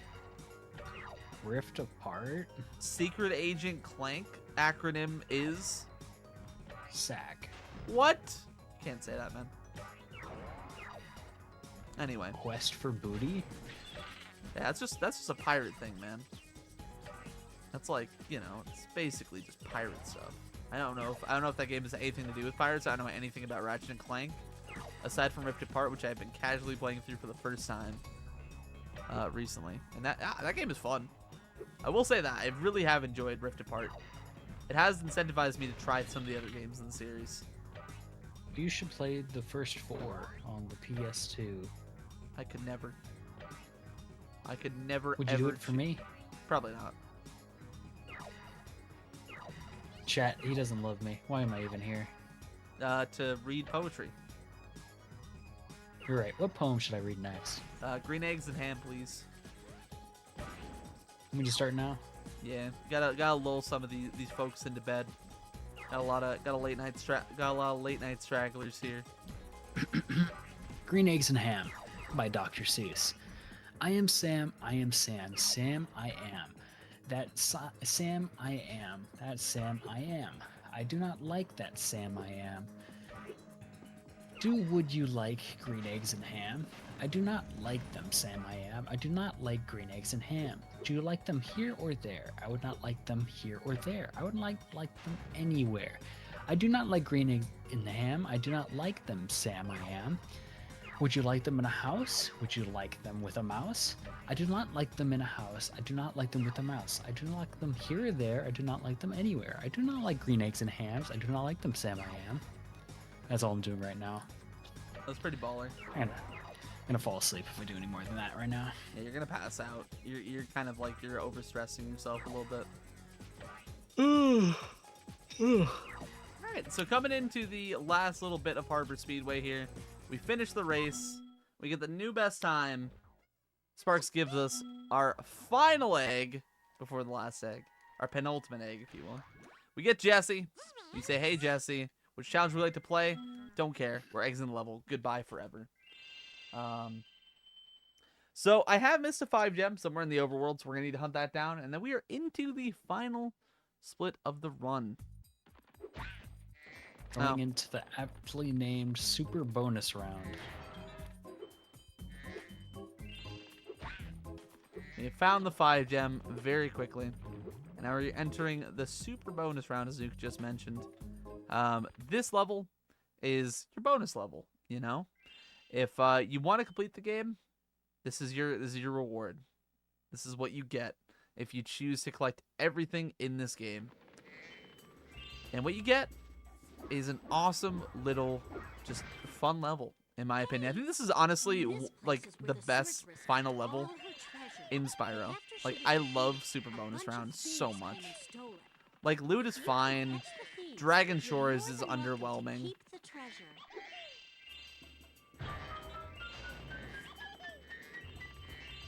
But super bonus round just hits all the right notes for me. So here we have a little jump, which is pretty important. Have to do a little bit of a wall glide there against it in order to get up and take a damage abuse in that waterfall. Let you get around through a door that normally opens after you've collected all the other gems. So you can get these UFOs that have been flying around. But we just skipped right to getting these first off, so we could just clear out the main level for the most part, not have to worry about anything. It just helps with level routing. Yep. And as you can see, the fireballs in Super Bonus Round actually bend towards the thing you're shooting at, making it a lot easier to hit them, because these UFOs are moving really, really fast. Yep. They are a problem, to put it very simply, very lightly even. So this is a very nice addendum, because if you could not have them home, like at all, if they didn't home whatsoever, this minigame would suck. Like, this part of the level would suck. So we get to use it on the thieves as well, which I'm trying to do here. Doing a little bit of a lap through. I missed him. That's okay. And then the final UFO should be coming around here on my right. There we go. Yep. Very good by me, actually. Then, proud of myself for that. And then normally all these doors open once you get a certain amount of gems, which normally you need to beat thieves, beat a mini game, then beat another mini game, then you can go unlock the UFOs. But since we got the UFOs first, that just gives us so many gems we can just open the first door and not even have to worry about it. Yep. Pretty much we open that first door, we get to open the second door. And usually sequentially you would do that final like bit with like getting all the UFOs last is how it would usually work out sequence wise for the game. Just because of the nature of how many gems you get for each thing and stuff like that. But yeah. But this is the last subs part of the entire game. Yep. So, you know, for a bonus level, they thought like, what are people gonna really love in this game? And they decided that we really would love this subs minigame, where it's very slow and you have to lock on to different subs. This was a choice to make, you know? Top level runners are able to just no-scope all of them. But the route for that is very specific. Is not one of them. And this one in particular is my mortal enemy, because I always do this thing where I start like trying to get him, and he gets away from me, and then I start going after him again, and I lose my lock on, and I lose my lock on again. I hate him. Nuke, I hate him. He's making a fool of me, Nuke. I killed him. I no-scoped him, Nuke. You did it. Now there's only 2 left. That was all planned and intentional. Anyway. So this other one is also... Where did he go? He just juked the shit out of you. Holy. Alright. Go after this guy. Wait to home in. Please die. Thank you. And now this guy is fortunately... Uh-oh. To say he's fortunately a lot easier, but he's getting away from me quick. Alright. Fortunately a lot easier. We get him. Get all the gems. Very good. Exit area. And now we get to do the Nuke, actually formerly world record holder for the race section of this. Former world record holder, I believe. No, I'm current. Wait, nobody ever beat that time? No, Well, that was like 3 years ago. What? it was. All right, we're getting world record in this section now, just to beat Nuke. It's definitely going to happen. You see, the thing is that you have to have a 117 file ready. And a lot of times when people run 117, they don't practice the IL route for this race. So, because the IL route, like on speedrun.com, versus like actually getting all the gems on the course is different. And people would rather practice getting all the gems for 117 runs. Which is why I still currently have that record, because no one wants to bother to do it. Alright, well, I know what I'm doing with my Sunday.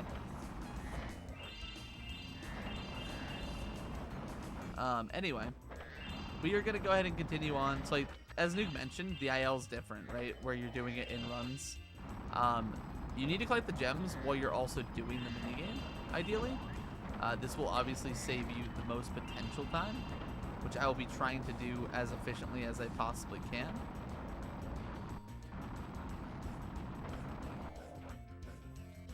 Which, if I'm right, I should be able to... Nice. I'm not going to be able to one-cycle this because I'm just genuinely not aware of the route well enough. I didn't get that green. That sucks. But our main goal is simply to win the race. So by bonking on this thing here, which you guys saw me do in lap 1, it'll spawn us back over here. We'll try to get some of these gems up top. And we'll go to cross the finish line at first. And then get ready for your favorite portion of gems collecting. Listen.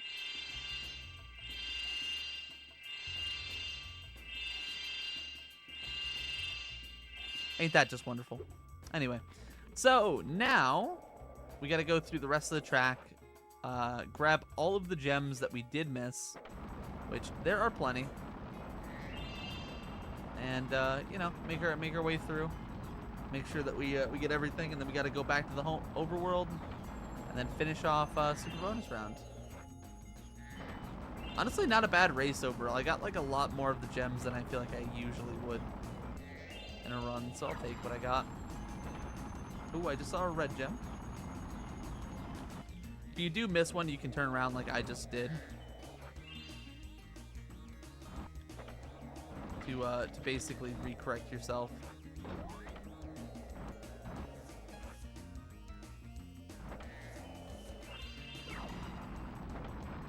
Alright, so now we're going to be using Sparks Finder a little bit, just to see what we have and haven't collected.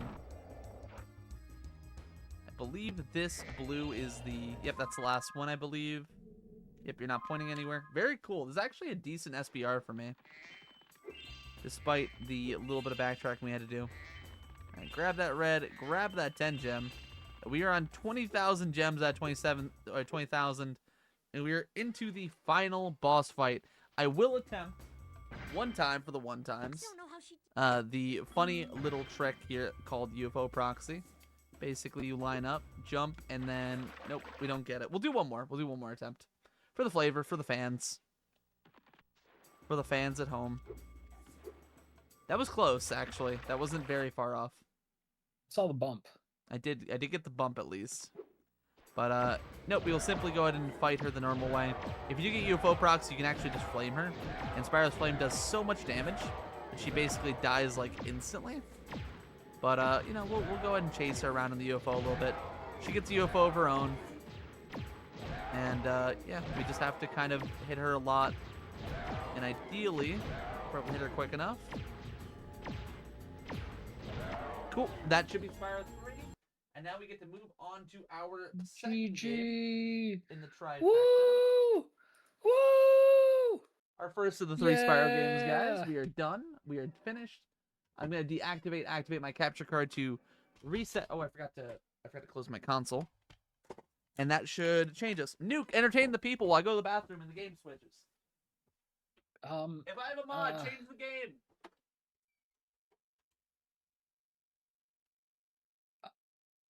Would you eat them in a box? Would you eat them with a fox? Not in a box, not with a fox. Not in a house, not with a mouse. I would not eat them here or there. I would not eat them anywhere. I would not eat green eggs and ham. I do not like them, Sam I am. Would you, could you, in a car? Eat them, here they are. I would not, could not, in a car. You may like them, you will see. You may like them in a tree. I would not, could not in a tree, not in a car, you let me be. I do not like them in a box. I do not like them with a fox. I do not like them in a house. I do not like them with a mouse. I do not like them here or there. I do not like them anywhere. I do not like green eggs and ham. I do not like them, Sam I am. A train, a train, a train, a train. Could you, would you, on a train? And then we'll go ahead and start a new game. Not on a train, not in a tree, not in a car. Sam, let me be. I would not, could not in a box. I would not, could not with a fox. I will not eat them in a house. I will not eat them here or there. I will not eat them anywhere. I do not like green eggs and ham. I do not like them, Sam I am. I actually can't believe you're committing to this so much. I love it. All right, so welcome to Spyro 1. This is the first Spyro game. If you don't know, it is a game of all time. Of the three, I think this is my least favorite, but I do like it.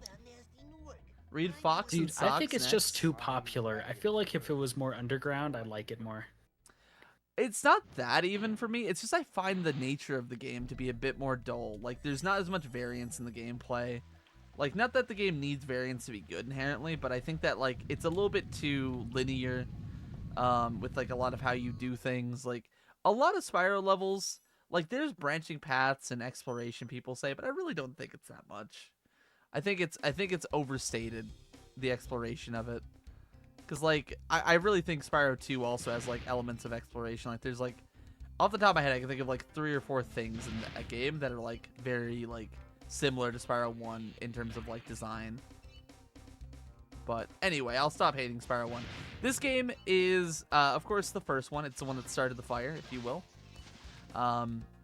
It is a game that basically hinges completely on the platforming aspects of being a platformer, not leaning on minigames. It is pure, it is raw, it is gameplay. I actually have no idea how I got that plane. That was incredible. And I missed the gate here. Nuke help. It's crazy that you were talking about, like, no gimmicks with the gameplay for Spyro 1, but the very first level is a flight level. Well, I mean, you say it's a gimmick. He's a dragon, right? Are we calling him being a dragon that flies a gimmick, you know? Would you say that? Yeah, that's true. I think that this is more Dragons are known to fly. I think it's more weird that he only flies in these levels. Because why? You know, why is this an established thing in this game that he can only fly in these levels? It's probably in the manual somewhere. Actually, I could bring it up, actually. I have it. Holy. Ladies and gentlemen, we're having live manual checking here on the twitch.tv/ESA/NelsonAlex/DylanJayFox/ESA Marathon 2 live streams. This is truly a deeply professional Spyro speedrun right now.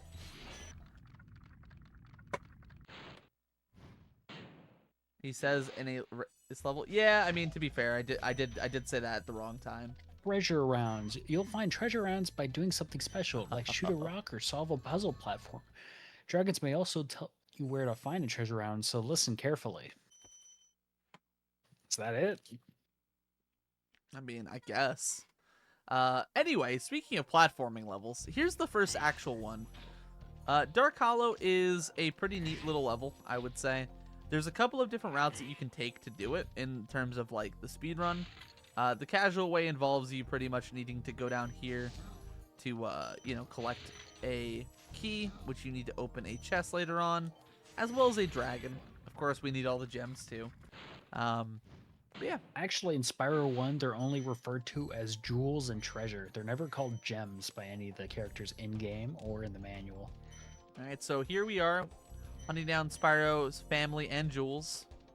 That is what Nuke just told me. That's what I was informed of. We are actually literally hunting down dragons that were petrified by the main villain of the game, Nasty Nork, for the reason of they called him ugly. That is an awesome character ambition, an awesome character trait. What do You know what I should do? I should get some new cases for my Spyro Collector's Edition copies I got here. You should. That'd be Yes. pretty cool. Yeah, they do. You know, these cases are kind of old. Some of them are broken. My Spyro 2 case is especially broken. And, you know, I want to treat these things right. My mom got these for me quite a number of years ago as a gift, along with a brand new PS2. And I've been using them to speedrun. Wait, you speed run on your collector's editions? Yes. It's pretty cool. I use Black Label for all three right now. I use my collector's edition for Spyro 3 specifically so I have the better music. I know it's slower to play on 1.1. Yeah. But it is more fun for me. I wouldn't trade that for the world. Absolutely. Also, Homewrecker, thank you for the raid into Alex's channel. He is currently asleep, so he won't be able to really thank you very much himself here, but I'll thank you on his behalf. I'm DylanJayFox. I'm currently running for Alex's event here. We are doing a Spyro 337 trifecta. It's a completion category. Basically, we're doing all three of the Spyro games back to back to back. We are going in order of Spyro 3, then 1, and then 2. The reason for this is because of my arbitrary nature and decision making. As a speedrunner, said that I would like to leave Spyro 2 for last because it's my favorite one. Similar to a person leaving Brussels sprouts on their plate if they enjoy Brussels sprouts quite a bit as their last bit to enjoy the last bit of the dinner. But anyway, that horrible analogy aside, especially considering I chose Brussels sprouts as the alleged favorite food on the plate. Yeah, we're doing a marathon run for this awesome event he's putting on in honor of his late mother. Yeah, just an awesome little time here. So here's Stone Hill. This is actually the intended first level of the game. Like, this is the level they expect you to go into first. So this level involves pretty much every major mechanic in the game. It shows you the usage of different thieves. It shows you all of the different dragons and stuff like that, the different types of enemies, if you need to flame them, if you need to flame a chest, or if you can charge it or not. That is the main purpose of Stone Hill. Yep, whirlwinds, etc. It's to kind of show you a little bit of everything, and to get you a good bit of bearings for the future of running the game, or getting through the game, if you will.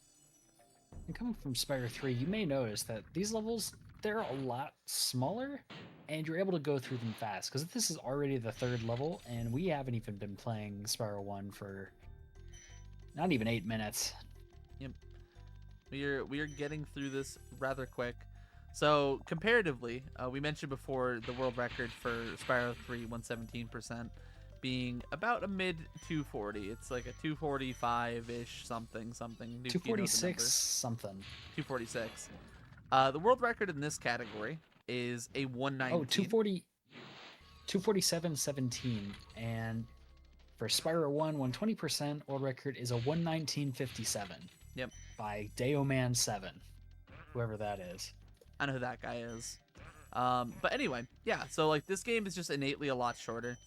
As mentioned during Spyro 3, it was a more ambitious project. Spyro 1 was more of an idea of like, oh, let's just try to make a platformer to compete with, like, you know, Mario, to compete with like all of these other early days platformers such as like Bubsy 3D and stuff like that came out around then.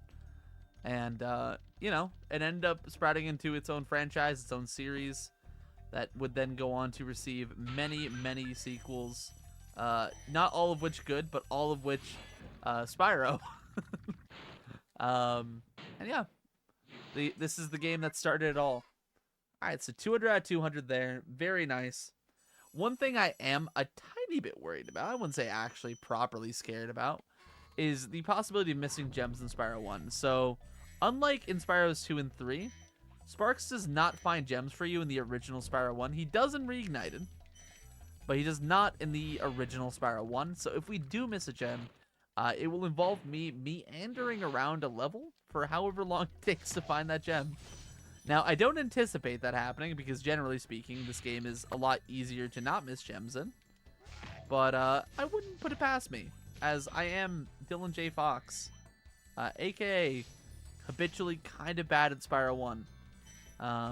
My personal best in this category is like a 143 that I got about 3 years ago. And then I never really grinded the category since to improve it. So I have not gotten necessarily worse, but I haven't gotten better, is what I will say. Yeah, my PB is a 142.01, with the comment being sub 140 soon. When and was a that run posted? sunglasses emoji. August 20th, 2022. So is soon like a bit of an elective word? Like, do you properly like? I think it's a word I'd use to get people interested. Okay, so like soon. So like, yeah, I'm gonna be on the moon soon, guys. I'm gonna be getting into a NASA space shuttle really soon to you know, go ahead and check out the moon, all that I'll fun be the stuff. first one to speedrun a Spyro game in space. And when it's not Spyro 1, someone's gonna complain. Hey, I hope so. We can only hope that they'd complain.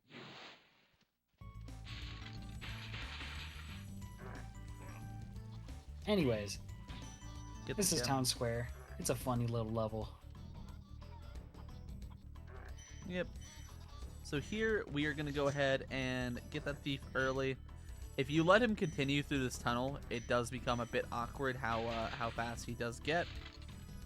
And another thing you might have noticed a little bit already about like the general movement in Spyro 1 is you're noticing me jump a lot more when I go to like turn and stuff like that. That's because Spyro has this really annoying pivot animation in this game, where if like you don't jump before you like go to like turn kind of harshly, he will very slowly pivot and he'll like stop in place, and it's this whole thing, and it really just sucks. It's one of my least favorite parts of this game when it comes to like the movement, because there's a lot of it that's very fun to do, like the charge gliding, the flame charging, everything is quite satisfying until you mess up like your basic movement. You have to like do a little bit of a pivot turn, and then you just lose a bunch of time to it. So right there, boom, end of Town Square. Please let me exit level.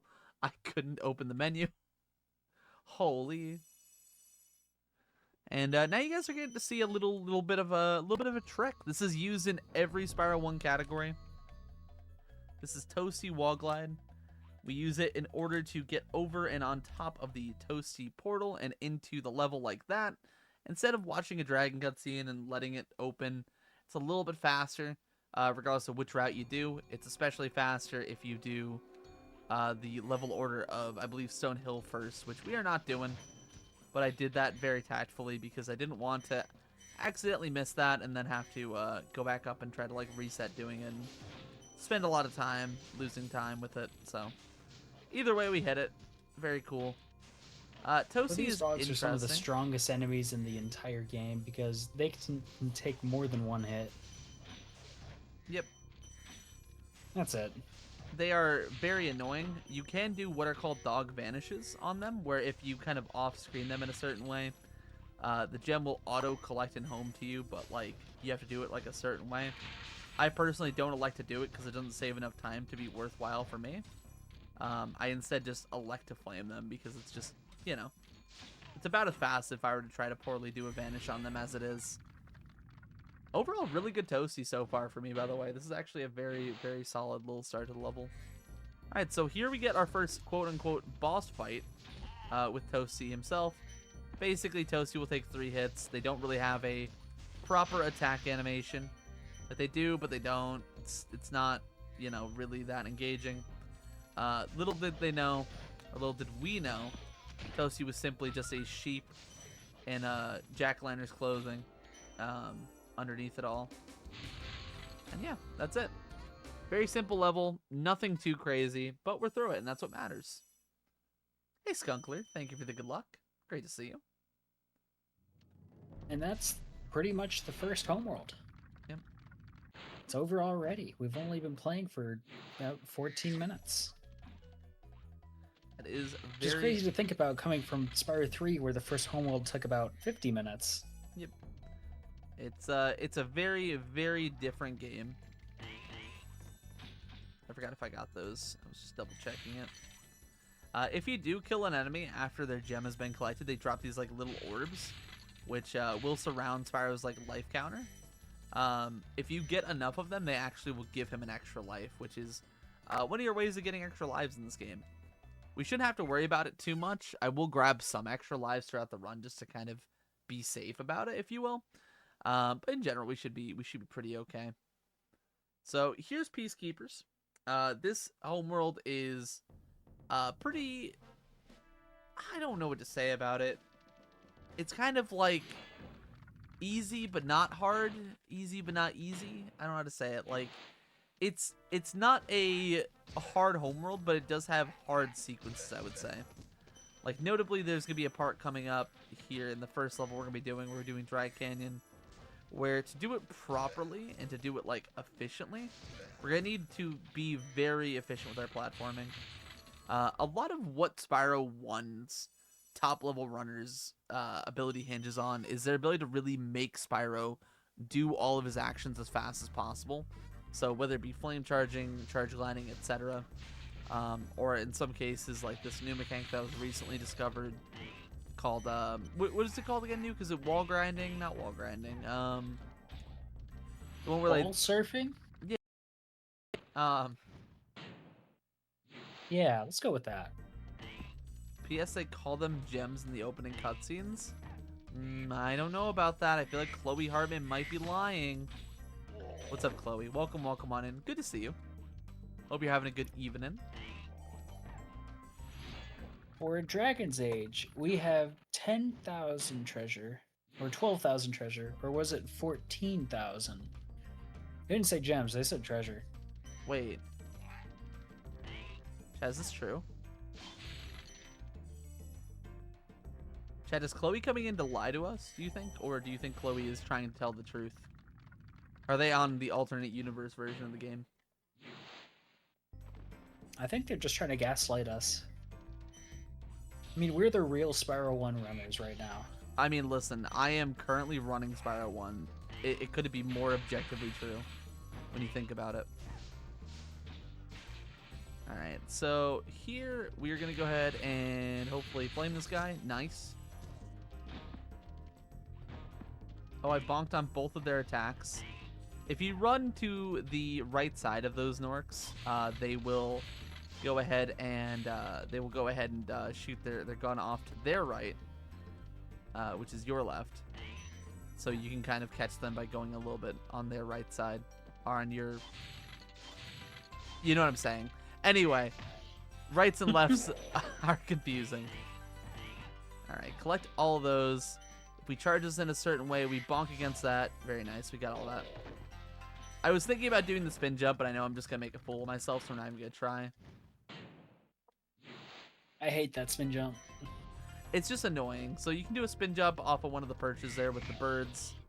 I am unfortunately very, very bad at it, so we're just not going to try it because it's just going to actually lose us more time than it's going to be even worthwhile. So we're going to go over here. We're going to flame that. Wait for it to explode. Spyro 1, one cool thing about it that I really do like is the variance in the types of chests. So these kind of operate like the fireworks bottles in Spyro's 2 and 3. Those ones right there. We also have fan chests and also the spring chests, which you are seeing me kind of like, I'm doing the fan chest right now. You can flame charge those, but I am very bad at it. But yeah, it adds for like a lot of variance in the levels itself, like how you actually collect things. Which is one thing I will say that plays Spyro 1's strengths, is that you do have that. Which, conversely, in Spyro's 2 and 3, like, you don't really have quite as much. Like, you get the mystery base, but the mystery base kind of sucks. Like, if we're being honest, the mystery base is, like, probably one of the least enjoyable mechanics in the games. It does make routing interesting, though. It does, but I don't know if I like it as much, you know? That's fair. That is a fair assessment. Hey, listen, I'm nothing if not fair, just, and true. Speaking of which, They call him Justin True. exactly. That's my full legal government name, I think. All right, so heading into Clifftown, this level is pretty fun. I actually think this is one of the better ILs in Spyro 1. Not the best, but I enjoy it quite a bit. The start of it involves us going over here, jumping around this like little bit here, and getting this 25 gem. So in casual play, what you're meant to do there is you're meant to go up and not die.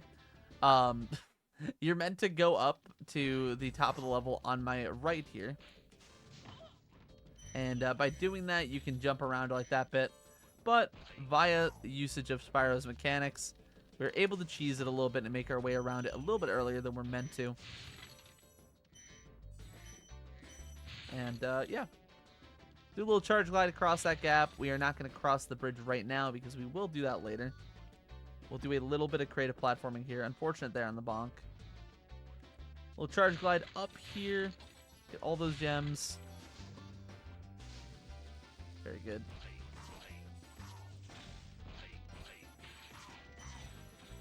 Okay, nice. Not bad. Aside from the death, this has gone decently so far. Nuke, what are your thoughts on Clifftown? What do you think about these mamas? They are mothers. They are mothers. Remember to call your moms for Christmas I agree. and New Year's. Maybe not just on those dates too. Just call them in general, you know? Just call them whenever they come into your head, and then you're just like, man, I miss my mom. Yep. It's never a bad decision. It's always a good one, even, I would say. Speaking of which, I need to call my mom tomorrow. Let's say, She's not awake right now. let's say if your mom's awake right now, what the hell? Mom work overnights? My mom actually does stay up late. She stays up until 2 a.m. her time, so she still technically is awake, and I could technically call her if I wanted to. Gotcha. Maybe we can have Mama Nuke read a poem for us. A bedtime story. Maybe they'll read the rest of Green Eggs and Ham. I know that you already. You want me did to read the rest right now? No, it's okay. We have Sure. night flight for that. That's true. I will read that during night flight. It's a good time to do it.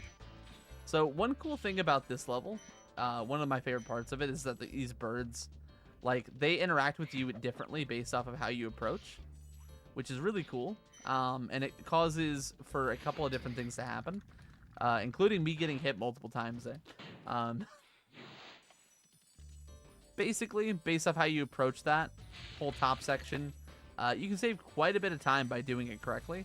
I did it mostly right, but I didn't quite nail it. It was a little bit off the mark, but that's okay. We can forgive being bad at video games, I think, here. If you guys will forgive my Spyro 1 time, or my Spyro 3 time, then you'll have to forgive my Spyro 3. So this thief moved early. We actually really didn't want that to happen. So we had to do like a little bit of a lap there to catch him, but that's okay. We will grab Halvor. We'll go ahead and head on this way. Get these yems, and then we have 400 of 400. We are right out. That's very nice. Very decent little split.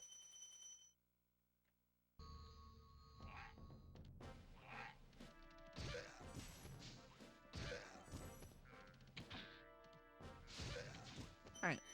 So, just like in Spyro 3, we do have cannons. These cannons, however, behave a little bit differently with Spyro having to like push him with his horns, as you can kind of see. Which we're going to go ahead and do. Yeah, the tech got a lot more advanced in Spyro's 2 and 3. It really did. And there were robots in Spyro 1, but they didn't say excellent work like they do in Spyro 2. No, they didn't. And they're not as bad. Not quite as bad in the, you know, like a baddie sense, if you will. Yeah. Especially not compared to the one in Metropolis, which we'll be seeing a bit later in the run. Alright, so... Wait, do you not do Night Flight first in Peacekeepers? No, I don't. I never... So when I first started running this game, I didn't know how to do the wall glide. So I always just kind of did Dry Canyon first. and from there I never learned the other way of doing the homeworld routing and stuff like that, like how to get the homeworld gems. So I've just kind of always done Dry Canyon first, even though I know I should swap. But I don't know. Yeah, the wall glide is kind of awful sometimes. Yeah, it was just as a beginner when I didn't really understand it as much. Nowadays, if I got back into it, I think I would definitely look to employ that very quickly. But I would need to actually commit to doing 120 runs very consistently to want to go through and do that. We should race to the sub 140. See who gets it. I don't know, man. You got a lot of other games to play, and I got a lot of 14 talismans to grab. There's like at least 14 of them. That was a pretty good push by Shem. Yeah, it was really good. That was That pretty good, actually. All right, so we're gonna go ahead and go over here. We'll fight the boss again. So I might have charged up on him, and it might have pushed me off very slightly. That is okay though. Dude, do you not see that bodacious behind? Of course, it would bounce you away. Dude, you know what makes me sad? That we're not playing Reignited for this specific level, because they gave like Shemp an actual dump truck. It's crazy. Like in this game it's fine, but in that game it's like, dude, holy. I don't know how they got away with an E for everyone rating on it. Alright, just like that we're through Shemp. That's our second boss level. Again, boss in quotation marks, calling it a boss level honestly feels a bit weird, because it definitely does not indicate that it's like a boss level in quite the same way. However, here's Green Eggs and Ham by Nuke_47.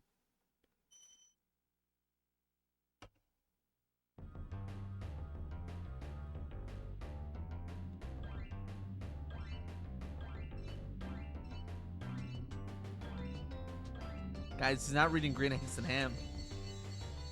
Guys. Hold on. I'm trying to find my spot. Hold on. It's over. Okay, so we're doing Night Flight. So, oh no. Night Flight. You do not like green eggs and ham? I do not like them, Sam. I am. Would you with a boat? With a goat? I mean, I could not with a goat. Could you on a boat? I would not on a boat. I will not with a goat. I will not eat them in the rain. I will not eat them in the dark. I will not eat them in a tree. Not in a car. You let me be. I do not like them in a box. I do not like them with a fox. I will not eat them in a house.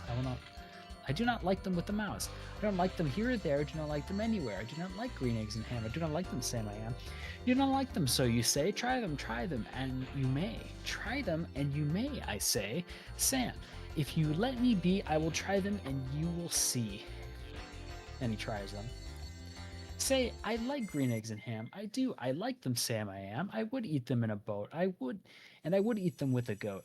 And I will eat them in the rain and in the dark and on a train and in a car and in a tree. They are so good, you see. So I will eat them in a box, and I will eat them with a fox, and I will eat them in a house, and I will eat them with a mouse, and I will eat them here and there. Say, I will eat them anywhere. I do so like green eggs and ham. Thank you, Sam. I am. That's it. He actually, like, did you hear that?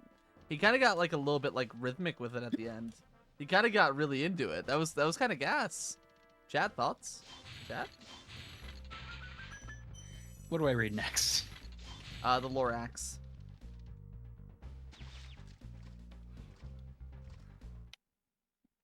That's my vote. My vote is the Lorax. Also, while I get into this level, I'm gonna go and swap my game over to Spyro 1, because I did not have a mod, I think, available to do that, which is fair, because it is not the right time for any of my mods to be up. Dude.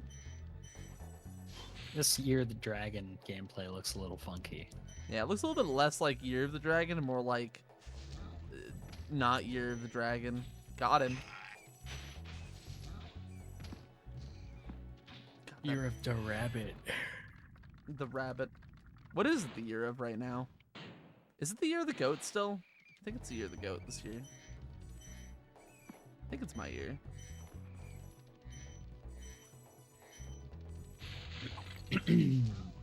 So 2025 was the year of the snake, and next will be year of the horse.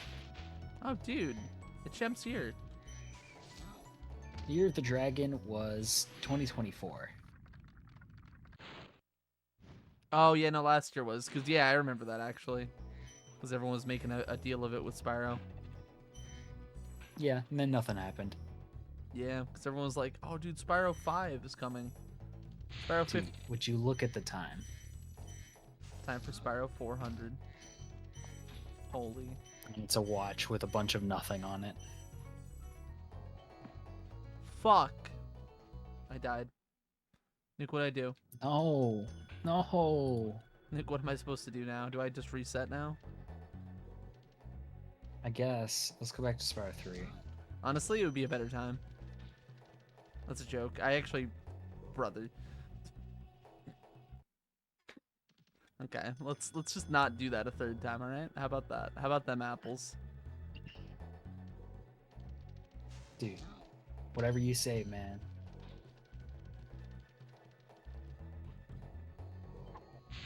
Alright. Now we get Asher. after dying there twice. That was a bit of a folly. It was a bit of a funny little folly. So here we want to... I'll grab you there now. I could have actually waited to grab that. Here, some people like to do a magic... Nuke, am I game over? Nuke. Nuke. Yeah. Okay, didn't... What happened? I might have fallen a little bit there. I might have died a tiny bit. It might be over. It's... No, this is still the run. This might be the 140... This might be the 133 ever. This Oh. might be. Oh. That was scary. That was terrifying. I was waiting for him to like somehow turn around and hit me too. Dude, he was gonna like 360 punch you into the floor.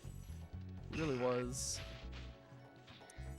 That guy was floating in air after he died. I was really hoping he'd fall down the hole. 1998, Insomniac could never. No, they really couldn't.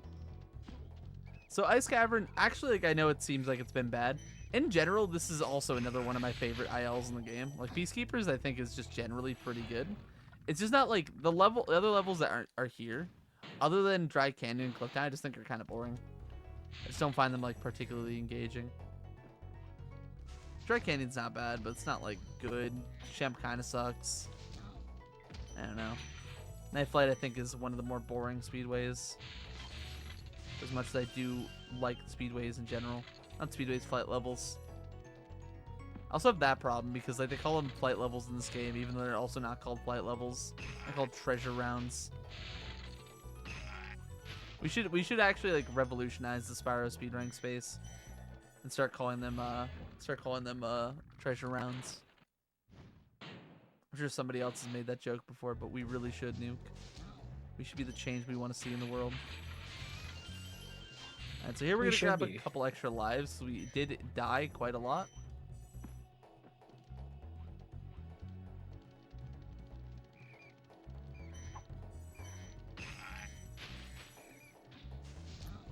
I think you should just reset Spyro 1 and just play this level again. What if I just don't play Spyro 1? What if I like go play like Frogger 3D? Dude, how about we talk about the group of people that tried turning any percent with a terrible trick at the end of it into the new 120%? Oh, you mean pseudo 120%? The great one? Or what was it called the now? one they ended True up ending calling percent? True Ending. Which, by the way, my own opinion, that is a terrible name for the category. Listen, I'll say this. That's not an opinion, that's a fact. It's just a horrible name. It's a bona fide fact, brother. At the end of the game, there's a way to skip into the bonus level, Nasty's Loot, which, if you finish that level, the code in the game says, oh, well, if they get everything in this level, then that obviously means that they got 120%. So it counts the game as you got 120%. So people that found that out were like, oh, well, now we can skip getting, like, what was it, 30 dragons? Yeah, pretty much. Because the game would, you'd still have to get all the gems and all the other levels, but it would save a significant amount of time from not having to get all the dragons and watching all those cutscenes. But yeah, they tried turning the completion category into just any percent, but less fun. 8%, but the game sucks suddenly. Go for a Bubsy 3D run. So fun fact, 9 Nuez, if you personally tier 3 subscribe to every channel currently on the share stream right now, then we will do a Bubsy 3D run immediately after this. Dude, and the entire time he does it, I'll be reading poetry. Yeah, exactly. That will literally happen. So you have to tier 3 subscribe to every channel currently listed on the share chat, and then absolutely. I've actually never played Bubsy 3D. I've heard it's really awful. That's like all I know about it. It's just, it's a horrible experience apparently. Apparently Bubsy 4 is like good though, or it's gonna be good. Oh. I missed him. Is PUBG 4 real? Yeah, it's they put out the demo for it on Steam. It's it like apparently is like really fun. DylanJayFox was telling me about it. Could you win a car? I can't say what my brain thought of. Anyway, so here's Alpine Ridge, first world of Magic Crafters. Overall, this level is another one of them. Like, it has a gimmick to it, which are these wizards, right? Which are going to be a prominent feature of it. So the green ones, they will raise and lower platforms. They will, like, such as this staircase here. Now, once we get to the top, he'll start running from us. But before he gets to run, we'll simply kill him, take his gem from him. The little wizards that are like made of silver, we can't flame them. And overall, it's just it's a pretty like what do you think of Alpine Ridge? I love the geometry there, not letting me move because you know the wall is just longer than the actual physical polygon is. It's awesome. Alpine Ridge is my least favorite level of Magic Crafters. It's up there as probably my least favorite level in the game. Honestly, I don't think this level is very fun. I think it's like all right, and there's like cool things about it, like the cycles, but generally speaking, I think having to wait on the cycle, for example, is just very unfun. I think the color palette, like if the greens were like a darker green, I think I'd like it more. But they have a sort of like a barf green to them. Yeah. Aesthetically, it's not very appealing. I also think Magic Crafters in general has like this kind of problem with it, where it's very like gray compared to like other parts of the game, and like the game itself is like not a very saturated like set of colors, but Magic Crafters in particular is definitely like one of the big offenses of it not being a very saturated children's game. It's a very dark. Like it's also called tone. Alpine Ridge, and it's like not very alpine looking. No, has trees. I'll give it that. It has trees. I think they're taking the alpine aspect of mountainous, but alpine also means it's like wooded forest area. And with the grass looks dry. It doesn't look like it's the right color for the environment. Yeah, I can get that criticism. So like visually I don't like it, and also the gameplay, it's kind of meh. Yep. My favorite level in Magic Crafters though is also my favorite in Spyro 1. The Goat, Wizard Peak. Why you say that? It's probably my least favorite level outright. Like, I think it's a cool level if you're good at it, but I'm really bad at it. It's very challenging. I'm fairly bad at it. I just love the color scheme, and the music's Oh, pretty the good. color scheme is great. It also has Nuke launch in it. Video coming soon. Coming soon, as soon as I finish the voiceover and editing it. Yep. That's something I need to do. That's something I would have done today had I had the time to do it. See, But I was whisked away to the store, and then I had to not get into anything in time for Dylan's run, of course. yeah, So I had to listen. be here, present 100% of the time for it. Yeah, not watching TikToks, right? Or YouTube Yeah, shorts. not watching YouTube shorts or YouTube videos or anything like that. Nuke would never do that. Alright, so here... I accidentally messed up a little bit there, but it's fine. I'll just recover it with a little bit of whatever. Usually you're supposed to head bash or like charge into that last fireworks chest by like a certain angle. I neglected to do that. Instead, I just flamed it. So I went back through the platform to not take the damage and die. And yeah, we're just gonna go ahead and play the game kind of a little bit of a casual way there, I guess.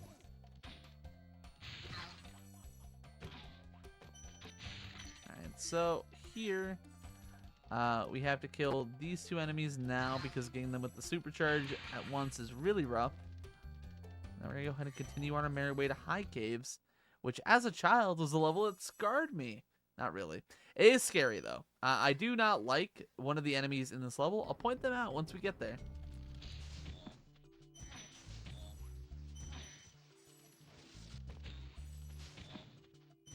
Dang. Let me at least hit this flame card. Quest to beat Jack and Daxter's Impossible speedrun by Zem92. Do love Zem. He's 75k subscribers. That's crazy. He makes a lot of good videos. He makes a lot of really great videos. Alright, so here we have these rotating platforms. This section you can die on a lot if you're on the wrong cycle. Fortunately for me, I am on the very, very slow cycle because I messed everything up. So, you know, there's that. And here we come over here, talk to Ajax. Get the dragon. And we're gonna go up here on this ramp, jump in, jump down, get those, and now we are using the supercharge power up, which of course you guys will remember from Spyro 3. However, it does perform and behave a good bit differently. It has like these charge up speeds where you can charge the speed up to a certain level, which isn't really as present in Spyro's 2 and 3. You pretty much just have your max speed immediately.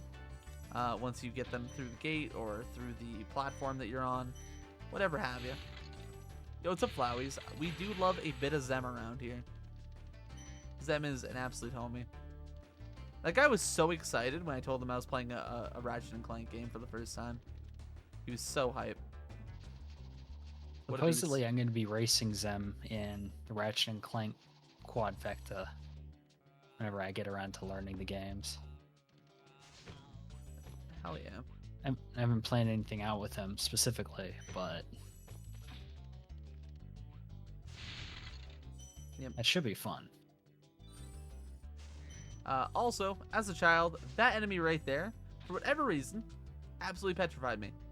These like little spider beetle weird things absolutely scared me. How did you feel about them? They scared me too. I did not like them. In the words of Spyro, when I grow big and strong like you, I'm gonna stomp at them all. That's probably true. Alright, so here we have a super flame power-up that we get to use throughout this level. We want to use it basically to get rid of the spiders and then make it through this whole section of the level while, you know, really being efficient about our usage of it. We actually got a flame charge on the fan chest with it, which is really nice. I'm really bad at flame charging the fan chests in general, so it's nice to hit those, even if it's, you know. Yeah, as we said once a in a while ago, flame charges in Spyro 1 are pretty difficult. Yep. But also, very important if you want to get a good time and make some of the different things. Also, Rushiferu, thank you for the resub to ESA Marathon. I'll say thank you on behalf of those wonderful, wonderful folks. Thank you so much. I do not have like anyone from ESA in call or on comms with me. It's me and my buddy Nuke here for Nilson's You were Marathon. at ESA once. Yeah, I'm basically ESA. I did like a couple of marathons. I'm probably going and eat this next summer. Hopefully I have enough money by then. I hope you do should. go. It's honestly an awesome time. I always talk about ESA in such like a high regard because it genuinely is just a really good time. Every time I've been there, it's just been nothing but like just positives I can say about it, man. Sincerely, it's just a good experience. I hope you and many others can make it to an ESA. Be it winter, supposedly summer, whatever. Derek Lander is going. Listen, I'll see it once he's off the plane. I don't Me think too. I don't think he's not gonna go, but I wouldn't I think be he's gonna find a way surprised. to weasel his way out of it. That's what I mean. I feel like he could. I feel like, you know, Derek Lander of all people. Could he? Should he at ESA? I don't know. Could he? Would he even? All right, Wizard Peak. Nuke's favorite level in Spyro 1. My potentially least favorite. I think it's up there as one of my least favorites because I suck at. Should I do the trick, Nuke? Should I try to do the optimal route or no? I say go for it, and if you can't, then just sort of waddle back in shame. All right. So, in this level, there's a couple of options that you can take. We are going to be electing to take the most difficult option that I could do. Notably, you want to go up to this top area, which is something I actually didn't know about as a kid. I never 120'd Spyro 1 because of this level. And you basically want to grab all those gems in one fell swoop that are up at that top area. Now, you saw me get in from there and I was able to kill an enemy. There's going to be a later point in this where there's going to be another enemy coming up this next room on the right that I could jump to the platform of from that top area. However, we are instead going to do this via a different trick, which I don't think has like a proper name. I could have also done wizard proxy, but I don't even know how to proxy off of those wizards. I know how to do it in the ones in Dreamweavers. I think it's slightly different. At least I was told it was. And here we're going to go ahead and grab this life and charge on down. And hopefully, if I do this right and we position ourselves correctly. All right, we're going to try it one more time. Fine, we'll do it off of here. I position myself correctly.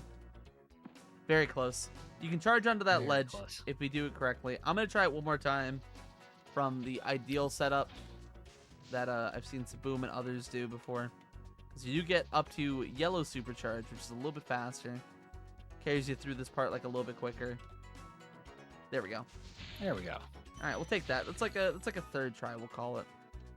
That's a good bit harder than anything that I personally do. But nevertheless, I do like doing it.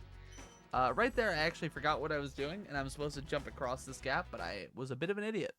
So we're going to take a Death Abuse because I do have a surplus of lives. We're going to go ahead and do this correctly here. Make our way across. Boom. Very good. Dylan, would you like to hear a traditional Chinese proverb? What? Sure. Why not? That sounds awesome. Large chickens don't eat small rice. Is that it? Yeah, it's a proverb. Okay. I don't know what a proverb Not is. a poem. I don't know what that means. Here, I'll hit you with another one. Yeah, let's hear. Oh my god. Beware, lest your eyes are bigger than your belly. Is that? That's like Squidward.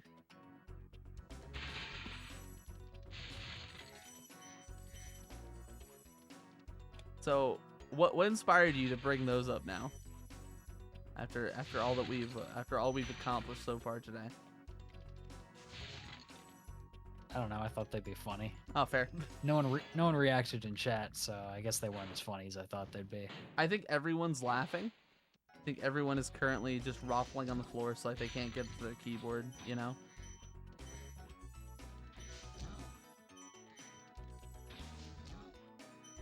Alright. Cleaning up the last of high caves. This has been a decent level aside from me missing the supercharges a little bit there, but it's okay. The actual like regular Spyro gem collection for the most part for this run has been pretty decent.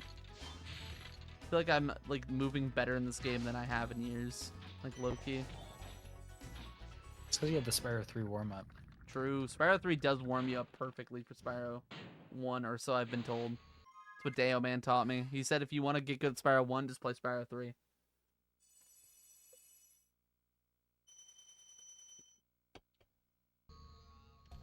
Alright. Get the purple gem there. And then we are going to make our way over to our third flight level, Crystal Flight. And this is probably the hardest flight level overall, I would say. I find this beginning section where you have to get 8 planes back to back to back to be really, really challenging. But we'll see how it goes. So here I'm going to be trying to flame on the right side of them. I missed one already. That one's dead body got in the way of that one. So we have missed 2 planes. Pretty much you want to miss none. Some are better to miss than others because they end up being on cycle. I missed 2 that were extremely far away from each other, which means I am pretty much boned. We're not going to like lose a ton of time over it, but we'll lose enough time for me to complain. Alright, so here we're going to go ahead and I guess I'll just grab them both now. Go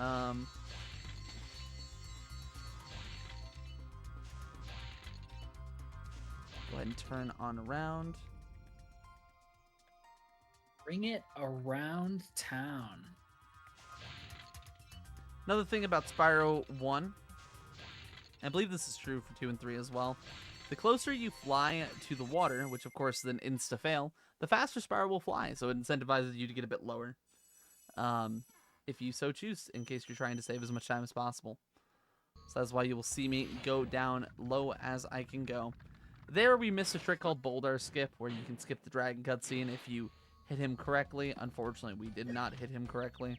And unfortunately, we got hit, which really sucks, because now I'm on green spark for Blowhard. Debating on what I want to do here. I think what I want to do here is I'll grab that Sparks, hit these Composers, and head on to Blowhard. Then with that, we should be at 5,100? Sorry, 5,100. And after this, we'll be at 55. So we get 400 here.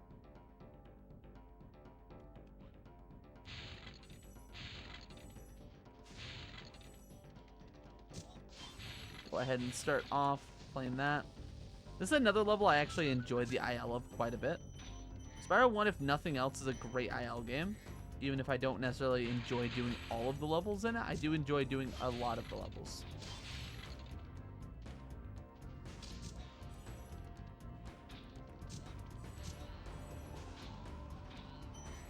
Alright, grab that gem.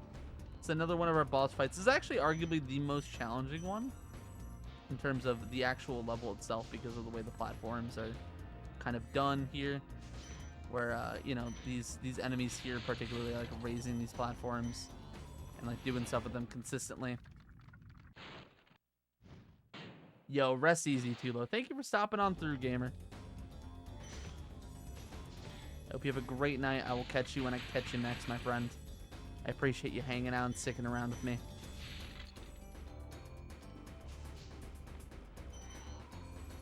And flowers on my head with the big streak. Holy, 3 streak. We'll take it. Love it, love it, love it.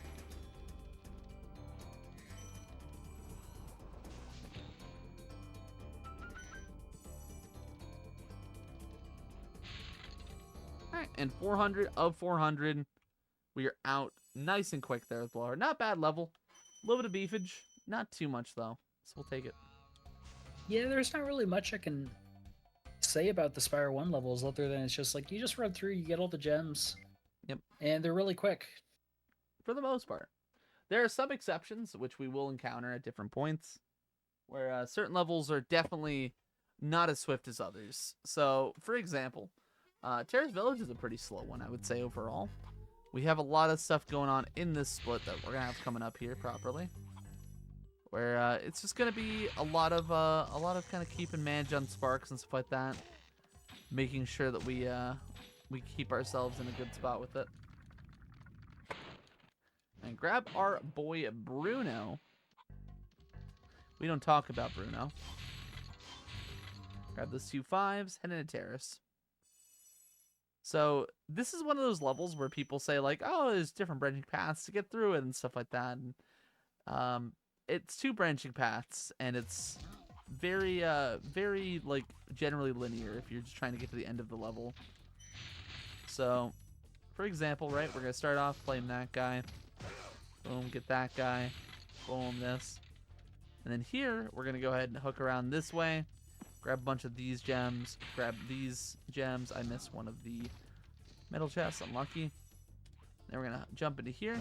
And you can continue on through here, but we're just going to go in there, grab that section of the gems.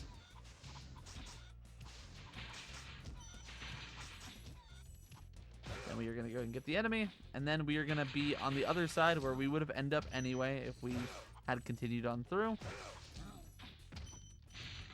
And we are going to go ahead and go up to this top area, which is the other half of that first spot we were just in. Grab all these gems, then make it to our first dragon.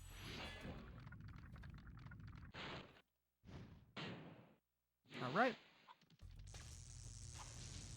Flame that firework. Get those 5s. Do a little wall glide here. Nice. Very good. Sometimes that can be a bit stressful if you take it too head on. You can just flop off and die. It's not really like a huge time loss because you do respawn right there. But again, it's enough of a mistake for me to be annoyed. Which we love not making as many mistakes as we possibly can.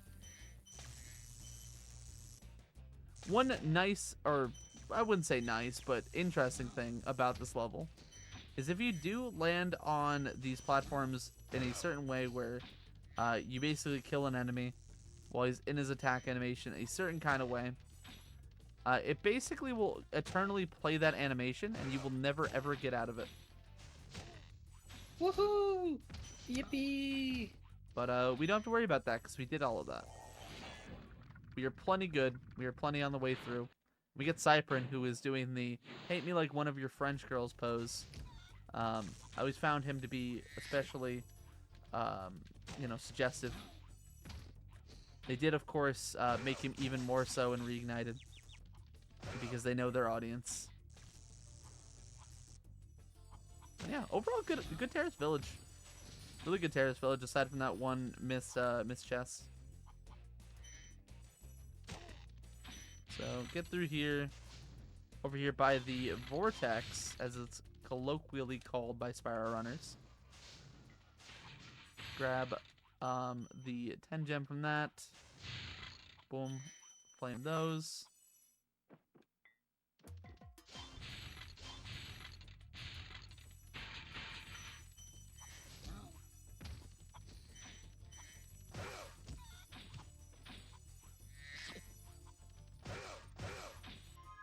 And make it through Terrace Village. Really nice, honestly.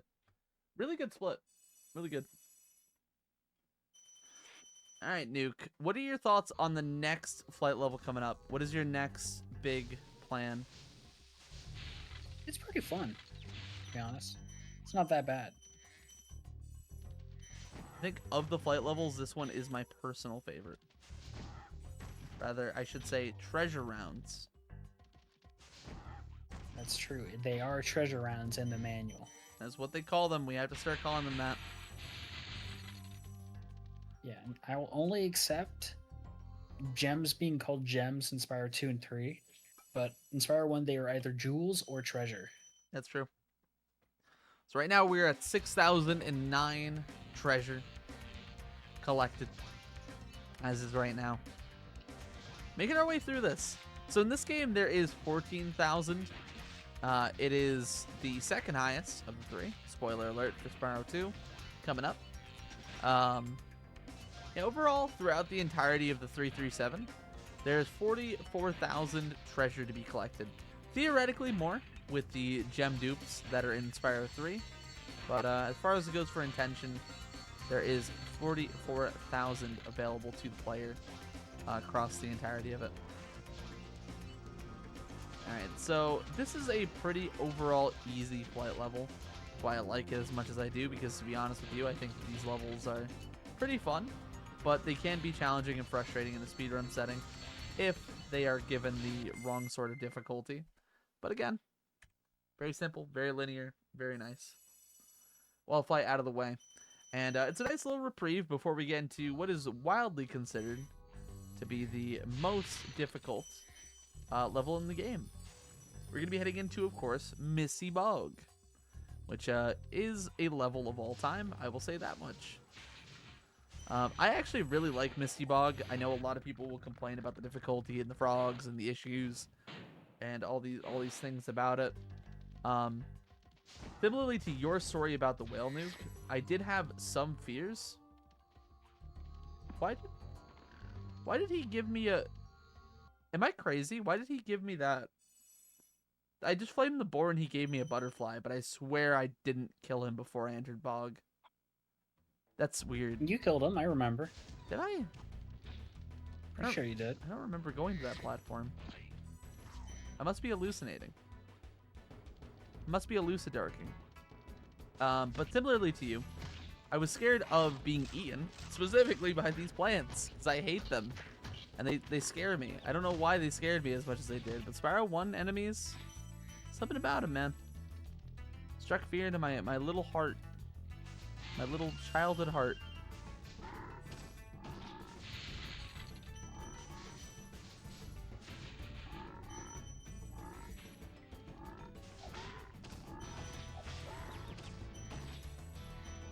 Alright, so here, go around here, grab that 5 gem, and also grab the life. Because I am in Misty Bog, and this is a challenging split as is, just trying to make sure I bolster my lives as much as I can.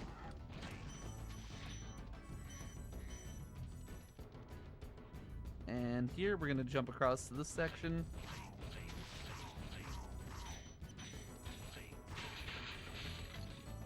Grab all those. Grab all these gems.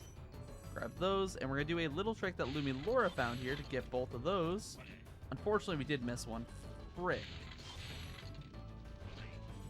Dude, Lumi Laura is unsubbing. She probably is, honestly. I wouldn't blame her either. For this Spyro 1 gameplay. First person in the world to do that, by the way. Yeah, it's me. The first ever. Anyway, we're jumping in the water here because I'm on green sparks. In this upcoming section, habitually will take multiple of my sparks levels. And when it comes to collecting gems in Spyro 1, you can do sparksless collection.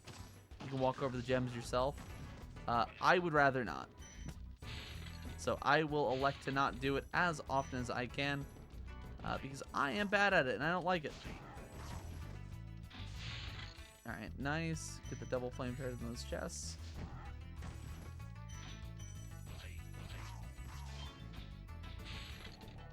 Very good. Okay, nice. We only took one hit there. But again, we would have had no sparks if we did take a hit without taking the death abuse. So I will take it. I will do what I can with what we got there. And there, I unfortunately just flop off of that ledge because why not? This game is wonderful, I promise. Charge up through this like little staircase section. Get ourselves back on track. I don't know how on earth I didn't charge through that, but I didn't. That's fine though. We will just simply continue. Get ourselves back on track, get ourselves on a nice straight line. Continue our way through. Zilla, you're up late. Wow, it's early for you, right? You're like just waking up a bit ago, I assume. Dude, 10 years ago, I would have been tucked out. I would have been tuckered out sleeping. Bro, you sound like you're And now tuckered here out I- sleeping. Dude, I'm leaned so far back in my chair right now, you wouldn't even know. I believe it, honestly. I would be too if I were in your position, honestly. Nuke is also East Coast with me. I am a New Yorker, for anyone who is watching. If you're wondering why I'm here in this time slot and why I am here, I was specifically asked if I possibly could, and I knew my friend Nuke would be up for commentary, probably, considering this is like the time slot you're usually awake anyway. Yeah, I work night shifts, so this is when I'm normally awake for like the next 4 or 5 hours.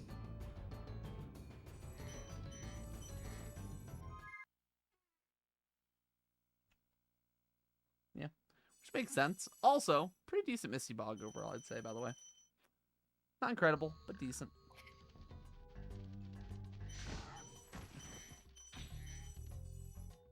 But yeah, we love Nuke. We love that Nuke is here with us. Honestly, thank God that you're here, because I would be losing my mind at this point. Like, I could have gone through the 117, I think, by myself. But getting into Spyro 1 and being 5 hours in right now, I am so thankful I asked you to do commentary. Like, just to have somebody to bounce off of a little bit, brother. I really appreciate you being here. I still haven't done Funny Mike. I think Swanee's like long gone now. Surely Swanee is still awake. I need him to come back. He needs to hear Funny Mike.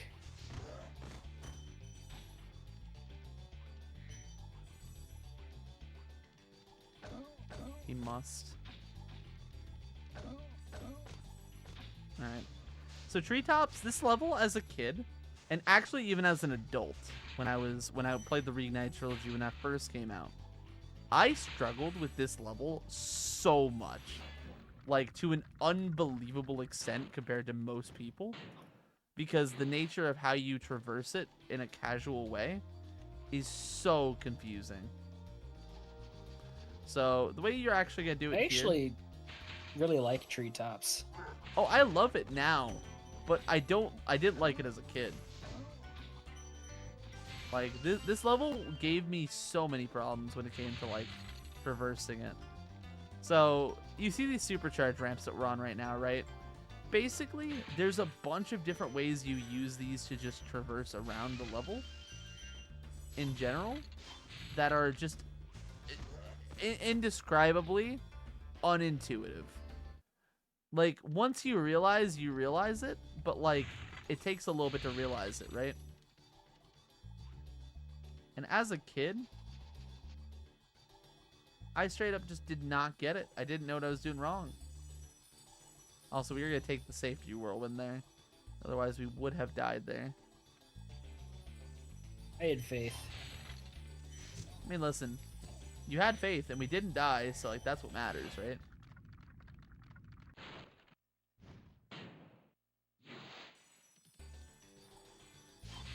But, yeah, pretty much the way that we're meant to do this level is a little bit different than how we do in the speedrun. So there we aren't supposed to, like, obviously go across that gap the way that we actually did. That's why we safely used the whirlwind. Additionally, with that in mind, we are also not supposed to be doing a different section of this level coming up here in a minute. The way that we do it. But we are going to be doing a certain way, hopefully. If I do miss it, I will do it the casual intended way, but it is not something I'm hoping to have to do the way that I might have to do it. My voice is beginning to go, which I guess 5 hours in of nonstop talking is something I would expect to happen. But, you know, grab some water here in a minute. Maybe Nuke will read us a wonderful passage from The Great Gatsby. Alright, so here's a trick known simply as Tiger does stone up. not take insults from sheep. Traditional Chinese proverb. Very nice, stone knot. That was the trick in question.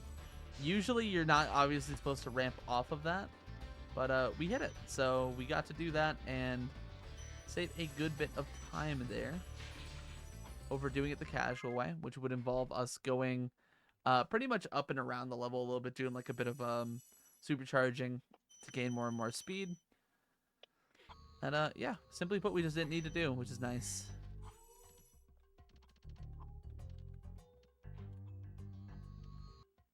All right, nice. Headed into Metalhead. This level is another one that, to put it simply, very, very simply, is a boss level, quote unquote. And I have to emphasize again, quote unquote, because to call any of these levels actual boss fights would be a lie. And I don't like lying. I'm not a Sly Cooper runner. So, Yeah, they do lie. they do a lot.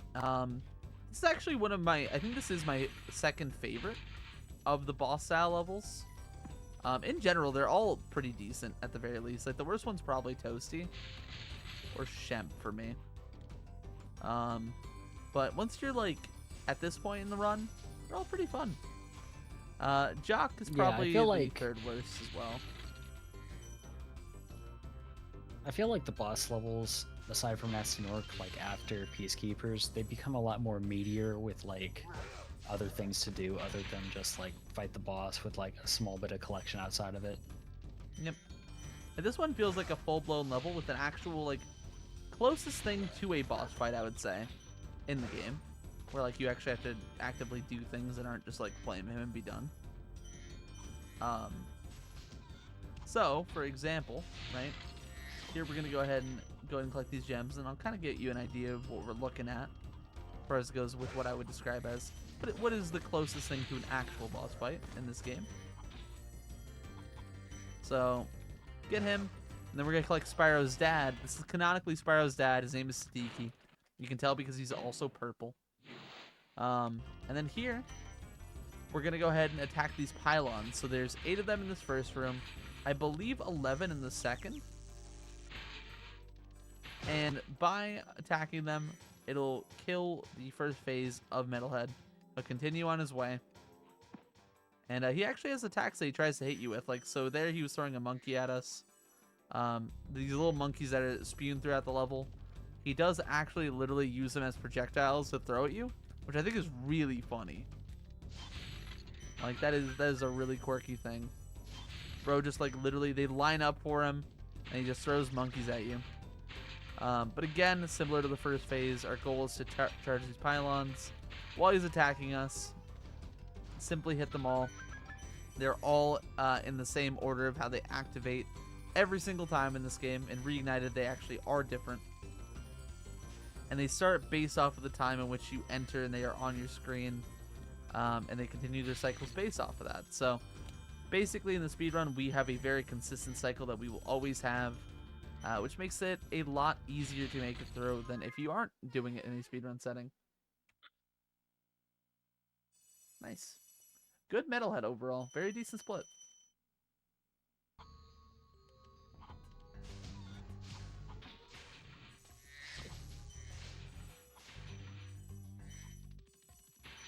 Alright, collect all the gems.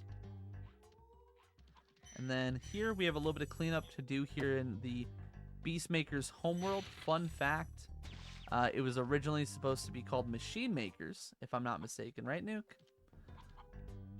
Machinists. Machinist, yeah, Machinist homeworld. Machinist homeworld. Macintosh homeworld. I did take a death there, which is actually really unfortunate, because it's going to cause me to have to do a little bit of a backup strat here with this wall glide. Very good wall glide. Oh, he hits that wall glide. That's actually really swaggy, because I don't think I've ever done that. That's cool. So we'll continue from where we were. I basically flopped off and fell and died there. Oh, that's so unfortunate. Okay. We don't die a second time, at least. Okay, we did get that I think already. there's some fodder right there. Yeah, I should have got it, but it's fine. I'll grab it on the way up. Alright, get that guy, and then we have like this row of chests that we need to do, and then we have to unlock this metal box with the lock in front of it. Which, again, this is a good reason, or a good showing of why you want sparks. It is very annoying to collect those gems without sparks. Very important that we land on that red gem as well, by the way. If you do not land on that gem, it will not collect while you're in this little cutscene. The rest of the world completely freezes, aside from the balloonist and Spyro. Crazy wall glide. I'm coming back to Spyro because of that wall glide. Hard to believe Spyro has to clean up the adult dragon's mess. Hey, listen. I'm just saying, Spyro didn't call him ugly. That's all I'll say about that. I don't think this is, you know, obviously, like, you're insinuating it's on the older dragons. It very, very much is on them. It is not little old Spyro's fault. Alright, so here we're gonna grab Maisie. Let me go ahead and turn right, grab you, flame the fool, and make our way across into what is my favorite 100% IL in the entire series. This is Haunted Towers. So I know I said Spyro 1 is not my favorite in general, but it does contain at least my favorite IL in the series. So of the Hundo ILs, this one is just super fun. I don't know what it is about it. I think it's a mixture of the platforming as well as the usage of your Super Flame. So here we get a Super Flame from this fairy. We are immediately on a bit of a timer here. We flame charge that enemy very nicely. Might get a flame charge here on this guy too. Nice, well done. We're trying to get to this metal door right before the Super Flame runs out, and Dylan does make it. Very Otherwise, nice. we'd have to go to one of the other fairies to get another Super Flame to come back. Yep, it allows for you to make use of that pretty much, like that whole like Super Flame. You're really stretching the usage of it. And then from here, do the platforming intended by the game. There is a trick to get up there that I do not do. I never learned how to do the Wizard Proxy there. I know I do all of the other variants in this level, but that specific one I do not have any earthly idea how I've you done it perform before. I'm not consistent at it. I think what you do is you have to go up the whirlwind, not hit the wizard that's there, and then you need to immediately like hold right and charge out of the whirlwind, and then as soon as you like hit the wizard, you need to let go of charge, and then you'll just flop up, supposedly. But that gives you enough height to get to that island without doing the super charge, but it's not that much faster. Yep. Ooh, grab that 5. But yeah, pretty much what Nuke said with that whole trick. It's a whole thing that you could learn. It does save time. I believe it saves in the range of about 7 seconds in the level itself. But I am not in a position in this category where learning that trick is going to really make or break the bank for me. So I'm kind of indifferent to it overall. Pinstripe, what is up? Finn, what is up? I'm glad to hear that you come back to Spyro 1. But as you can probably tell, getting the kiss from that fairy, Spyro's just been red for a while, and he has infinite super flame for this level only. Whoa, whoa, from whoa, that. whoa, whoa. It is not infinite, sir. It is 900,437 minutes worth of super flame. So, spend enough time in this level, you'll realize it's not infinite, bro. I'm not even You can't kidding. beat this level in 900,000 in however many minutes. There's a problem. 900,347 minutes, bro. Let me guess. The people that have been messing with the code in this game looked at the code to find out that number instead of trying it for themselves. Yeah, they cheated, really, if you ask me. They didn't actually, discover that, so it's like, why bother? Imagine being a grown-ass human being and not finding that by yourself without having to look at the game's code like some sort of cheater. Yeah, I would never cheat in a game, ever. Not even one time. Grab that life. We are well over lived right now, by the way, but I am being super cautious because I just don't want to end up, I don't want to end up just not being able to really properly, finish the run without having to game over. Like, we can finish the run if we game over, but it's just it feels bad, In fact, ideally, you do finish the run, like, you do game over, but I don't know the strat that you utilize for the game over to be optimal, so I'm not going to be trying to do that as best I can. If I game over, it will in fact be completely accidental, but I will try to play it off as if it isn't. Hope you're good, by the way, Pinstripe. I don't know if I saw you between Christmas and now, but I hope you had a happy holiday, homie. Alright, very nice overall Haunted Towers. Again, my favorite level.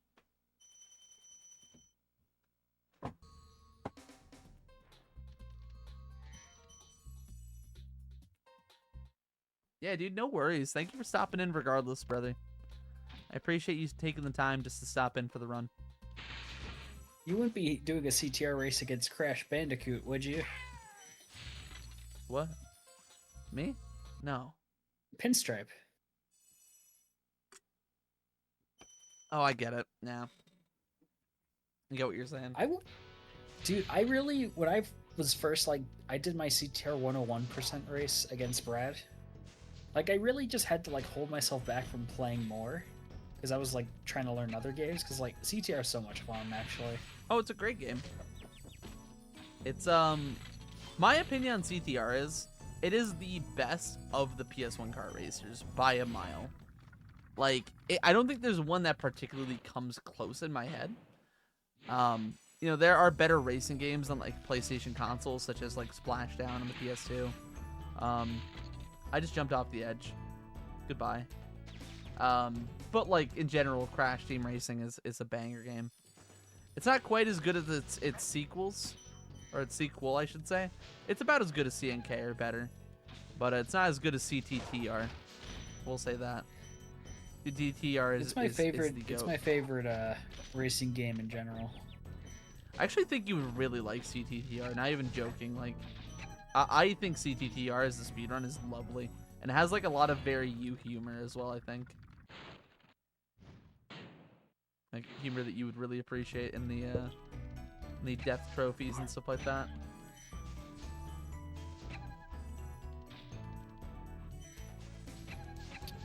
Maybe one day I'll play it. I'm trying to get a little collection finished for my shelf here. I need to get a copy of Sly 2. I need some Ratchet Deadlocked.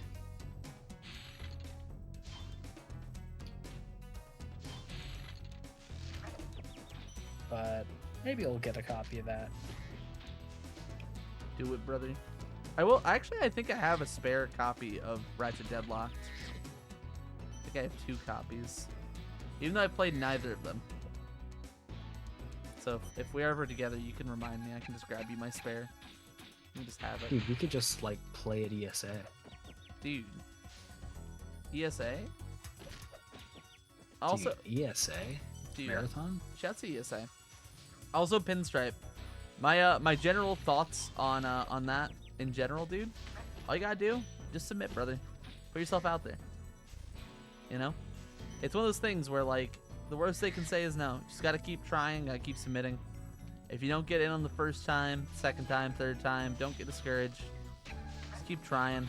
Eventually, I promise, you will break through the wall and get yourself into an ESA or whatever else there is that you might want to get into. Yo, it's good pup time. Welcome, welcome. Hope you're having a good day. The nice thing about Spyro 1, by the way, I really find, is the dragon cutscenes and like the little things that you do between the levels. Like, it has more downtime, despite like how dense the levels are. Like, it has just a nice little bit of downtime between like every like section. It almost feels like, I don't know, maybe I'm crazy for that take, but I find that this level has, this game has way more. Yeah, it's so much. I feel like whenever I speed ran Spyro 1, there was so much more time to be able to look at chat. Nowadays, with the games I play, it's just like I can look at chat for maybe like a couple of seconds, and then I have to focus for another like 5 minutes. Yeah, that's kind of what I like about 14 Tally, for me at least, is just like when I speedrun that, it's just so much easier to like look at chat, because it's like, get a talisman, you're in the cutscene for the talisman, you leave the level, you have that, you do like a little overworld movement, you're in another level, boom, chat. Like, it's very easy to kind of keep reading and keep up,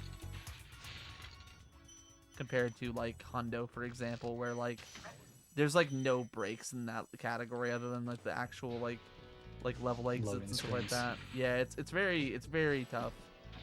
And as someone that's played Jack 2 and 3 100%, if you don't know, the Jack games have little to no cutscenes or loading screens or anything like that you really worry about. At most, it's like 5 seconds of downtime. And basically, it's just focusing for a very long time without being able to like read anything in chat if you're streaming the game.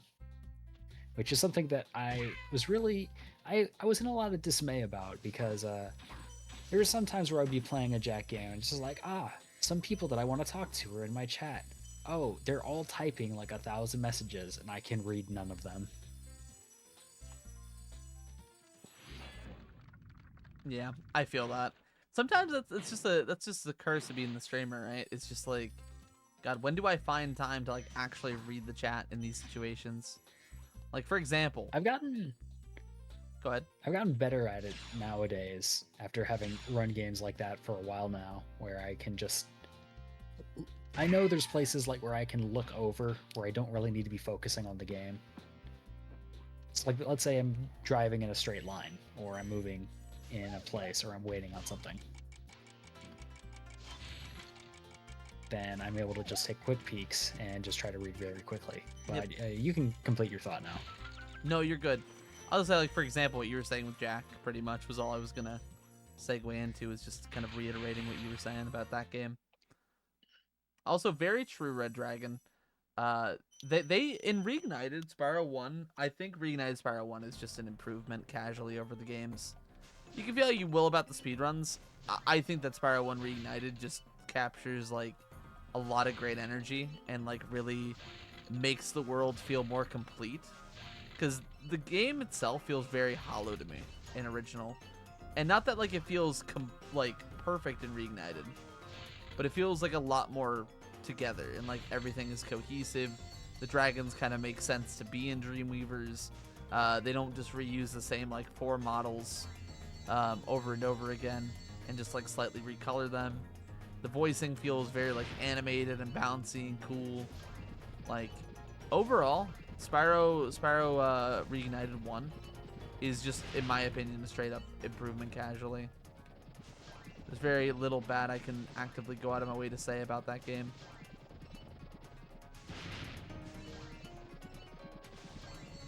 What I can say is bad is that we did miss one of those chests, but we backed that up really, really well, actually, in order to still save time there on the icy flight split. Dude, just like that, One thing that we're we so haven't far in. noted about Spyro 1 in the flight levels. Spyro, after you get the last thing, Spyro will do a little animation where fly up into the sky for a few seconds, and then you can exit the level. But if you make Spyro bonk into a wall or something, like right as soon as he's starting to do that animation, it'll immediately cut it off and allow you to exit quicker. Which, as you saw with Dylan hitting that last train, he flew up straight into the roof of that tunnel and immediately was able to exit right afterwards. So that's one optimization that people will do with the routes for the flight levels, where they'll try to get to the last thing they hit to be one where they can just bonk their head, so they can exit the level quicker. Yep, exactly what Nuke said, more or less. It's one of those things where like you don't really think about it until like you actually see it, but it does end up saving quite a bit of time across the run, so it is very, very, very deeply worth doing. Dragon number 69, nice. Shouts to Mudata.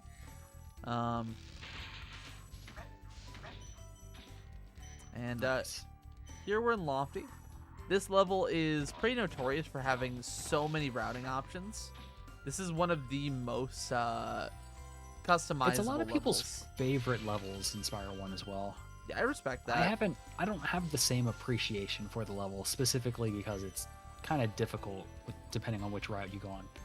That save was crazy, by the way. I don't know how I actually made it back on the ledge. That is so depressing. That's tragic. So depressing. So what you want to try to do there is get all the balloon guys and the caged fairies all in one glide to save yourself some time. But unfortunately, Dylan bonked into a wall and fell. Yep. Is what it is. There we go. And you're able to hit that fairy from the ground. Yep. Then once you get up, With a flame charge jump, which is one of the only places you'll ever see one of those in Spyro 1. yeah, you can do it a lot, but it just doesn't ever end up really being a mechanic that we end up needing all that much. So here we're going to utilize this supercharge. We're going to do it the intended way. And it's going to take us all the way up to here. We're going to bonk that firework chest, which homes some of the gems to us. Grab that last 10 gem. Then we're going to go ahead and We're going to continue handle on. another part of Lofty. Yep, it's See, Dylan's actually doing this in a reverse order that I normally do it in, because I'll go over to this area first. oh and then do really the supercharge area. Yeah. weird. I don't even know if it's a good route. I don't know any routes for Spyro 1. I don't know I'm anything. bad at it. I'm not a Spyro 1 player. Dude, I remember when I was in the top 10 for Vortex percent. Hey, 2 separate times. I remember when I was never in the top 10 for Vortex percent. Yeah, it's true. Anyways, we should change the name back to Vortex percent. I agree. It was It a looks better weird name. without a percent there. I honestly don't understand why we ever changed it. I think it was more fun and more arbitrary with the percentage mark next to it. Yeah, it felt like the true category extension that it is. Yep. Speaking of which, we would like to start a petition right now to usurp the moderation that did swap it over to being a quote-unquote main category, allegedly. Not my main. We should argue and complain and make a fuss about this, I think. I think that would be a good idea. Is anyone Yes, with I feel me? like the more and louder we complain, especially in the leaderboards channel of the Spyro speedrunning Discord, more people will listen. Yes. Anyways, we need to change the rule set for 64 orb. Yes. So speaking of which, we're going to be going up here. This is normally where the level would end. However, we are going to get these gems, and then we're going to go back to this beginning part of the level. So you might be thinking to yourself, Dylan, why are we going back to this beginning part of the level? We were already here. As you can see, there are still gems. That's it. That's the reason. You got This it. is one of the few levels where the routing is actually all over the place, like you would see in a 117 or Spyro 2 Hundo. Yep. It's very non-linear Which- compared to the rest of Spyro 1, where it is fairly linear. Or like you take a path and then you go off and you take the other path, and it's just kind of whatever. Alright, and that's Lofty. And like that, we're completely done with Lofty. Another pretty good split. There's actually a decent 120 time right now for me. Like, again, and I say this as a big for me part of it, but like, it's been a good run. This has been a decent little Spyro 1, because I am This would be a very decent Spyro 1 run for me. You're not that much worse at 120 than I am. I mean, you're probably a I feel little like bit if you better. just did some runs for like a week, you'd be able to beat my time. I said this for a while. I think if I did 120 for like 2 weeks, genuinely, I think I get to a 1-3x for sure. I think it would take me 2 weeks yeah. at most. I think honestly it Like, wouldn't even take Spyro- me 2 weeks. 120 doesn't even get that difficult to start lowering until you get to like around like a 134, I would say. I would say as low as a 1-2x of any variety is probably hard to get, and everything before that is probably like, you put in some effort, you'll get there. Yeah, not to say anyone that like can't get there if you have run 120 is like, oh, they're obviously not trying. But I mean, listen, that's what you're not saying. I'm kidding. That's also not what I'm dude, saying. you know what? Actually, Double down, call him yeah, back. why? Yeah, why? Yeah, they are bad. Yeah. Actually, yeah. Yeah. Anyway, I hate Spyro 1 players. anyway. We should ban them from the leaderboard. I'm kidding. I wish that we could. I wish that we could like get rid of all the Dude. Spyro 1ers of all time. I'm not gonna say that I agree with it, but I agree. I'm not gonna say I agree with it. Folds instantly. Like literally within moments. Folded under zero pressure. Jokes aside, jocks aside, actually. Sorry. Here we are in Jock. This is another boss level. His The boss he fight. just sort of looks at you and smiles. That's I don't literally even know all he why we killed does. this guy. He's just He gonna doesn't go really to do his. anything. He just wants to give you gifts. He literally It's only throws Christmas. presents at This you. is the Christmas guy. You killed Santa Claus. Hey, listen, somebody had to do it. I'm just the man for the job. So we tactfully left this dragon for last because Spyro actually walks away and walks to different spots. And in the dragon cutscenes, like he'll walk to a specific spot for each one. This one We're positions only us a bringing little this up closer. now at the very end of the game. I mean, listen, better late than never, right? Dude, someone had to read Edgar Allan Poe during the run. That's true. That was not during this run, I hate to tell you. That might have been during the Spyro 3 run. That might have been almost... I mean, I could just read it again. You could. There's just enough time left in the run for me to finish the whole thing. You could quote the Raven nevermore.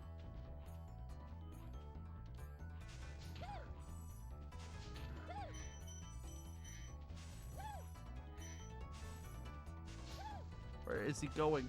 Okay, that fool honestly was just giving me, he was breaking my ankles. So we flamed that fool in order to activate this platform here, which goes down, and then after a little bit, after his timer is expired, we'll go back up. Ideally, you flame him in such a way where you can grab all the gems while his timer's ticking down. However, I took it very safely because I am slow and bad at the game and not consistent. So we're gonna make sure that we get that done in one go. Okay, unlucky. I veered off right a little bit too far there. Veer off right a little bit. Veer back. Oh my god. It's okay. It's okay. We're doing a third lap. This is just to show you what Spyro looks like while he's gliding. We're doing a fourth lap. This is okay. This is just to show you what Spyro looks like while he's gliding. There we go. Okay. First try. First try. First try, everybody. And, yeah. So here, we flame this fool. He opens up a platform here on this wall. You can't do a wall glide there on the right, but it's very scary, and I don't like doing it. Because you can simply fall and die and lose another 20 seconds. Which, I'd rather not do right now, I think. I have missed a 5 gem somewhere in this level, which is a little bit disconcerting. I don't think it's over here. Okay. It's going to be over towards the main portion of the level, so we are going to make our way back there. See if we can locate it. I feel like it would be over this way, if anything. I felt like I went through this area rather quick. Yeah, I didn't think I grabbed this 5. Okay. I wasn't sure, but glad we had an idea of where it would be anyway. Not too bad. Also, I do want to say thank you to the last couple people who've dropped follows here on the channel. You know, I'm DylanJayFox here. I'm doing the run, a lot of fun stuff, but you know, appreciate you guys stopping and dropping the follows. Don't want to call you out by name just in case you're like just lurking and chilling, enjoying the vibe, but I do appreciate it. Hope you guys enjoy your stay, all that fun stuff. Yeah, I'd also like to say thank you for the people that followed Dylan. Shouts to Nuke _47. Drop him a follow too. He's my lovely commentator here on this run. Yeah, I'm really glad you got all those follows, man. I'm really happy for you, man. Dude, I'm so happy you got all those 47 subs earlier. We're still splitting it, right? Yeah, yeah, absolutely. No, you're, yeah, dude, absolutely. Absolutely.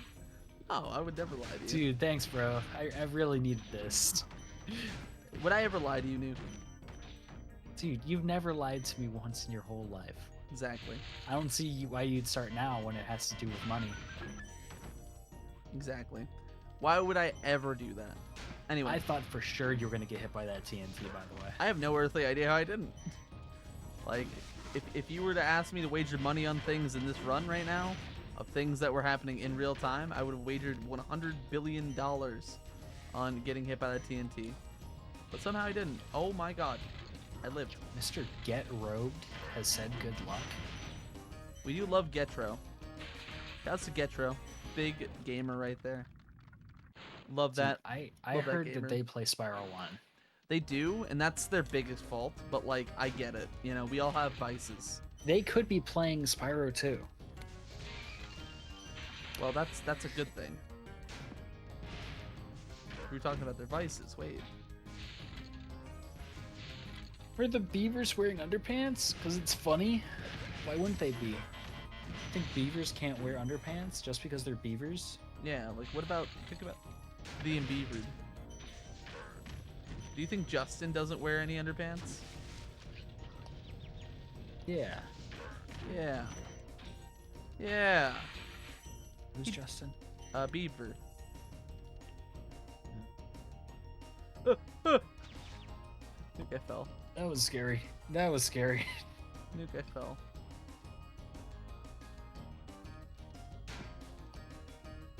thing he didn't overreact. I almost ran directly into that TNT barrel. Oh my god, camera, please. I like how people Camera just Spyro 1 doesn't- players smack talk Spyro 2 camera so much. I don't disagree that Spyro 2 camera does suck, but Spyro 1 camera sucks just as much. I'm not gonna name any names, but I've seen Laura complain about Spyro 2 Sparks and how he won't pick up gems sometimes. Bro, complaining about Spyro 2 Sparks when you play Spyro 1 is actually so funny.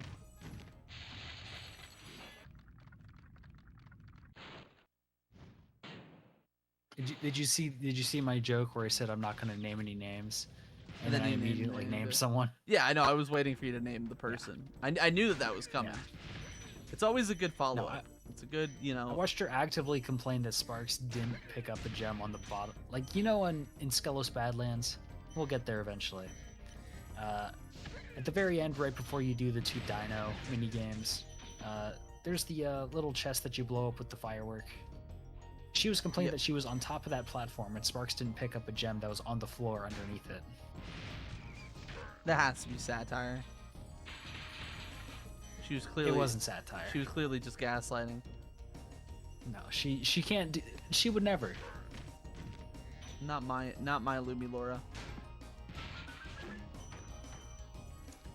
Also, I do want to say, the beavers are wearing underpants because they actually made them slightly more realistic in Reignited. They have hearts that say "I love you, Mom" on them on the underpants. So that's a big thing about the beavers. Which, by the way, they're called I love dorks, Dylan's but mom. what? Yeah, I love Dylan's mom. I said it. What the? Wanna know why? Why, dude? Because she helped create DylanJayFox. Rightfully so. As a good reason to love my mom. As a great reason to love my mom. And then here's where he follows it up with the real punchline. And he goes, and he winds it up. Sparks doesn't do his job in Spyro 2. That's just not true. He does his job better even without the extended range. Like, Spyro 2 Sparks, and I don't say this to hate on Spyro 1. It's just that it's just objectively better. Like, the amount of times he will grab gems compared to in Spyro 1 where he won't is just astronomically higher. And even in Spyro 3, it's, like, worse. Like, I will not accept Spyro 2 Sparks slander. I really won't. I'll accept a lot of things in life. But not Spyro 2 Sparks slander. Spyro slap it up. You know what I'm saying? That was my Fate Wolf impression.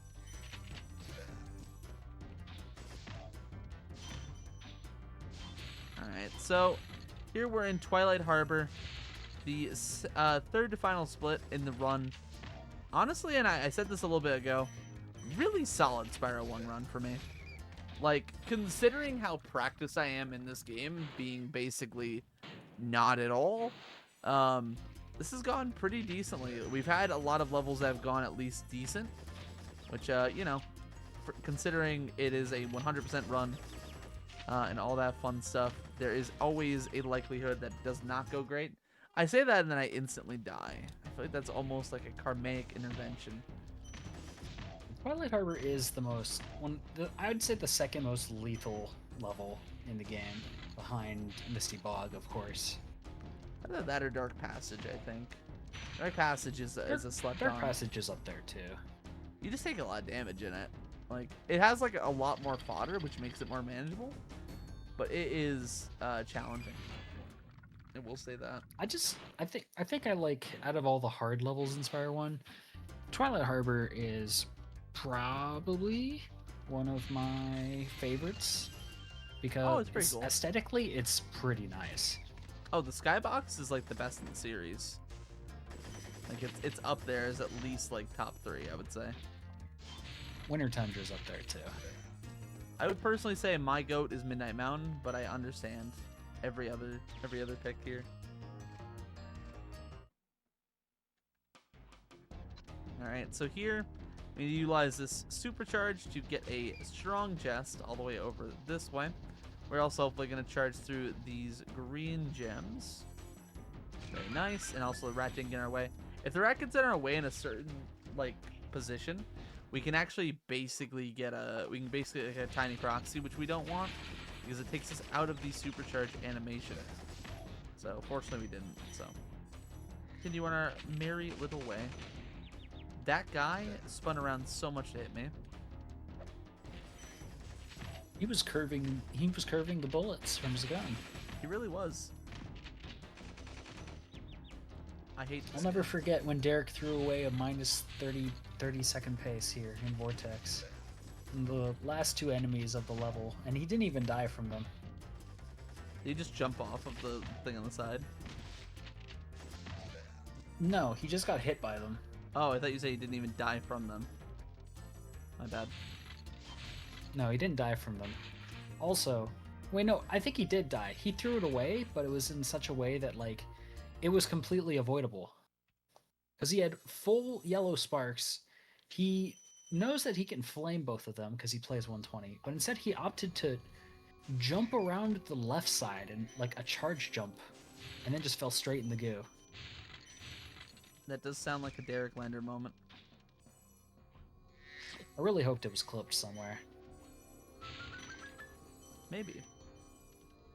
Anyway, here we are, headed into the final boss, Nasty Nork. Emphasis on quote-unquote, quotes around the boss, really. Because just to, again, put it very bluntly, the bosses in this game are not really bosses. They're glorified chase sequences. This one, however, I do find to be pretty fun. I think that the actual level itself and the collection involved in Nasty is pretty good. Here we'll go ahead and get these gems. Hook around that way. I didn't mean to do that. I accidentally went in too far on the right, and that caused him to go behind me because he thought I was trying to get ahead of him. Which is going to make it so... I think we can still catch him on the first lap. No, we can't. Shame. Shame, shame, shame. That's fine. We will simply chase him down. Unfortunate aspect of Spyro 1. You actually do want to do that in every other category but this one. It's just like, I guess my hands just muscle memory to do it, so. Unfortunate. It's all good though. Grab these gems, and then we're going to hop on the racetrack to chase down Nasty Nork. This part of the game is a little bit difficult for a newcomer. Fortunately, I've done it enough times that even with the rust that I have, I'm pretty confident I can do the one cycle. Fun fact, this one cycle where you grab all these gems while also chasing Nasty, this is genuinely, like, I think 4 people can do this in the reignited version of the game. Like, it is genuinely difficult to do this whole section while doing the one cycle in that game, because he will not, like, have, like, that moment of waiting to turn around. It is so much more difficult. But we get the one cycle. We're going to traverse these platforms here in the lava room. And we are going to go ahead and flame Nasty Nork. Nuke, should I do Poverty? I'm always a fan of Poverty because I don't think I'll learn the normal credit skip. And some people hate Poverty skip for some reason. I don't know why. Poverty, probably. They claim to hate people from Poverty, but they don't hate emulator runners. I don't get it. Wait. What? What did this guy just say? I'd say the sky's the limit. I said what I said. Alright, so to do Poverty credit skip, we literally open the disc tray. And as soon as it fades back to black, we are going to close it again. And that is basically going to tell the game, oh, hey, we played all of the credits. And pretty much just let us continue. There we go. Yep. Returning home. And it's going to just take us back to the start of Nexus, which is, you know, whatever. At least it should. Yeah, hopefully it doesn't. Hopefully we're not returning home for the rest of our lives. There we go. Okay. We get Magnus, who is in the reignited games final very dragon. cool and iconic. But in this game, he is just a guy. Now we're into Nasty's loot, which has one of the coolest skyboxes, I think. Getro, It's very unique. if yours is mecha pwned, if your console's mecha pwned, that would be the reason.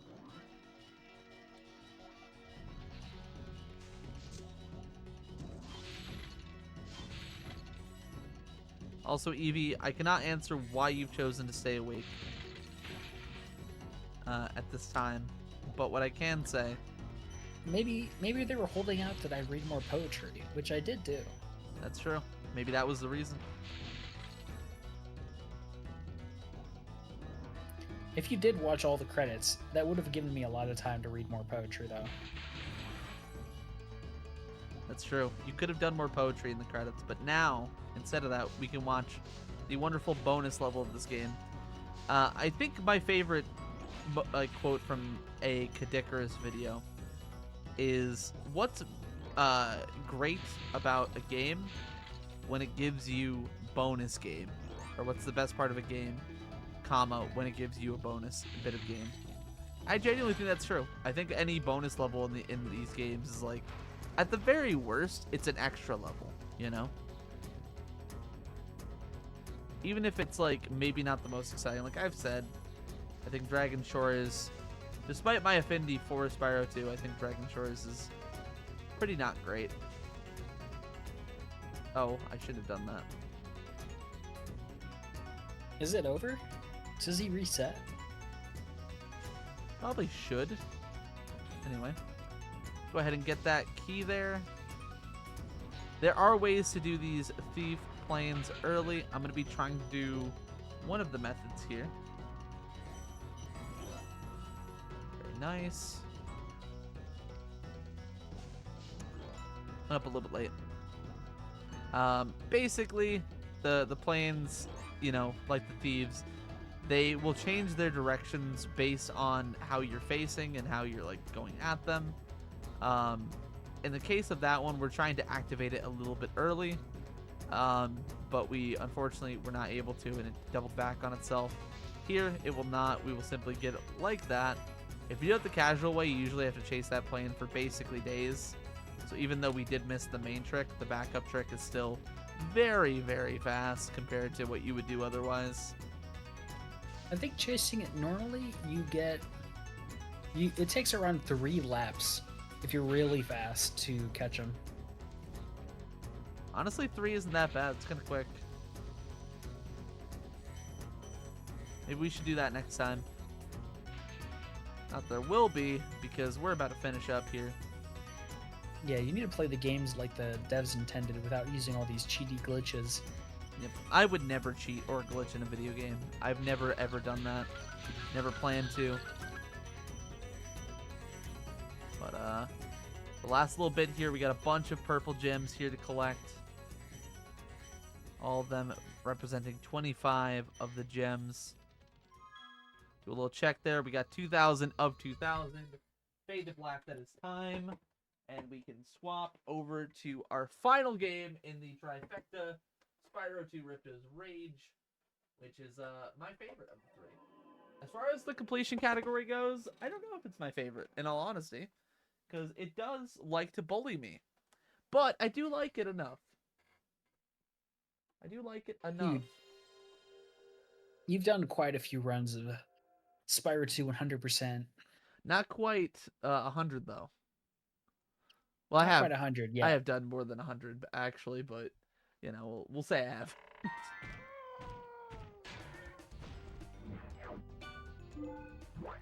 All right, game swap in. We are into Spyro 2, making for some pretty good pace. Actually, I'll swap to PB. We're currently 1 minute and 51 seconds ahead, and we actually have a really bad Spyro 2 to compare to.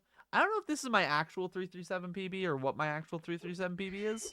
But there's a good chance we actually do PB this run if I'm able to play Spyro 2 well enough, which I'm not going to lie. It's, I don't know. What time is it, Nuke? Is it 3 in the morning right now? 3:20 a.m. And your 337 PB is a 7:49:14. This can. Yeah, this can absolutely PB my 337. This is a pretty bad If I remember glimmer to start correctly, with. my 337 has a very bad Spyro 2 in it. Mine isn't even sub 2, is how bad mine is. So it is pretty laughably bad, considering my skill level is about 15 minutes faster. Hopefully we're able to actually get a PB here. That'd be kind of cool. Get a marathon PB for a 337. Be pretty exciting.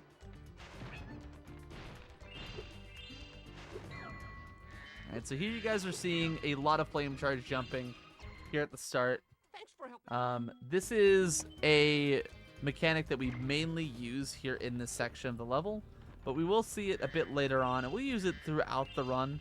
Flame charge jumping is a little bit more prominent in this game than it is in Spyro 1. Alright, so here we're going to follow this little guy.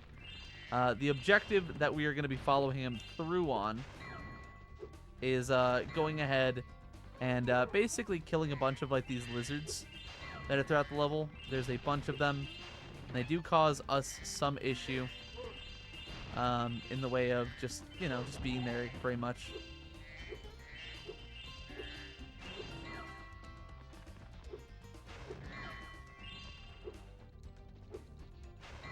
Very good. I'm always nervous about that one cycle. The way I play that is very tight. I don't do it quite as optimally as some people do. But if you miss that one cycle, it can just lose you quite a lot of time.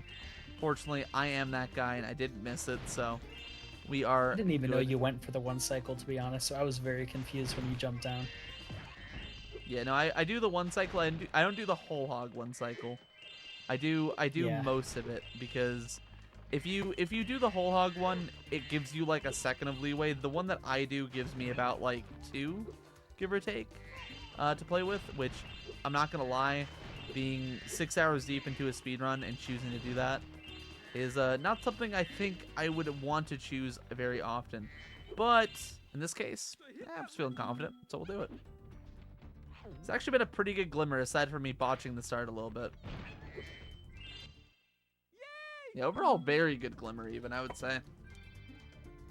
For an actual split timing, I would guess this is probably like a 3-2x of some kind, which is, for my standards, pretty good. So now that we're at a glimmer, grapefruit. All right, buddy. Nuke is going off to consume his second grapefruit. Of course, he consumed his one for yesterday during Spyro 3. This is the second grapefruit he's consuming in his grapefruit eating competition. He's going to make his way through it. And yes, we are still going, in fact, James. And thank you all for the GGs on Spyro 1.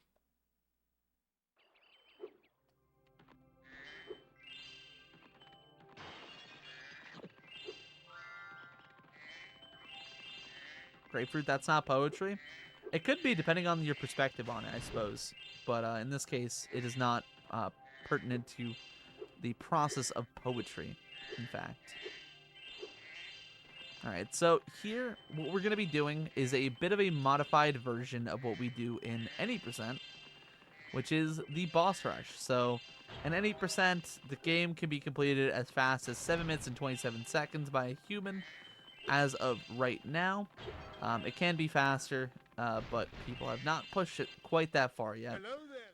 And when I say that, 7:27 is immensely fast, but in Hundo, we need to slow down. We need to slow down quite a bit, because of course we are collecting gems on our way. We also are buying swim for money bags because A, it's a bit faster for routing, and B, it allows for us to utilize a swim in air in Winter Tundra, which we are going to be using later. So here, with the boss rush in mind, go ahead and flame that again. Get ourselves into a bit better of a position here. There we go. We're going to go ahead and jump out of bounds by having that door close on us, head into the crush trigger, and we're going to go ahead and start the crush fight. Yo, Purse, thank you for the raid, my homie. I'm DylanJayFox. I'm currently here on the marathon for Nelson. He is asleep. I am here doing the overnight for him with a Spyro 337. You guys are coming in on the third and final game of the 3. This is Spyro 2 Ripto's Rage. This is my personal favorite of the three. I like to save this one for last when doing trifecta runs.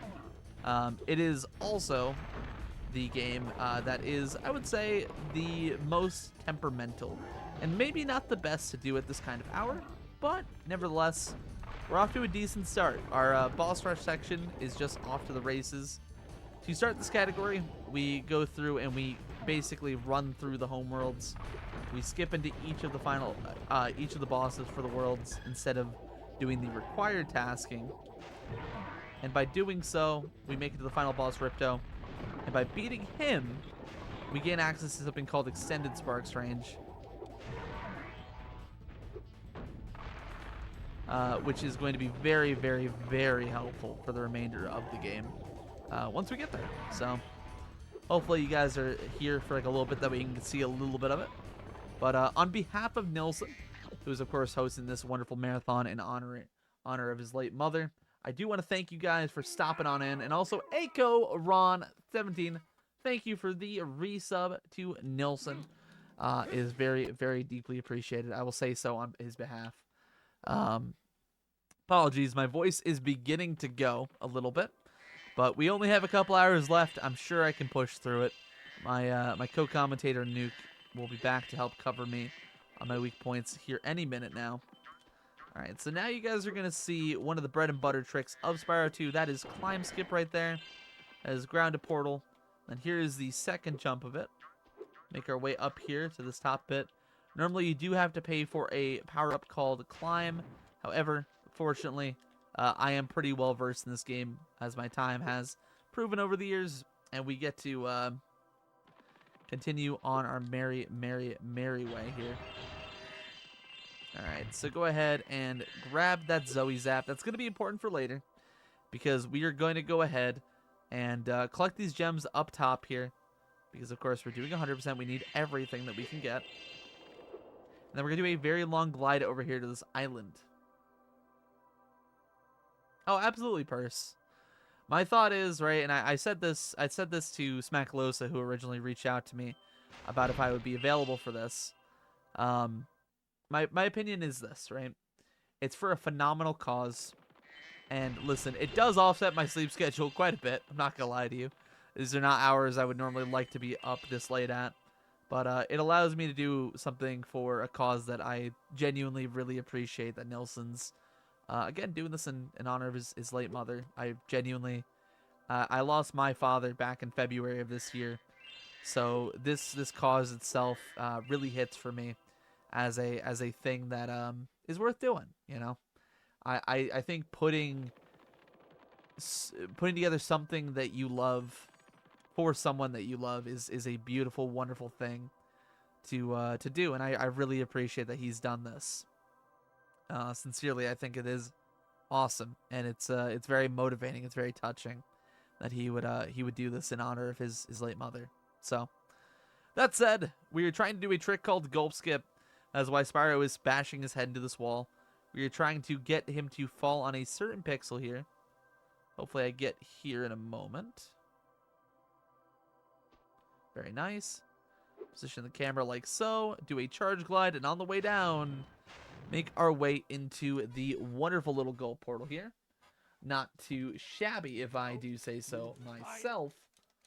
And now we are in the Gulp fight. So Gulp is RNG personified. This boss fight is consistent of 3 different things that we can hit Gulp with. My beautiful big green wife here.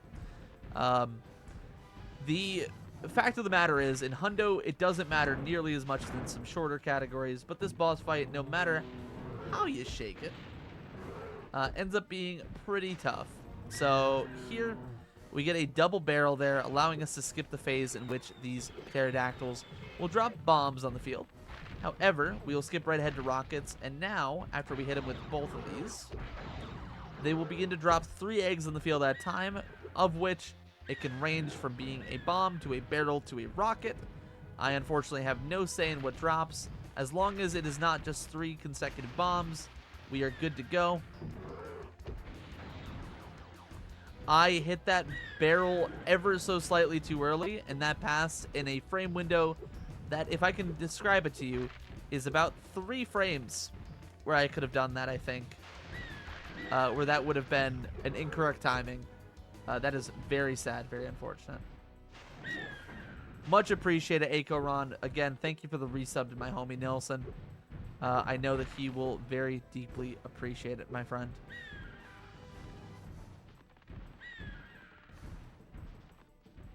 Alright, so here we are making our way around the Gulpler.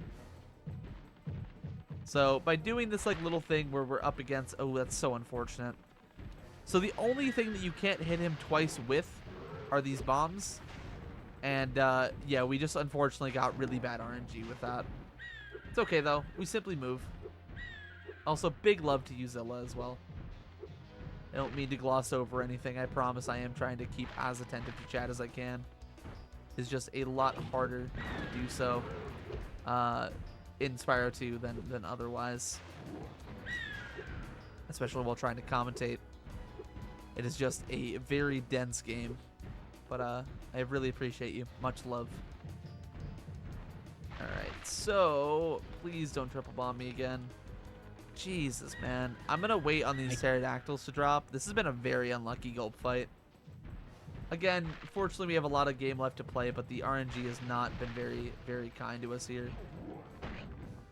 Right. In all my years speedrunning Spyro 2, I have never seen 3 triple bombs in a row. Yeah, it's just tough. That's all you can say about that is that was unlucky, and then move on. Welcome back, Nuke. All right, so here I got a piece of cake and I got some water. Dude, you got more than Because just a I piece of cake. What? Sorry. No, I'm sorry. I didn't mean that, chat. Nice, good penguin. So there we utilize the enemy's dead body hitbox, and we do an express wall on top of it, basically to have Spyro go big uppies, and then we get to, you know, get on top of that platform a bit sooner. That was actually a really clean section. Holy.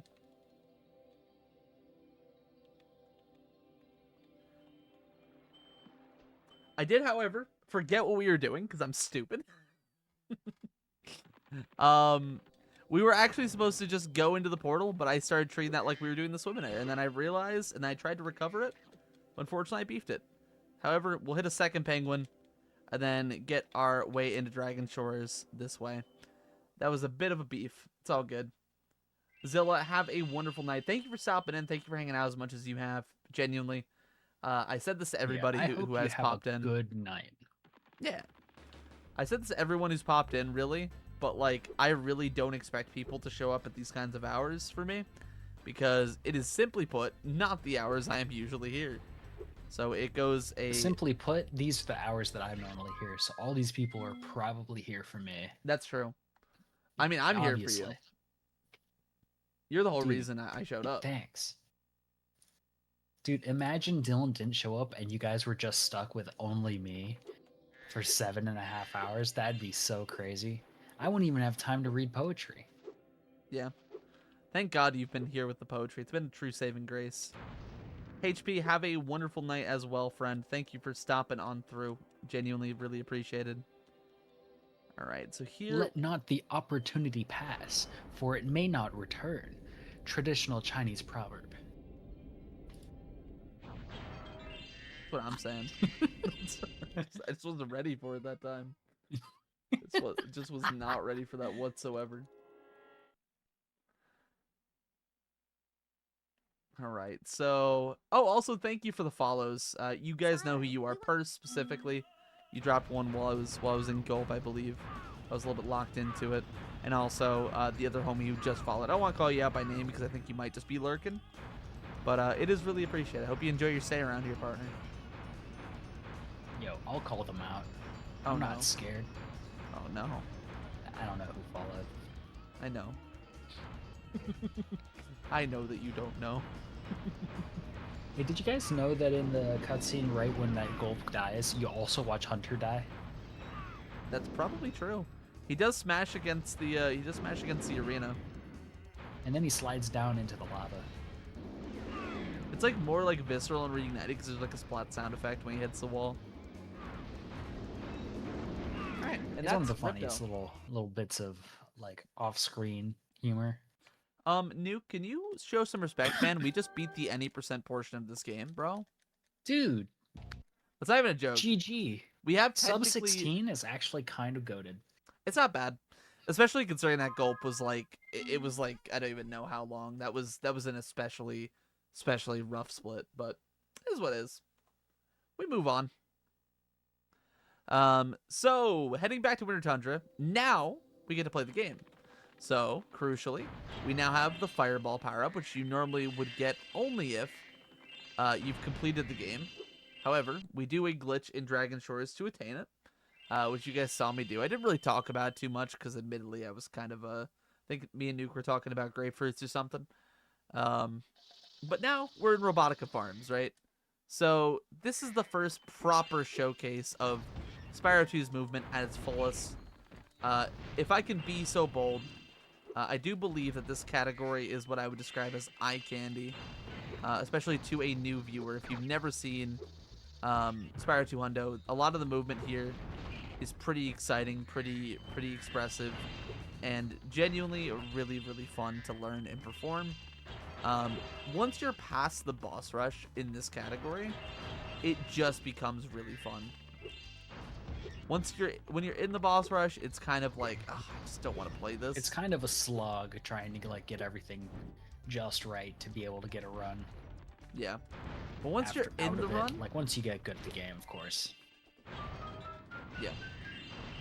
It's like one of the walls for learning like the proper 100% route, which is the one mainly everyone uses nowadays. It's the fastest route, is like learning the boss rush and getting good at it.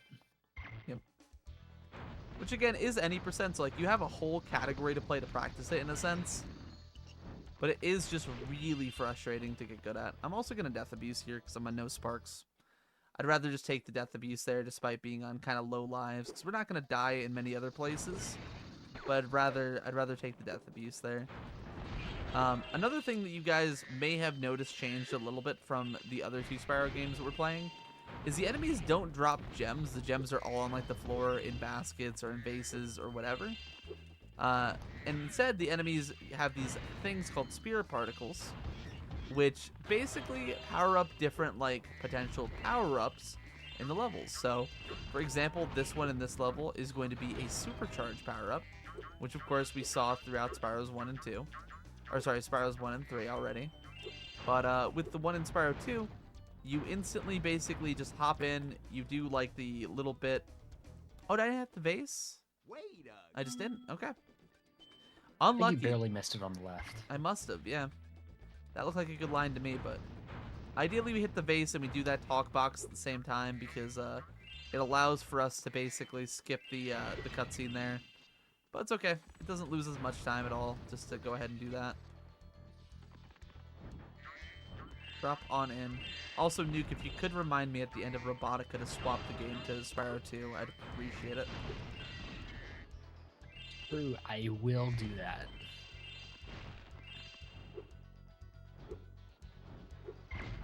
Very nice. For those that don't know, Spyro 2 Hundo, I mentioned earlier, it is my favorite category in the Spyro series right now. It's really good. I spent the most time playing it. And it's also my best category. By far. That was an unfortunate little bit of movement there. Yeah, it is what it is. Rather mess it up there, turn around and fix it up right after, but it's alright. Alright, very nice.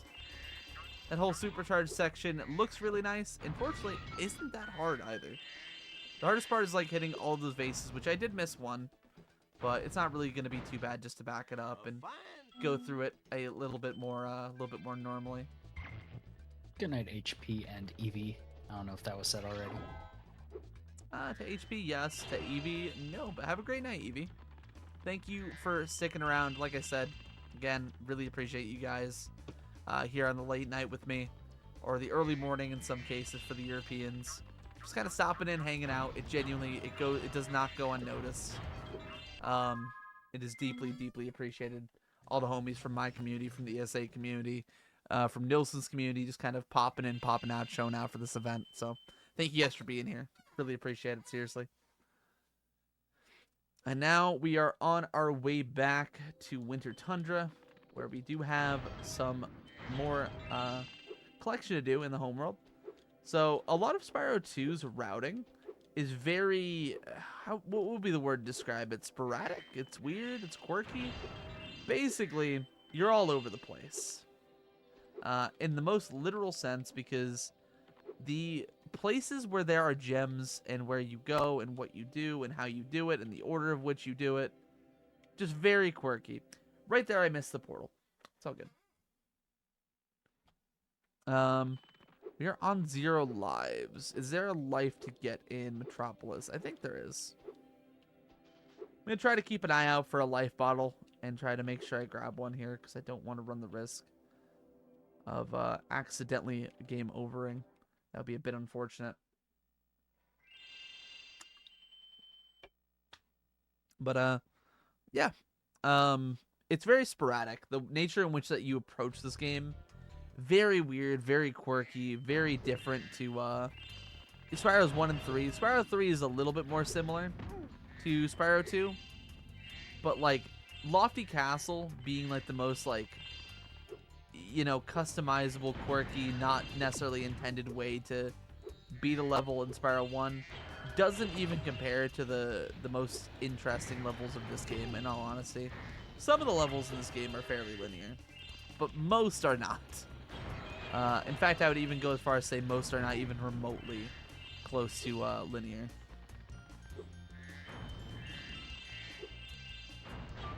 Right, so A lot of levels are determined by the little mystery vases that appear in them, or certain mini games that require you to go over all of the level. For the mystery vases, you want to get to the end of the level quickly because they always spawn at the very end of the level, and they always end towards the beginning of the level. So you want to be able to like route the level in a way where you go to the end, you hit the mystery jar, you collect everything all the way back while hitting it all the way back to the beginning. And certain levels like Zephyr, which we'll see later on, they have a mission that takes place all over the level, as well as a mystery jar. Yep. So it's kind of unique. But that's the general thing with a lot of Spyro 2 levels, is just get to the end, route backwards. Yep. Except for the ones you don't. It's exactly Metropolis that, being except for one when of you those don't levels. do that. Yeah. Metropolis being one of those levels where you just play through normally, quote unquote. So there isn't much backtracking to be done that is faster than actually just playing through the level normally. I think the only instances of it is doing the out of bounds after the Ox boss fight, and just doing that out of bounds, skipping to the end, and just going back through the tunnel that you skipped. This is just the one tunnel. Yep. So you can kind of see a little bit. A lot of what saves you time in this game, and this is something I learned very early on from my friend Noyar, who is an awesome Sprash speedrunner. The biggest thing that you have to learn in this game, above all else, is compared to like the other games, if you're looking to save time, you need to learn to trust Sparks like completely.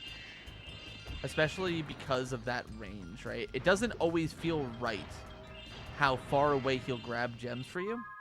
But if you just simply learn to trust him in a lot of those situations where it can be kind of hard to think like he would grab the gem, it's going to save you so much time. So right, that level is a good example of it because there's so many gems. There's a lot of them just kind of skewing across the place, and especially in that like last part, I almost ran back in the level. Loved it so much, I want to see it again. But it's a big lesson to like learn, and it's a good one to like learn early on because it only helps you later on as you kind of continue getting better at the game. Yeah, there's times where you have to really trust Sparks, but there's also times where you can't trust him to pick up certain gems. But that's more of an experience thing where Sparks can get overwhelmed with the bigger piles of gems in the game. Because he'll go. The pathfinding for Sparks on which gem he grabs is kind of. It's basically all over the place. You'd think it would be like whichever one is closest to Spyro first, but isn't it generally like the ones that are furthest away first? Yeah, I'd say so. Like I think he prioritizes gems based off of like their distance from you, yes, because that's what causes him to you know like that spot in Shady Oasis where there's like 5 or 4 like greens and a red. That's where it's like really prominent how he does his gem collecting, or he focuses on his gems. Because like in regular Sparks, he would always grab all those gems, but you actually have to slow down a little bit there in order to make sure you get all the gems in that section.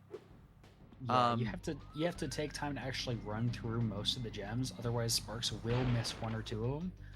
And having to backtrack to that part of the level with the route then in Shady Oasis, it takes forever. It's basically a run killer if you miss those. So here is Nuke's rendition of Mom Spaghetti by Marshall Mathers as we do this Pew Pew minigame. It's an auto-scroller. All right, Nuke, and go. Yep. Shit, he doesn't have the lyrics on his thing, Spotify. Hold on. He doesn't have it again. Okay. He's weak, arms are heavy. There's vomit on his sweater already. Mom's spaghetti, he's nervous. But on the surface he looks calm and ready to drop bombs.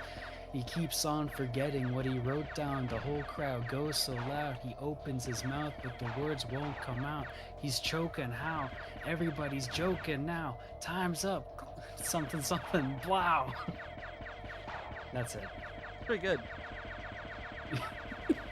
Snap back to reality. Oh, there goes gravity. Oh, they're so mad, but we don't give up that easy.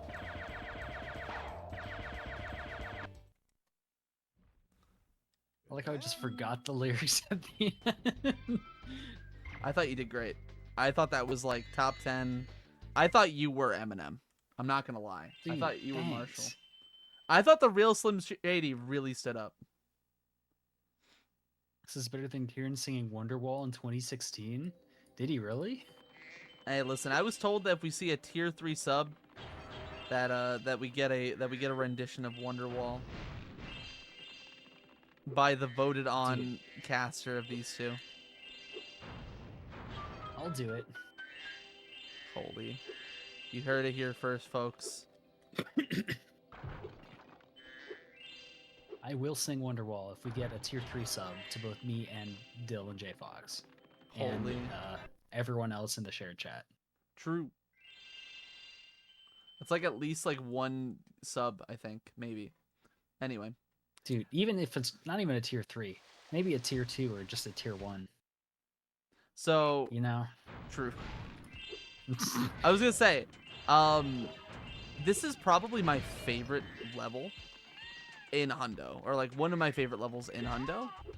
Casually, this level sucks. It is not fun. This is a level that I had to learn how to love when I was learning 100%. Yeah, because when you first start out, this level is hell. Mm-hmm. But once you learn the route, it becomes like, it's just beautiful in its own way. Just all the objectives you have to go through all over the map, just trying to get those as quick as you can, knowing which enemies you have to kill to like save yourself time later on. It is wonderful. It's one of my favorite levels to speedrun.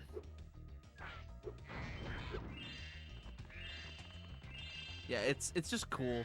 So here it's a series of basically like it's a fetch quest essentially, where like every part of it changes along the way. So like we're gonna go ahead here. We're gonna shoot these fireballs at these 2 guys for Basil the Explorer, who's the guy in that Jeep that we just talked to. There are 4 of them across the level, and basically we're gonna be doing that mission while simultaneously trading out the item in Spyro's mouth. So for example, right now we have an egg. We are traversing this section, and we're gonna shoot this egg into a bird's nest, right? So this bird's nest is right here, and the bird's nest is going to go ahead and drop us a seed of some kind, which we're gonna be able to go ahead and pick up. Spyro is going to interact with that spark plug being picked up from that other guy that we just shot. And then we now have this like little seed which we have to use. And you have to kind of think to yourself like, oh, where does this go? if you're playing it casually, and well, you find a pot. So you're gonna shoot the pot with the seed, right? And the seed, the plant's gonna give you this awesome little rubber ducky. And we love a rubber ducky, but unfortunately there's no bathtub to put it in. So we have to figure out another place to put it. That place is gonna end up being a nice little. Giving him his own family. Yeah, we're gonna get him a family. It's like the ugly duckling. I actually think that's what this part of the quest is based on. I'm not even joking. I've always like rationalized that that's the reason. Wazzy, no.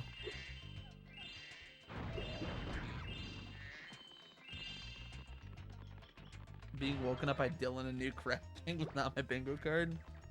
Hey, listen. Dude. I'll do the fast Always part of Rap expect it. God right now, just for you, Lazzy. Dude, Thrasher. You won't miss the Nuke rap. I have something planned for Derek at ESA. Holy. I can't believe Derek Lander is going to actually die at ESA. Nuke is going to kill him with the bars. Alright, so now we get another like little turnip. Now you have to think to yourself, alright, well we had a seed before. Now we have a turnip. What do we do with the turnip? Is there a place to garden? What do we do with it? Again, just kind of continuing on our merry way with these items. And also routing in based off that teleport we get from Basil. And what we're going to do next is we're going to go ahead and head over here. And there's a cauldron, which is for a soup, which the turnip is for, which we missed. Awesome. So now we pick this up with shame, and then we shoot it back into the cauldron. Now we get a little coin, and you're like, wow, is there like a Coke machine? Is there a Dr. Pepper machine around here? Unfortunately not. We're in Mystic Marsh, which is like a swamp, which usually don't contain vending machines. Fun fact. We then get the professor's pencil from that awesome little fountain that we shot our lucky coin into. We shoot the pencil over there. We grab these 2 1 gems, and we are out of Mystic Marsh. Honestly, really good, great level. Very good level, all in all. You know, I feel like no one's gift subbed because you know, they don't know what we're offering. I'm offering to sing Wonderwall. So I think I should give them a little taste of what's to come. You know? This can only be good. Today is gonna. That's it. That's pretty good. You have to gift the sub for the rest. Yeah, that's a good sample. That's a good sampler pack. Well, it's something. That's. I think people have just grabbed everyone here, grabbed their collective wallets and started subbing to Nilson Alex. Everyone's done it. All for that incredible 2-second performance to receive the rest of it. The whole 3 minutes and 34 seconds of Wonderwall's runtime. It's actually 4 minutes 18 seconds. I was about to be so impressed if you actually memorized the length of Wonderwall. Dude, I was just saying a number. I was hoping that you wouldn't check. I was hoping like, whoa, you know that? What the hell? No, you fact checked me. Tier 3 again. Oh no. How do I tier 3 again? So you tier 3 by doing it to yeah. Anyway, hi Lazzy. Lazzy, I'm sorry that we woke you up if we actually did wake you up. I assume you say woken up to, as in like you woke up and heard it, not as in we woke you up with it. Because if you had my audio on while you're sleeping and expected to stay asleep, that's your own fault. I'm not gonna lie. I don't feel bad. Like that is completely just a user error on your part, respectfully. If that was a decision made. As I traditionally do get loud. I suppose you... And stupid. No, get in the thingy. Dude, I normally don't get that loud past 2 a.m. Or even like 11 p.m. if I'm being honest. It's fair. Alright, so here we're gonna shoot all the bells. Mugen the Wizard's We gonna get an give orb us an for orb. it. Just to answer this line of questioning. What? I just got a scenery off that. I've never seen that. What the fuck? I just saw it on the stream. Wait, that could be. What if that's like optimal somehow? Like, what if I just found like That would- the ultimate? That would be Colossus very route? funny. Not Colossus, Cloud Temples. We are very much not in Dude. Colossus right now. I think growing in 100% as a runner is hating Mystic Marsh and loving Cloud Temples, and then reversing that once you get better. Oh, it is such a... Like, this level sucks. The best part of it is seeing Shemp official right there. And then he's going on his merry way. Well, it was nice to see him for a moment. Oh, we're seeing him again. He's there. Hello. Hi, Shemp.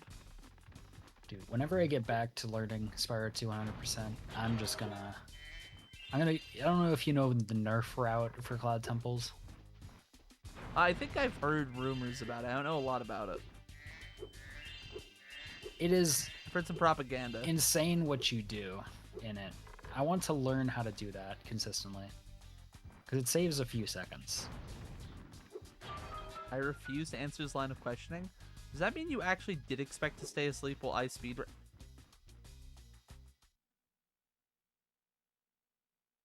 Dude, I'm really upset about that, actually. I don't know how that just happened. I guess I just pressed the wrong directional there. That's upsetting. That's gonna lose us about a minute. It's a little bit sad. Like, yeah. this can still absolutely PB my 337, but now I've just made it a minute harder for what feels like no reason. That's actually really upsetting. It's really sad. Anyway, we're just gonna follow Shemp up these stairs again. This time we have no gems to grab, so I'm just gonna walk up behind him. He's a secret agent. Make so sure you we're don't following touch him or to- fireball him. I'm gonna fireball him for the flavor. Don't do it. You see that run where, I don't know who it was, but they fireballed off in the distance and then it hit Agent Zero as he was like jumping across that first little gap? No, but that's really funny.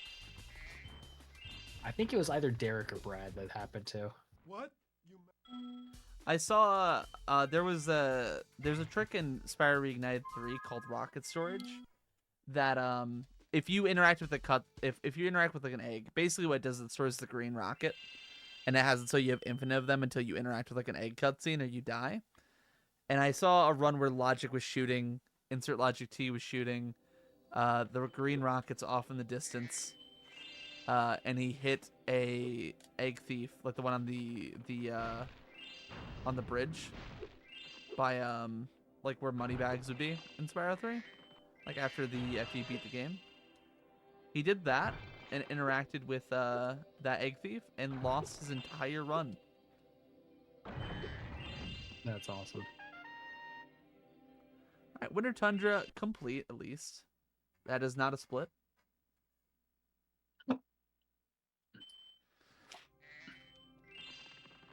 No, it wasn't even that, Lozzy. It's...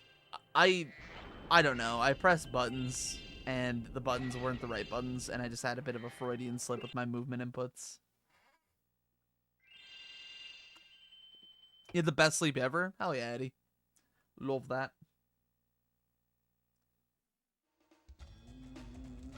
I am going to sleep snug as a bug in a rug once this run is finished, I reckon. Of course, it didn't collect.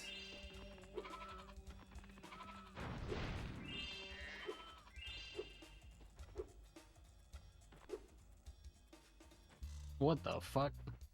I You gained a lot of height from that sort of glide there. really did. It's just...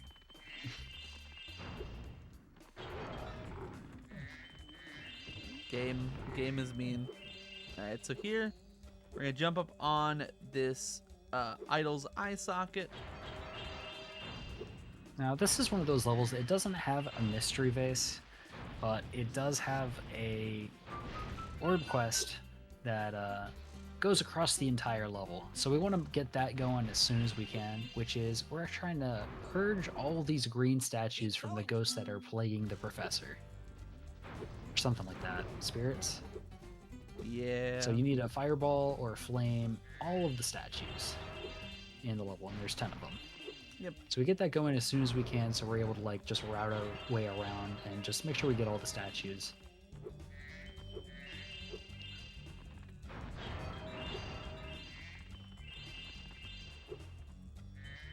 So this level has a couple of unique routes and potential options to it. The current one is what you're seeing here for the most part. I am doing a slightly abridged version of it. It'll always be slightly abridged with me because I'm pretty bad at this game. Yo, what's up, Hiri? Welcome on in. It's great to see you. Hope you're having a good one, my friend. Hope you're keeping well. But yeah, Colossus is a level defined by that minigame Nuke mentioned just moments ago. I don't do that. I'm thinking 14 Talisman. And it's specifically 14 Talisman route that I don't actually do. That was almost really an interesting decision by me. But it's defined by that minigame that we started with all of the Colossus statues. And by everyone's favorite, hockey.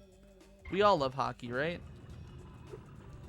Depending on how you do hockey, if you miss any of the early shots or get some bad RNG on where the puck goes in round 2, you could be losing. It's around, I think, 8 to 10 seconds per missed early shot and potentially more. I mean, that was part of that potentially more factor that Nuke just mentioned with me doing a little bit of an extra lap there for that puck. That's okay though. Grab the early puck there. We've got 2 for 3 at least right now. Hopefully we can make it 4 for 5. Oh, I didn't get a double jump. It's okay. We got lucky. Sometimes it's better to be lucky than to be skilled. All right, we'll take 4 or 5, especially considering I'm really out of practice with that. That's, oh my god, here he is here. That's better than my usual average when it comes to it. Hiri is here. We love Hiri. Shouts to Hiri. Dude, they showed up in my stream for the first time from a raid, and I couldn't believe my eyes. What a goat. Top 10 goats of all time. Number 1, Hiri. Anyway, so this is hockey too. There is like good RNG that you can get with where this puck goes. Ideally, they hit it in such a way where this is going to land, hit this guy, and we just get aimed to the other side of the net, and that is perfectly good. Other times, it can bounce off in awkward ways. Sometimes you even get so unlucky that it can actually go underneath the floor and cause a respawn that loses quite a bit of time. I once had a run where I had that happen 6 times. I wish I was joking. Oh, you can also have this happen. Awesome. That is actually, I don't know if I've seen that in a long time. But we saw it now, and that's what matters. So, getting lucky there with where they shot the puck out and everything is what it is. This is going to go to him. We are going to go ahead to the left side of the goal, shoot that in, get our little skill point extra life. I believe that puts us at 1 life now, which is good, because I am a little bit low on lives, which could be awkward later if it goes unchecked. Here we're going to do a little sproutering. Love a little bit of sproutering. Oh, you absolute goddamn. So here we are finishing up that quest where we have to go through and get all of those monks that are the spirits of which are currently tainted. We're doing that like a little end section here. And we're doing it in this order because if you may notice, there is some gems missing, but we get teleported to the professor after we finish the mission. So we're just taking advantage of that to just come get the gems that are left up here later. Yep. And at this point, we're pretty much done with the level. We just have a couple of gems left to clean up. Which, grab that. Very nice. Grab that. Grab that. Ooh, unlucky on that bonk. Overall, really good Colossus for execution. Some beef there, but not like anything too crazy. Very nice to pull back the run a little bit with that level. Hopefully we can get a couple more like that here in the near future. So after that we have Idle Springs, which is a fairly notorious level. For one reason. My last 100% run, I went from minus a minute and 10 seconds to plus 12 seconds due to Idle Springs, and what we were about to witness. Yep. Fortunately, because we are in a marathon setting, the fish are always kind in these. Surely they won't be even remotely rude to me, right? Right, Nuke? Did you set up your shrine to the redfish? There's a shrine I need. Ooh. Oh. Did I miss the patch update? That might not end well for you. All right, so here, what we need to do first, we're gonna go up this way. Gonna be solving a little floor light puzzle where if you just step on all 4 corners in a row, then you'll just solve the puzzle immediately. Unfortunately, I fell off the last one, and might have had to Yeah. talk to that guy, which is a bit slow, but it's okay. There, we're gonna go ahead and grab those gems around that way, and then head on up here for the best mini game in Spyro speedrunning. Talk to Foreman Let's Bud. count off. How So many this minigame redfish? works is there's 3 kinds of fish. There's the red fish, there's the orange yellow fish, and there's the blue one. The tiki will only eat the orange and the blue ones, and will throw up a lot of fish if you toss in a red one. And so this minigame depends on how many what's the least amount of red ones you can get and how fast the fish pop out of the water, because it's a random how both of those work. Yep. Right now, this And- is a perfectly fine fish, aside from the length of time right now. Hopefully, we get one more blue. Come on. Blue right now? Take a yellow. That. Oh my god. That can also sometimes happen where the fish just falls out of his mouth like that for no reason. Yeah, he just didn't want it. But that's a perfectly acceptable fish minigame. But yeah, that is what happened to me during my last 100% attempt, where I lost well over a minute due to getting 31 redfish. That's why he Not doesn't the run thing you want to 100% see in this anymore. game. Yeah, I quit because of that, The fish made him so and sad. not because I'm working on a different marathon. Yep, he would never do that. Dude, why would he play other games? I don't honestly If understand not why for any quitting. human being would ever not play Spyro 2, in all honesty. I thought that 2 gem just didn't collect, but did. Good. Making our way through the rest of Idle Springs.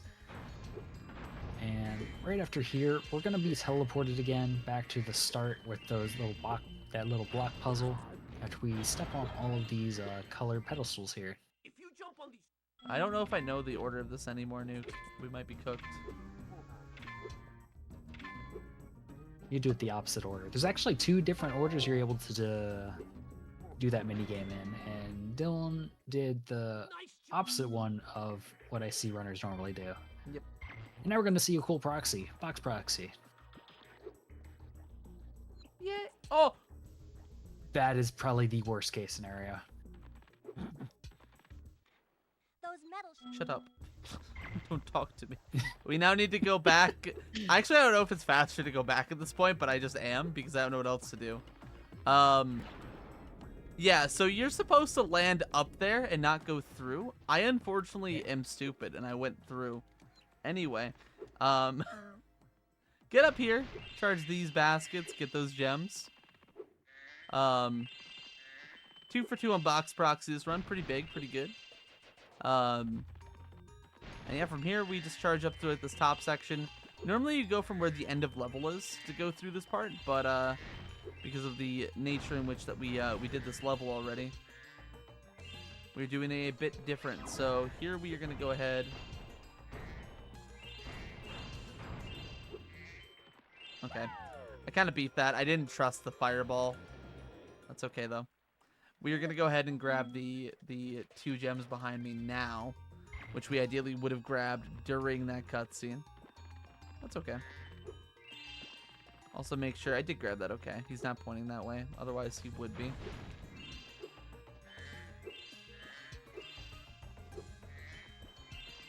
Alright, nice. Not too bad.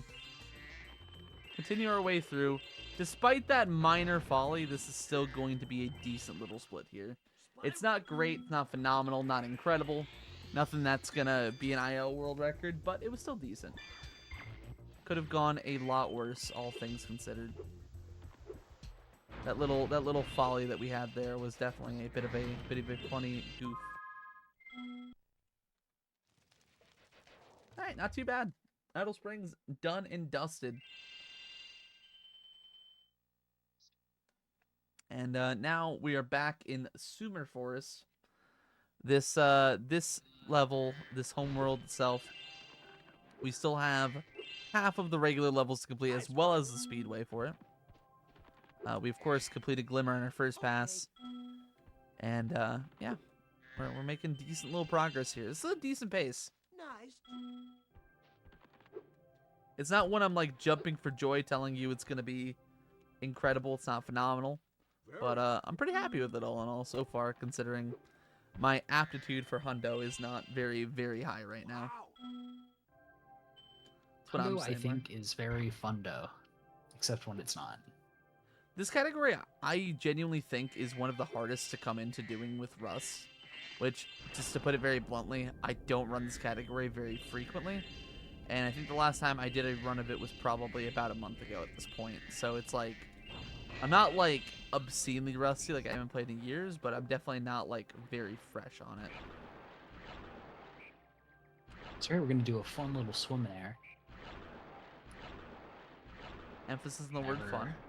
There we go. I'll take it. It wasn't too Gonna bad. get the last few gems that we didn't collect when we were first over by the Glimmer Portal, and then we're gonna go right out of bounds with the swim in air and get a few things that are way easier to get with just going out of bounds for it and swim there.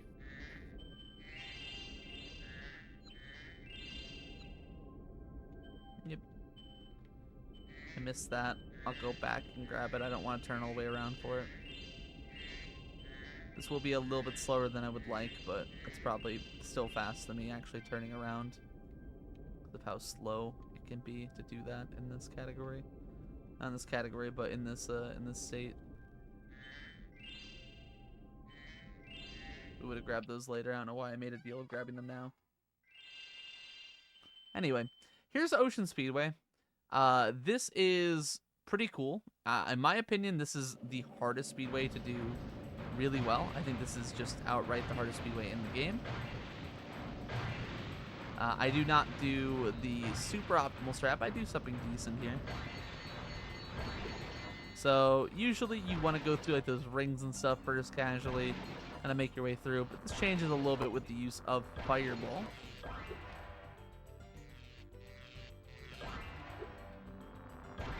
And pretty much we're going to go ahead and charge through these cars as they're coming on their way through. Make our way through these electric charge rings.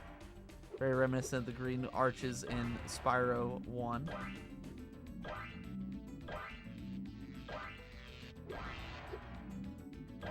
Here we can kind of like just barely dip in and out of the arches to kind of secure them basically. And then we can go ahead and crash here.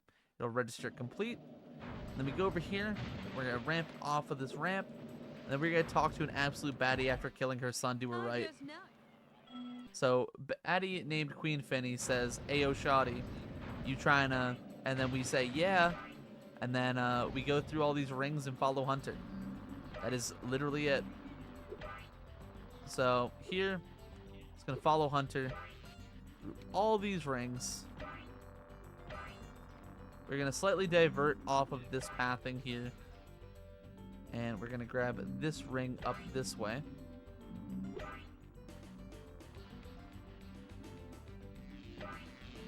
Very good. Very good. And then from here, we just follow Hunter. He will rubber band a bit to stay ahead of us when we're close to him like this. We're going to get ahead of him. Fly through this ring like so. And then go ahead and collect these Just last like that, two. we've beaten Hunter at his own game. Yes, sir. He is done and dusted, and Queen Finny is like, "Oh, wow, I love you." And then she gives us her orbs, and then we go ahead and click on the quit button because we are quitters and we're leaving Ocean Speedway.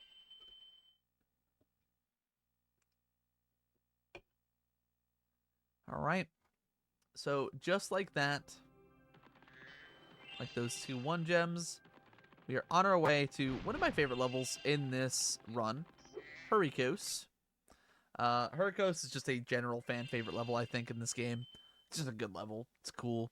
The voice actor for the main NPC in it is Tom Kenny, who, of course, voices Spyro in both the original second and third games, as well as the entirety of the Reignited trilogy.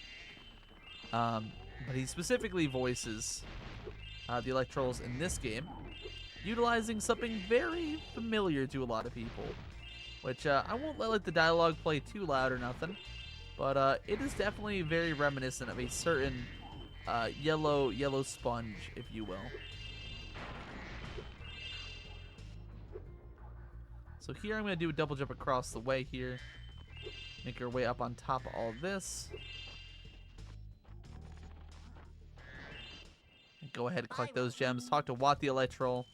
We're, of course, doing this level severely out of order. Normally, have to stop some of the whirlwinds, the windmills, if you will. We didn't even have to press any of the buttons. Yep. Except for that last button to turn off the generator. Yep. Also, very rare case where it is faster actually to watch that cutscene than it is to skip the cutscene. Weird little sequence there where that, for some reason, is just a little bit faster. But hey, we'll take speed.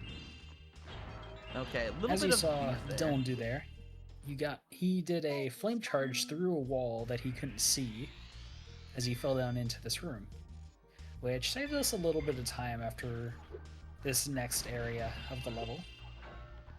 Actually will not save us as much because I only got one of the 5s. Oh, I didn't see that part. Yeah. Usually you want to flame both of the vases there, but if you only get 1 5, it means you only hit one of the vases, which unfortunately I did, so we're going to have to spend a little bit of extra time. It doesn't really lose us very much, but it's definitely something to note for sure.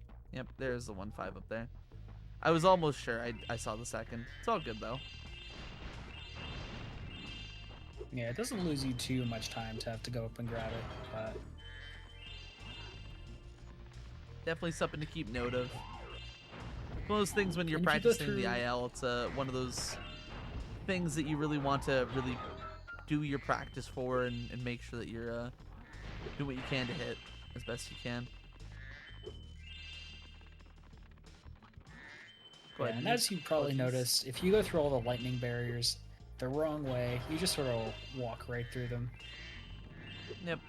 So the game has checks for like which side of the fence you're on. If you're on the opposing side of the fence, the game assumes that you need to be able to go through it. So it just kind of allows you to as kind of a fail-safe in case there is an issue with where the level like teleports you or anything like that. But that fail-safe is something that we get to abuse in the speedrun, which is kind of cool.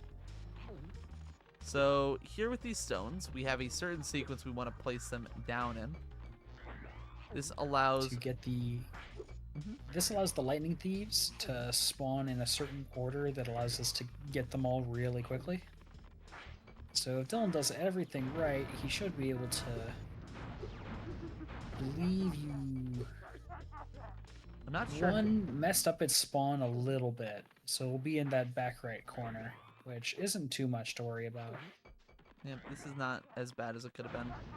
Honestly, I'll take him being off of spawn, because this second section that we're going back down to, so they both get spawned at the same time. That top area where we just were, and this bottom area where we are now.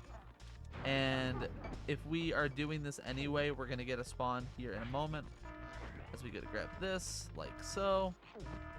So we are simply going to need to put them back regardless. This is a little bit slower than it would have been otherwise, but it's okay. That is a-okay. Going to put that in there. And then if we play our cards right, we flame that one there.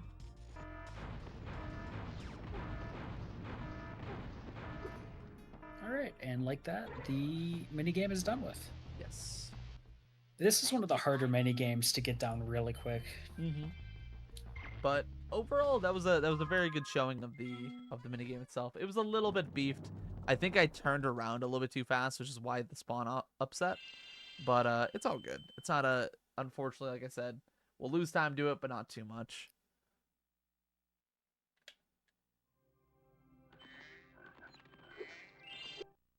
All in all, not bad. I imagine Electro laughing like SpongeBob. Yeah, I could see it. You know, the voice was so this game, I believe Tom Kenny's recordings for this game predate SpongeBob. So technically, SpongeBob's voice is actually the Electro's voice. It's not the other way around. Yeah, this game and SpongeBob both came out the same year. But actually, let me check. I'm pretty sure I think the specifics of it are that this game's lines were recorded way earlier than SpongeBob, or like at least earlier than SpongeBob. Maybe not like way earlier. Maybe I'm overemphasizing. Because I don't think they would have allowed SpongeBob's voice to be in the game unless they were already pre-recorded takes, essentially. Because it's just not even like just trying to be like close to the voice. It just is the voice, you know.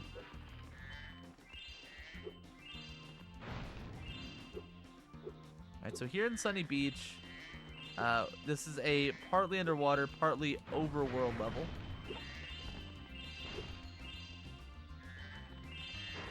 Normally at this stage in the game, the only ability you have unlocked is Swim, which we of course did buy, but upon beating Ripto, we also gain access to every ability that Spyro would have to buy for moneybags. Which includes the climb and the head bash. Yep. Which is going to make this next section a whole lot easier to stomach. First, we have to push this turtle up the hill, like we are doing here. By doing this, this door will open up. We will talk to this guy, King Frommets, and be like, oh my god, thank you for saving my children. If you didn't notice, we didn't help them at all. We actually left them in the spawn of this level. He is just simply a senile old man, as far as we can tell. He just doesn't even know what his children look like or if they're safe or anything. But that's okay. He's not the only one. We will notice this later on throughout the game as well. But here we're going to go ahead and climb up this ladder to talk to the Master Chef. Unfortunately, Gordon Ramsay's nowhere to be found. But he does have some turtles that we need to rescue. So here we need to basically knock these turtles away from this cauldron.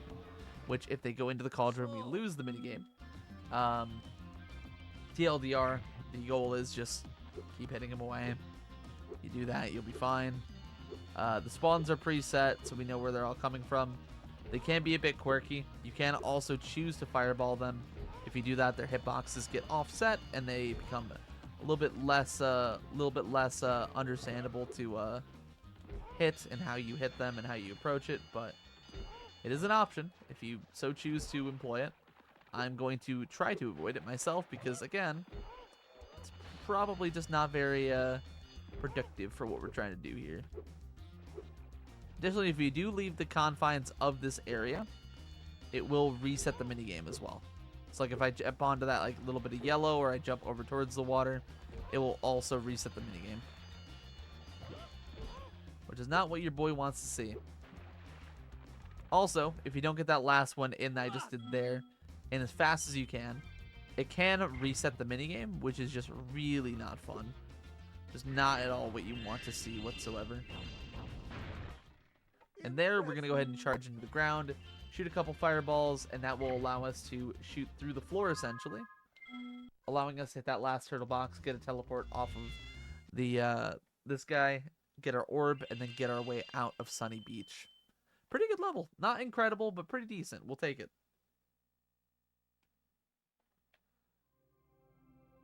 And then, just like that, we're going to flame that button and make our way through and into Aquaria Towers. Now, this level is almost, well, I shouldn't say almost, entirely underwater for Hundo. We start off, our feet on the ground, and then we hit that button. We need to swim over here, go over into this corner, position ourselves in such a way, start aiming, hold triangle, and then start shooting through this wall here. In Spyro 2, if Spyro's face is mashed up against a wall or a floor, he is able to just shoot straight through it, because in Spyro 3 we saw Spyro be able to shoot normal fireballs in the swim state. But in Spyro 2, he shoots a little mine that just spirals around, which is just able to go straight through walls, pretty much. Yep. It is pretty interesting. This allows us to skip to the button right at the end and allows us to swim through the level backwards. Yep, and additionally, that last button that we hit activates the final swim that we have to activate in general. This basically makes it so this level, you don't have to activate any more buttons, and you play it almost entirely underwater.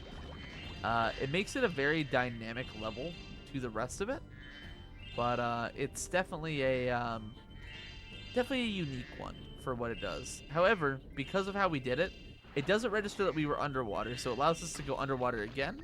And then here, it allows us to go underwater again, because again, the game doesn't register how we hit the buttons. So while we are underwater right now, we're technically on land as well, which allows this whole section to kind of be a weird sequence break that doesn't really know how the game wants to handle itself. So there, we destroy all four of those sharks, get that strung chest. Because the water planes that exist after you hit the buttons always exist. It's just they don't expect you to get up that high in the game. So doing the level backwards, you'll hit those other two water planes like you should if you were above it normally, like if the buttons had been pressed. Which is why you probably saw Spyro do that little re-swim animation of diving underwater again. And we're going to get the talisman here, and then we're going to go to the final part of the level, which is above us, in a hole in the ceiling. Yes, so we are literally under the ocean, I believe, as far as this level's canon goes. And it's like this little underwater civilization. So it's a whole if you've ever thing. played this before, normally if you try to swim out of bounds here, you just sort of get pushed back by an invisible wall. But if you swim straight down at the ground, Spyro will slowly push past that invisible wall, and you're just able to get out of bounds and go right to this last seahorse and King Flippy. Normally, you have to free 6 of his kids. However, in this game, you very simply don't. The way that You just say his favorite one. Yeah, the way that they programmed it was he will get the teleport trigger and everything upon you collecting the final child, essentially. So by simply, getting that last one, it just does everything you need it to. So very simple, very easy, very quick, and we're done with it, pretty much. It makes that minigame a lot less tedious, whereas otherwise you have to swim up these columns with different things happening with them. It's not really fun, I would say, but it's not unfun, I would say, either. It's just a lot easier. It's tedious. Yeah, tedious is a good word. Has there ever been any world record live at ESA? Not until now, even though we're already past world record, I think by 30 minutes or something, at least. But no, for real, I don't know if there's been a live world record at any ESAs before. I assume there probably has been. Definitely not a Actually, Spyro. world record for 337% will be passing by in about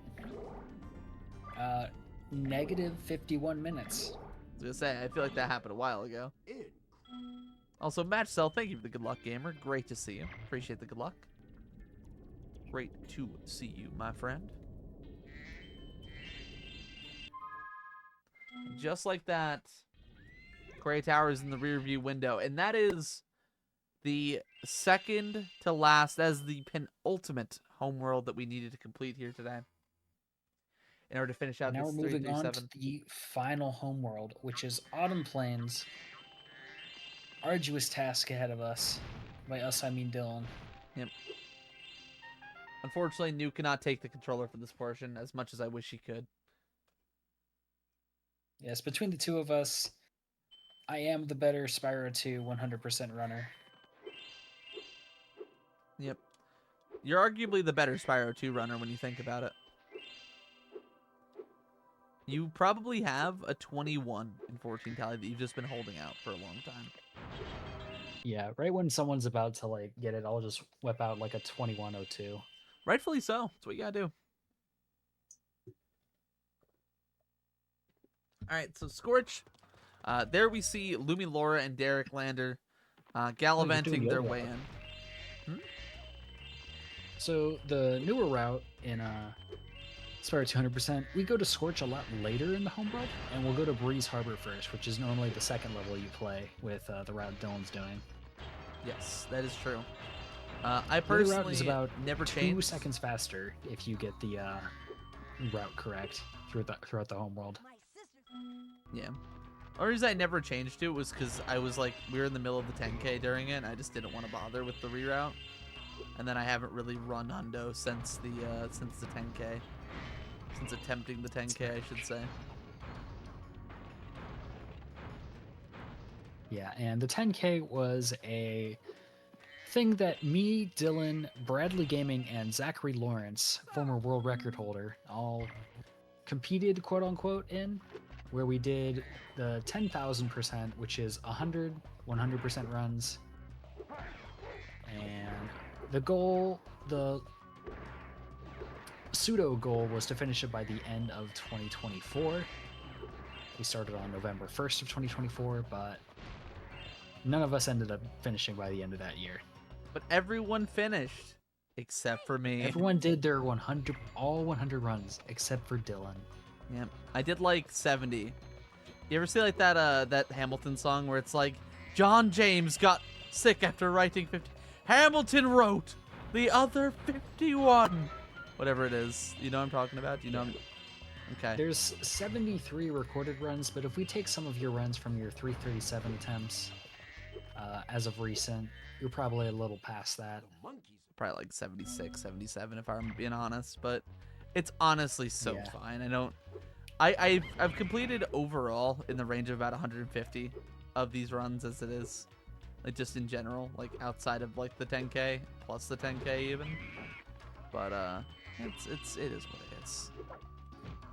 I just couldn't be asked to keep running the category in that way. It's just I myself have only completed 129 runs. See, I've actually completed more Hundo runs than you overall, but you completed the 10K. Like you stuck it out. I mean, before the 10K, I was a reset monster, which back in ye olden days, if you knew me, I was a Vortex percent runner, where no. I reset. You would never run Let me that look at the category. run. Not anymore.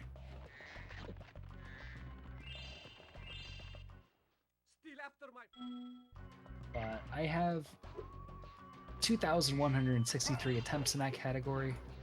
I have finished 51 of them. Yeah, that sounds about right. Look at my split stats. I have reached the second split 922 times, so about 57% of all my resets happen within the first couple of seconds. Perfectionism is no joke. Yes. In that category, it's kind of almost hard not to be low key though, because it's just such a it's a category Such a where short like it category. hinges on your ability to like make the most of every second, literally. So it's kind of tough to not reset Vortex a little bit. That said, your ratio is pretty shit, respectfully and lovingly. Somehow it's not the worst ratio for all the Vortex runners I've seen. Oh, trust me, I believe it. Knowing some of the people, I'm like in the bottom 3 though, yeah. for sure. Like I wouldn't say like I'm perfect at doing no resets, but like I definitely am a less reset-y runner than a lot of people. I feel like with my One trick thing that the categories. 10K taught me was that I need to stop focusing on resetting so much, because one, if I was doing the 10K, I needed to get runs out. So if I just kept resetting, I was never going to do that. And I learned that actually playing out runs and just playing even with like a bad early game, I can still get PBs from it. Yeah, for sure. Speaking of bad games, Bombo. that was really upsetting as well. Yeah, getting hit by Bombo guarantees you lose a lot of time in this category. He'll keep going, keep running. He doesn't come sometimes is the thing for me.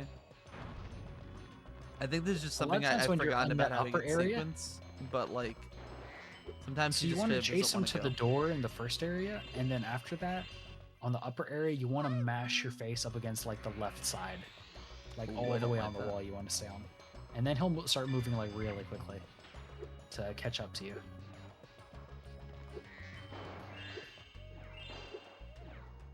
All right, we're good.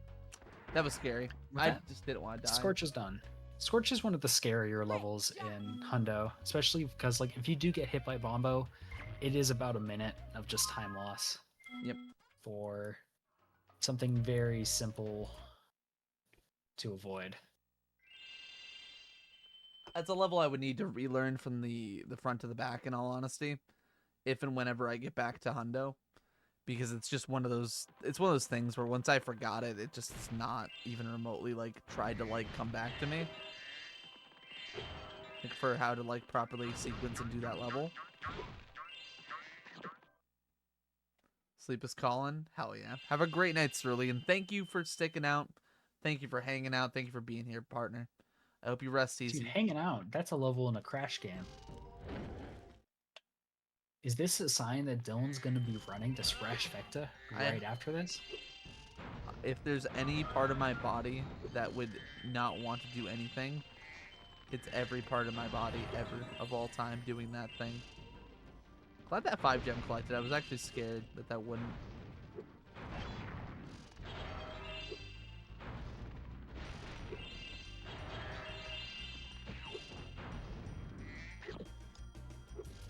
Why?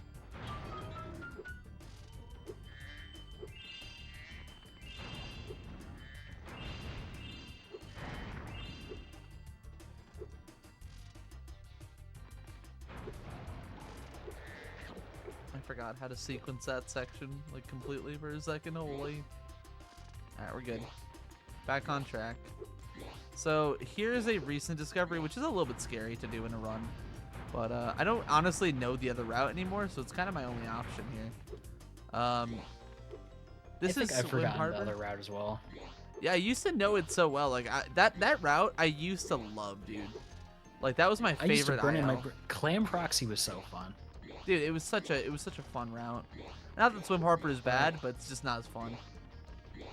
Yeah, Swim Harbor is what we're referring to. There's a pool in this level, which is the easiest place to get a swim in air in this game by far. Just swim up next to the shoreline and just press square and you'll get it pretty much every time. Yep. But the dangerous part of it is that the developers didn't program Sparks to be able to chain, because like Sparks will be in a bubble whenever he's swimming. They didn't change any programming to make it so that he can get hit in the swim state, because there's no enemies that will be able to hurt you in that pond normally. So if you're swimming through the level with a swim in air and you get hit by any enemy, the game crashes. It just doesn't know what to do. Yep. Now there is like a lot of safe ways to take it and do it, which you guys will kind of see me do here in order to avoid crashing, but it is nevertheless a little bit scary just to think about the prospect of crashing. 7 hours into a speed run, but we should be fine. We should be a-okay here. Just gotta take our time, make sure that we play it a bit safe, play close to the vest, still hopefully close it out good, but just be safe enough. So here we're gonna off-screen him. As long as you're more or less eye level with these enemies here, they don't see you. Or like they won't shoot and their you. attacks won't hit you because they're expecting you to be on the ground. Yep. But with the extended range and as well as being in the swim state, Sparks will be able to collect all the gems right by the talisman guy without even having to move pretty much. As you can see, like Sparks is just picking them up from like light years away. Yep. This is the last dangerous part of the level, and it looks like Dylan just got right past it. Just gonna hit some baskets from underneath with those wall phasing Hunter-Seeker missiles. And I'm just gonna get the last gem here in a second, and that's Breeze Harbor. It's right behind you. I didn't get the orb. Oh, you didn't get the orb? What? What did I miss? I could have sworn you got the orb. You teleported to him, right? Oh. What do I do now? That's... You have to die and get all the gears again. 'Cause you talked to him, he just said trouble with the trolley. Did he actually? So just reset your counter. You can try talking to him again, though. That was great. There we Oh, go. no. Don't listen to Boom. me then.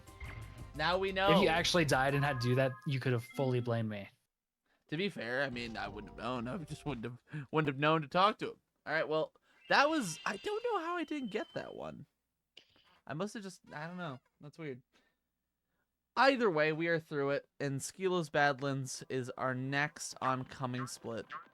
And right now, Nuke, we are looking not quite at the World promised record PB. doesn't die here. Not anymore. Unfortunately. Not anymore. There was 2 new world records in Spyro 200% after 3.5 years, pretty much. This year, right at the tail end of it. One by Zachary Lawrence, as I mentioned earlier, and the next by Mr. Shaw himself. Came back to the game for the 3rd time and got world record again. After 5 or 6 years? Something like that. Yep, he's just good at video games, I guess. I don't know what else to really say about it. He's just kind of crazy. He last got a world record in 2019, which that lasted until 2020. But it's basically been, it's been 5 years since he last held a world record. And then before that, it was in 2014. Excellent. Dude's just a goat of the game. Yep. A legend Not of the the sea. biggest goat. Not the biggest goat of Spyro 200, I'd say, but top 3 for sure. Damn. Can't believe the shade Nuke underscore 47 is throwing at Shaw B right now. I mean, there is a monster known as Anonymous 3 who held world record and lowered it consistently for 4 years. You piece of shit. That is very sad. Alright, grab that Sparks back. So, one thing about Skilos to keep in mind in general, this is a very important thing about this level, is Sparks management. It's very, very easily to get to Sparksless here and also to die, which is really not bueno, specifically when you're dealing with a question mark base. So with the question mark base, it will reset its position back to its initial spot if you die. So basically the main way that this level goes wrong for a lot of runners is by them dying. So I am going to do everything that I can to not do that. That would be not great. The 2 ways that this level can be ruined is if you go Sparksless at any point, because then you're just screwed on your Sparks management, unless you get an extra life somehow from one of the fodder enemies, or if you die, which those happen frequently if you're not extremely confident with your movement and also quick with it.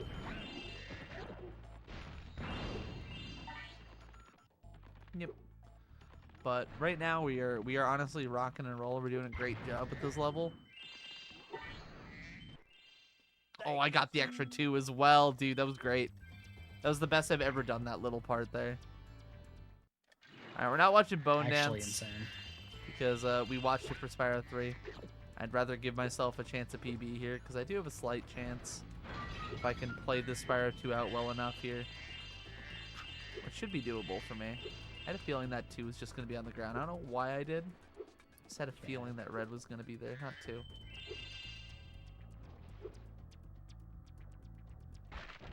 Almost fell there and died. That would have been tragic. Would have been 2, because it would have been a very slow time to get back there. So these eggs from these dinosaurs, they're terrorizing villagers. Your goal is to make sure that they don't do that, and you kill the dinosaurs inside. You basically just know all of their spawns because it is consistent every single time. And then by going ahead and just doing that, you win the minigame. It's really cool.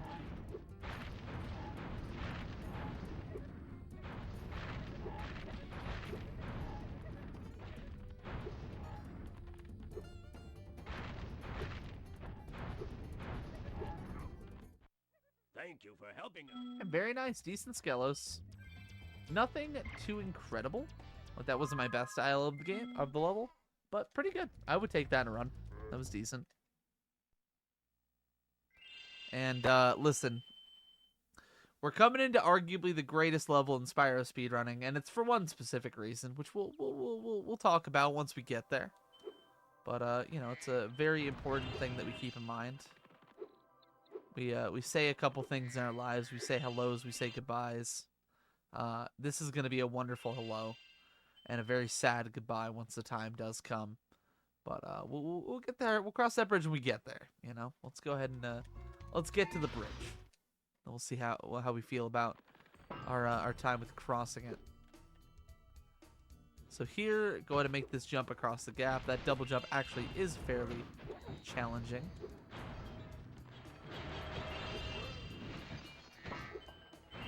Here, we want to get to the magic number 15 on the enemies in order to best make our way through this level. Very nice little spurter up that wall. Normally, you have to free a bunch of enemies. However, because of how we did it, it does allow us to save quite a lot of time, both on the actual process of freeing the enemies and also with the little cutscene that plays when you do, in fact, free them all and you have to watch them go up and you have to talk to an NPC, and this becomes this whole thing, pretty much. Alright, so here we have the enemy count at 11.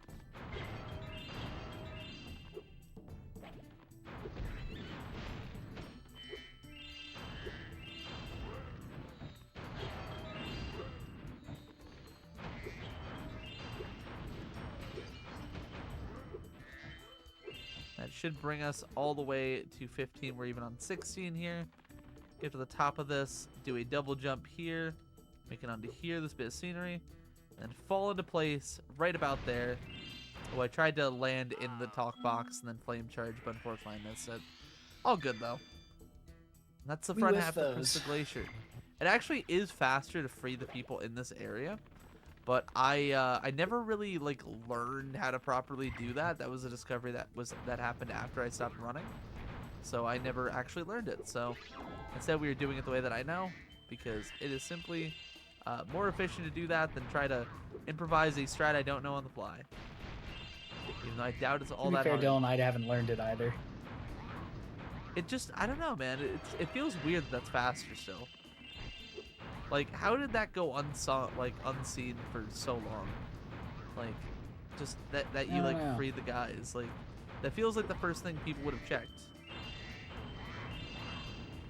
But the snowball rolling down the hill to explode the building feels like it'd be one of those unskippable cutscenes. Yeah, for sure. Especially considering it does affect the scenery of the game. Oh my goodness, is that my friend Nilson Alex awake for the day, greeting the day with sunshine and happiness? God, it's Nilson. What a goat. Oh, speaking of hellos. Oh my god, did you see him? Guys, at everyone who's here right now, I need you to take a moment and say hi to the greatest of all time. Say hello to George. Hi, George. Dude, hi, George. Dude, you remember when I was talking about Drek's feet earlier? Like back in Spyro 3? Yep. I think I foresaw this raid. Holy. Say hello. Say hello to the one and only George. For real, say hello to him. We love George around here. Also, Drex23, thank you so much for the raid. I will say so on behalf of my boy Nilson, who is just waking up, I assume, just coming in. Welcome on in to this awesome little Spyro 3 337 run that we have going on right now. We are currently on a pace that is PBable for my personal 337 PB. We, I think, are actually currently a little bit behind it, but not like so far behind. It's within grasp if we play well enough for the rest of this.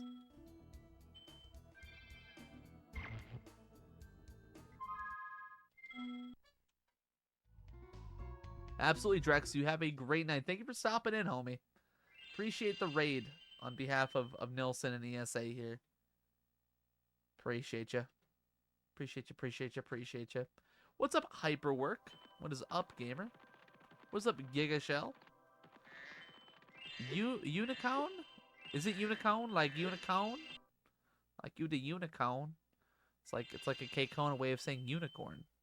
It's like a yeehaw. Nuke, say your favorite mythical animal. Dragon. No, you didn't say cowlick. Cowlick. There you go. Welcome into Zephyr, guys. This level is notorious for one of the would you call it enemies, or what would you call a cowlick in context of the video game? I would call them an awful thing, an awful creature. They are an enemy based on their own inability and stupidity. Yes. So this level we're in right now is Zephyr, notorious for its enemies, or like, I guess task or quest or whatever you want to phrase it as. Basically, there are these things called cowlicks, and they're cows. They're and, little cows elephants with elephant noses. Yeah. And they're scattered all around the place. And they just do not want to walk in the right direction that you need them to. So we're going to do a little out of bounds here. And we do hit it. There is an invisible wall there, which is strange in Spyro 2. Because there isn't many invisible walls, except for right there, I think. But we're going to skip a mini game of collecting a bunch of seeds to make platforms to climb up to the professor. And then we're going to skip the second little bit here to get up to Juliet, because there's a little Romeo and Juliet thing going on here. And we're just going to get the orb for Juliet.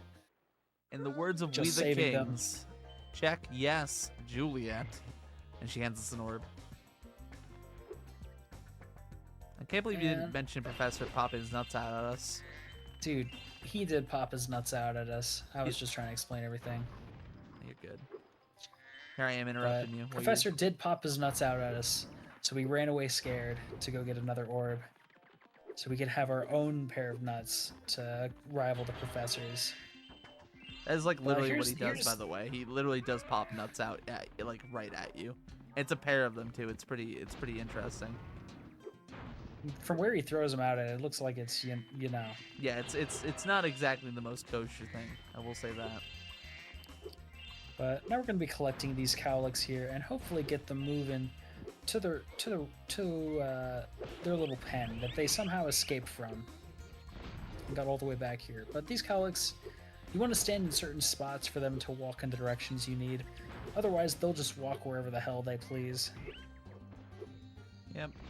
And this does get a little bit easier because we're doing 100% right.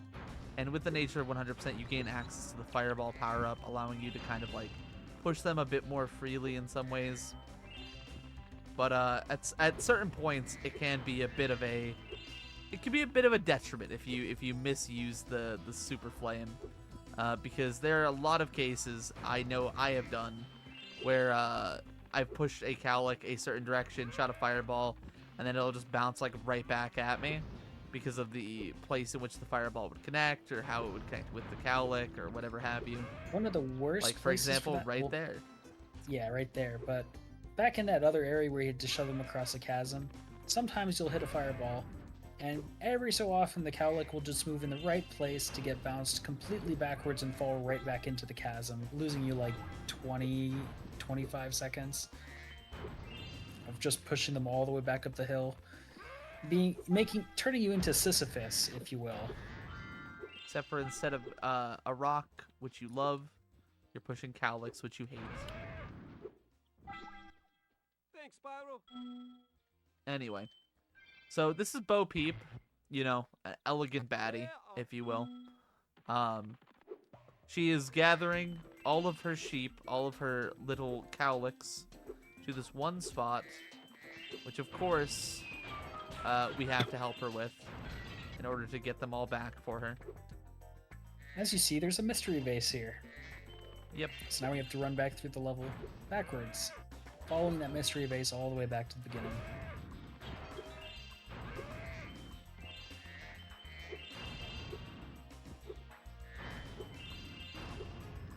I was really scared that I was gonna hit the cowlick and send them back down to the bottom. Yeah, that angle was kind of. There is a red still down there. Yep, I did see it. I was just kind of trying to focus on getting the cow down. And he still didn't go down. Cool. Love when they do this. So, there we go. Get that cowlick in, and then we have one last one to corral into the place. We get the last orb of the level, and we're able to just start running back through the level and getting everything. Yep. And the Overall, movement, once you get really good at the movement down here, it's pretty satisfying to watch it. yep. This level is awesome outside of the cowlicks. It's crazy, like, how Yeah. much they affect my enjoyment of the split, but they really do. Like, it would have been, I think, honestly, a top, like 3 IL without that. But, you know, it is what it is. Every speedrun has its low points, its frustrating parts. Just so happens in this case, cowlicks are one of the big ones for me in this one. Alright, so here I accidentally messed up quite a bit. I was trying to fireball that a couple of different times at 2 different optimal-ish points. I missed the fireball both times, so instead we have to play it a bit slow and just kind of wait and flame it and then get it again kind of slow, but it's alright. We will simply continue our merry way. Do a little bit of a glide flop here. And Zephyr complete. Glad we didn't miss a gem anywhere in there. That level can be won because of the size of it, where if you miss a gem, you can just lose quite a bit of time, even though you have Sparks Finder and everything. Yeah, I think lengthwise, it's probably the longest level in probably the whole series. Out of all 3 games. It's probably up there. It's definitely pretty large. Pretty large. Alright, so here we head on into Metro Speedway. This is going to be our second to last speedway of the run. We do have one more after this. It'll actually, funnily enough, be the final split that we do here in Spyro 2. Which, again, we fought the final boss already because it gives us all of these power-ups, stuff like that. One of the weird, quirky things about Spyro 2, it's one of the very few things I dislike about Hundo, is that we end on such a anticlimactic split. But it does complete the game, so I can't really complain too much. However, Metro Speedway, this is a speedway which I do not do the correct route for. I actually do a route native to the Reignited version of the games. I do a slightly modified version of what I used to do in those games. I had a feeling I missed you. But, you know, with all that in mind, still pretty quick, still pretty fine. It's not as quick and as fine as it otherwise could be. So here we are going to go ahead and fly over this way. Head into this Mr. waterfall. Monopoly. Yep. Talk to the mayor. Truly a one-of-one character. And he said, bro, listen, we have like 12 Sly Coopers hanging around, stealing our stuff. And you need to have a hunter kind of shoot them with a gun, and then you collect them. It's kind of weird that Hunter just has a gun. You collect the money they drop from us shooting them. Yep. I say Sly Coopers because they're all little raccoon guys. I love them. Honestly, kind of goated little enemies. I wish that they were actually in a different part of the game than this level, because they just they feel forgettable because of the nature of which you get them. But I still like them. Kind of looks like the thieves from Mystic Marsh. Yeah, it's like close, but it's not quite the same. I kind of wish they would swap the roles of them, honestly. I wish that the thieves of Mystic Marsh were in this instead of otherwise, and vice versa. But it's okay. We get through Metro Speedway with some slight troubles. But for our trolley. Yep. For our troubles, we do in fact get our gems, we get our orb, and we get out of there. There is only 4 splits left. Yep. In this whole thing. 337. And just like that, we're almost done. We're almost gone. We've almost escaped. But before that, we have to visit Scotland. Quite literally. Fracture Hills is just Scotland. I don't know how else to put it. We're all circling back to, like, I wouldn't know how to be Scottish.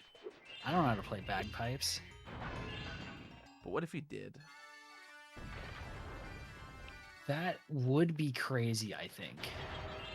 I think you'd be crazy. How about that, bud? How about that, bro? So this is another level where you are able to crash if there's a little white flash if you hit more than one of the satyrs at once, the ones trapped in stone, and you break a basket or something at the same time, you will crash the game. It has happened in runs. Happened in marathons for me before. That can happen. Happened to me at really long-a-thon. Surely you had a memory card. Nope. But I did have the practice codes, so I just booted up those after like the 2 minutes they take to load, and then I played from there on those. And that was definitely a lot of fun, and I'm glad that that happened. For real, this crash is very, very uncommon. I don't expect to encounter it. It's really... I almost feel like you have Especially to with the try route Dylan to do does. it. Yeah. There's a much faster route where it happens much more frequently. But the route that Dylan does, it doesn't happen that often. Yeah. And some of you may remember this mission from when you were kids, the alchemist leading them around. With the fireball, we're just able to get rid of all the earth shapers altogether, making it very easy and giving us a lot of time to just run through the level and get as many gems as we can. Where it'd just be faster to do so, just spend our time doing something. Because we're going to get teleported back to Hunter after a certain amount of time. Yep. So here we're going to activate this next guy while we're in this. Continue on our merry way over to here. Shoot that. Oh, what does that mean? No! That's annoying. Hold on. No, it didn't work. Ah. We were going to get the teleport. So what happens here now, because I did that, typically you would talk to her as long as the orb is out, is the trigger I know. As long as the orb is out, they will teleport you over to Hunter, and you'll get him immediately. But I did bonk, I think, twice during that, so it kind of makes sense that I didn't get it. No, and I missed that Really too. funny here. Because the Earth Shapers are all dead already, and Hunter's side mission is to kill all the Earth Shapers, he just turns around and says, oh, they're all dead, and turns right back around and gives you an orb. Yeah. It's pretty funny. But Fireball basically turns those sets of minigames into... They're just very easy. Yep. So we're going to do one last snipe of the satyr down here. Oh, I just didn't think that first ball was going to hit him, and it just did. That's fine. This is, like, super safe, at least. Yeah, you won't get the crash for sure now. Yep, that's honestly so fine. A little bit slow, but whatever. So here, we are going to see this little palace, which we have now unveiled the fawn for. She will give us the end-of-level talisman. This time it was very satyr full as opposed to satyr less, and get ourselves out of Fracture Hills. Decent little level.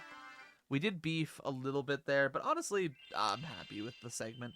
Considering how rusty I am at Hundo, I'm really not surprised at a lot of the mistakes I'm making, but I am nevertheless very happy that I'm making not as many mistakes as I would have thought. So here we're going to go ahead and head on into Magma Cone. The third to final split in the run, third to final level. Yeah, we're doing good right now. We're doing pretty good.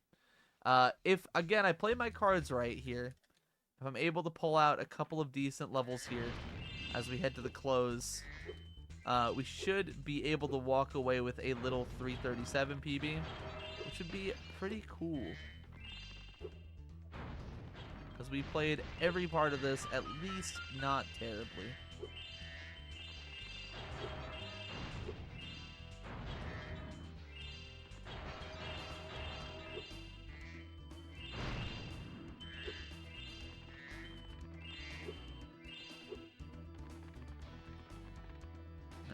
gonna be going out of bounds to see Hunter doing some stretches and warming up.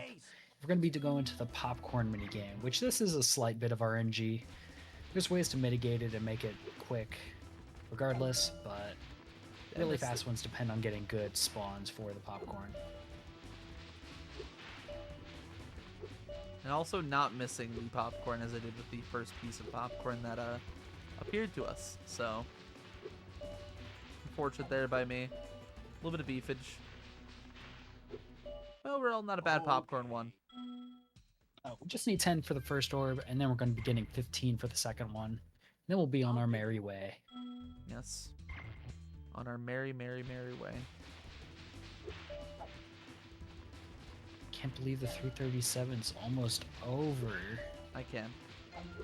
Because I am getting very sleepy. My eyes have gotten, like, so much heavier ever since we entered Evening Lake. Not Evening Lake. You look like you have some serious bags under your eyes.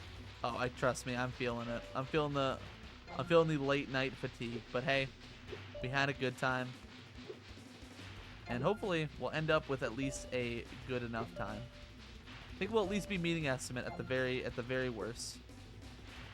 Yeah, I was told I had to be here till 6 a.m., but it's actually only 5:07 a.m. Yeah, you're gonna be getting out of here early. We might have to have you sub in and do a chapter 4 run for Sly Cooper in the interim. Oh, anything but that. Episode 4. Yeah, sorry, dude. I don't make the rules. I just make the rules, you know. People behaved and been nice. Yes, they listened to me read poetry that I definitely wrote myself. Yeah, he's the Robert Frost of speedrunning. When you really think about it. Dude, me and Dylan rapped. We did. And I read traditional Chinese proverbs. Yo, he did do that actually. That's not even a joke. He who strikes first admits that his ideas have given out. Man, it's kind of gas. Traditional Chinese proverb. So when is Nuke singing Wonderwall? No one gifted a sub. It's true. We did not get a single sub to my boy Nelson. All right. I will sing Wonderwall if someone gives him a sub. It's just that simple. It's gonna be the day that they're gonna throw it back. No, don't give it to them. Wait, I'm Don't sorry. give it I'm to sorry. them. I was distracted. It was like a Freudian slip. See, that's what you guys could be getting if you gifted a sub to Nilsson. That's all it takes.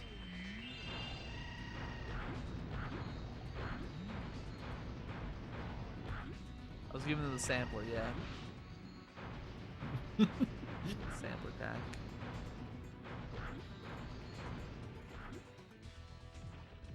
No, I did. My angle. I forgot how, like, I forgot where the lid was completely. So ideally there, you want to overlap the animation of you getting the orb with also getting the, like, getting over here to get the talisman. Because of how I did that, I basically did not land on top of the magma cone, not allowing me to get the talisman cutscene, but that's okay. That's all right by me. Grab these gems. And just like that, magma cone is also complete. Very nice. We only have 2 more levels for you guys to hear me sing Wonderwall. That's true. That is true, guys. Not much time left. Dude, once again, there's less than like go I ahead. don't even know, like 6 or 7 minutes, guys. That's true. And then after that, we'll be gone forever. And you'll And ever. never hear from either of us again unless you follow us and watch our streams. Yeah, it's true. That's a good point, actually. Shouts to Nuke_47 again for the commentary here. And hanging out with me. Genuinely, and I mean this, everyone who's stuck around for this run, been here for any part of it, Nuke, of course, you being here commentating it. I was just going to say it, but basically, it is deeply, deeply appreciated, because I would have lost my mind by now if I'm just here speedrunning all of these games and completing them all by my lonesome. So, It is very, I swear, very deeply whenever I appreciated. do marathon runs and I'm by myself with no other commentators, I become the most boring person ever. Because I just start speedrunning like I normally do in my streams, where it's just like I don't talk unless someone types in my chat. Yeah. I feel you. It can be hard, you know, trying to accommodate like that. God, we got shouted out. Oh my god. Hey, thanks for the follow to actually me this time.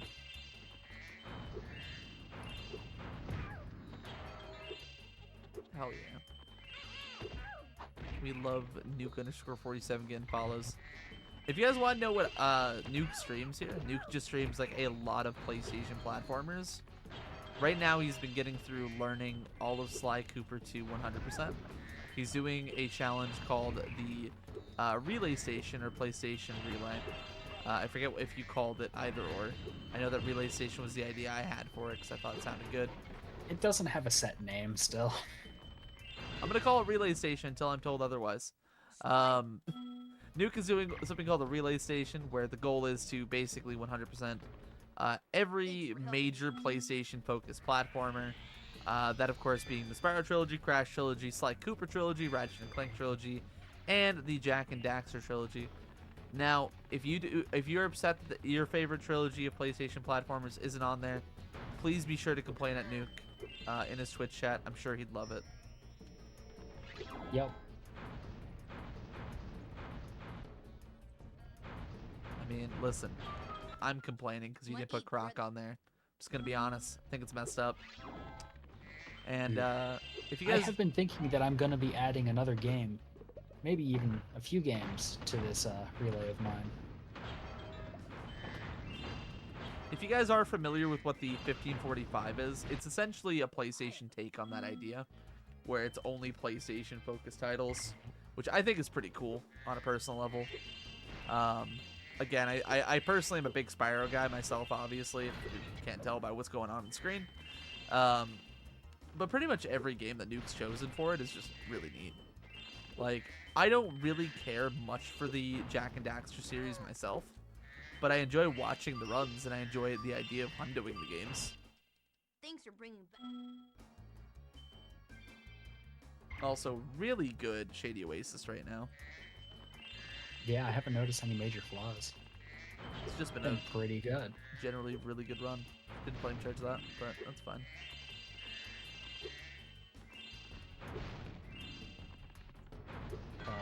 I've been thinking I might add Ratchet Deadlocked, make it a quadrilogy, because that's another Ratchet and Clank game on the PS2. Yeah. I was telling you before, like when you were first mentioning it, it just feels like a bit of a glaring omission. Also, JJ Sanchez, thank you for the follow, gamer. I saw you chatting before. Appreciate it. Also, thank you so much for the shout-outs, Nelson. Once again, phenomenal event being put on by Nelson here. We got a lot of awesome stuff cut up on the schedule after me, so if you guys are interested in seeing what's to come, be sure you drop a follow. And if you don't, I will assume that you hate us. Anyway, here's the final split of the game. If I play this correctly, this is actually a PB for me in Spyro, 337%. So let's do that, you know? You said it was a 749, correct, Nuke? Yeah, 749.14. Yeah, so this Which you are basically ahead of that right now. this basically needs to be pretty good. I just need to not really fail, and we should be mostly good. You're about 40-ish seconds, I want to say, ahead of that right now. So it's definitely possible. You just have to not have any major fuck-ups. Yep. Excuse me for swearing. How dare you? Chat, we have to reset the whole run, I swore. My bad. Yep. Now it's we'll reset from the very beginning, go back to Spyro 3, and then redo all of this over and over and over and over and over again. I'll have to read the poetry again. Yep. Pull up the David Frost, pull up Dr. Seuss, David Frost. Robert Frost. I was saying David Finch before, and yeah, my brain is just cooked, dude. All right. Dylan needs to go to bed. We will go to bed very soon. Swear counter off the charts. Fuck. Good job. Wait, no! I can't believe this. Can't believe I just did that, Nuke. Anyways, There's no way. here we go. Final mini game. Once we collect the 64th orb here, this is gonna be time. And yeah, Nuke, I'd like to thank you one last time for co-commentating this with me as we watch Hunter uncomfortably swing his head around 180 degrees as his neck is as if it's on a swivel. Yep, it has been very fun to do this run with you. It's like I was there for the whole journey. Pretty much. And you definitely were on YouTube Shorts back when we were in Charm Bridge, and I haven't not let go of that this entire time, I promise.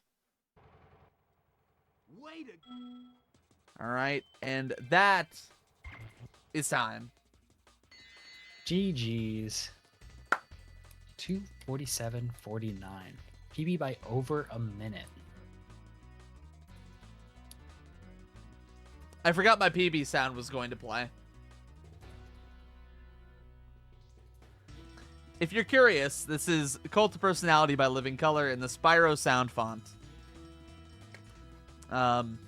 Yes, that is a PB for myself. Ladies and gentlemen, also LVCXS, I'm sorry if I don't know how to pronounce your name off the top of my head. If there is a way, feel free to let me know later. Thank you for the follow, Unicone. Thank you for the follow as well. Good morning, Caramel. Fellas, that was awesome. That was a lot of fun. I'm glad that we got to showcase the Spyro 337 here for my friend Nelson's marathon. Once again, I want to make note of a few things. However, before I do that, Nuke, is there anything you would like to share first and foremost? It has been a wonderful time being in this call with you, commentating the run. I've had a lot of fun. Definitely better than what I would have been doing with my night otherwise. And yeah, I'm just happy to be here, really. Oh, Thanks everyone for showing up. Oh, yeah. So I do want to make note of a couple things here. Ladies and gentlemen, first and foremost, there's plenty of marathon yet to come. I do ever want to shout out Nilson in particular for being the man behind this whole thing, putting it all together. And even so graciously allowing me into the schedule as a very last-minute addition. By hook or by crook, we are here, and we did a 3:37, even though it's 5:18 in the morning, and I am definitely exhausted. However, like I said, more show yet to come. Great cause, Nilson. I gotta applaud you, man. I gotta say, and I said this many a time throughout the run. The run itself, the marathon itself, rather. Being something that you love and you express your love through in speedrunning, being something that you honor a loved one with, is poetic, it's beautiful, it's wonderful, and I gotta tell you, with nothing but the most sincerity, is something I adore about the fact that you're doing this. It's why I mentioned to you in our DMs. I was happy to hop in and perform this run for you and be the graveyard shift, if you will. But yeah. All that being said, I believe we're going to be heading to a brief intermission here before we head to our next run, folks. In the meantime, please stay tuned, stay seated, and I will catch you later. Bye-bye, guys. Have a great one.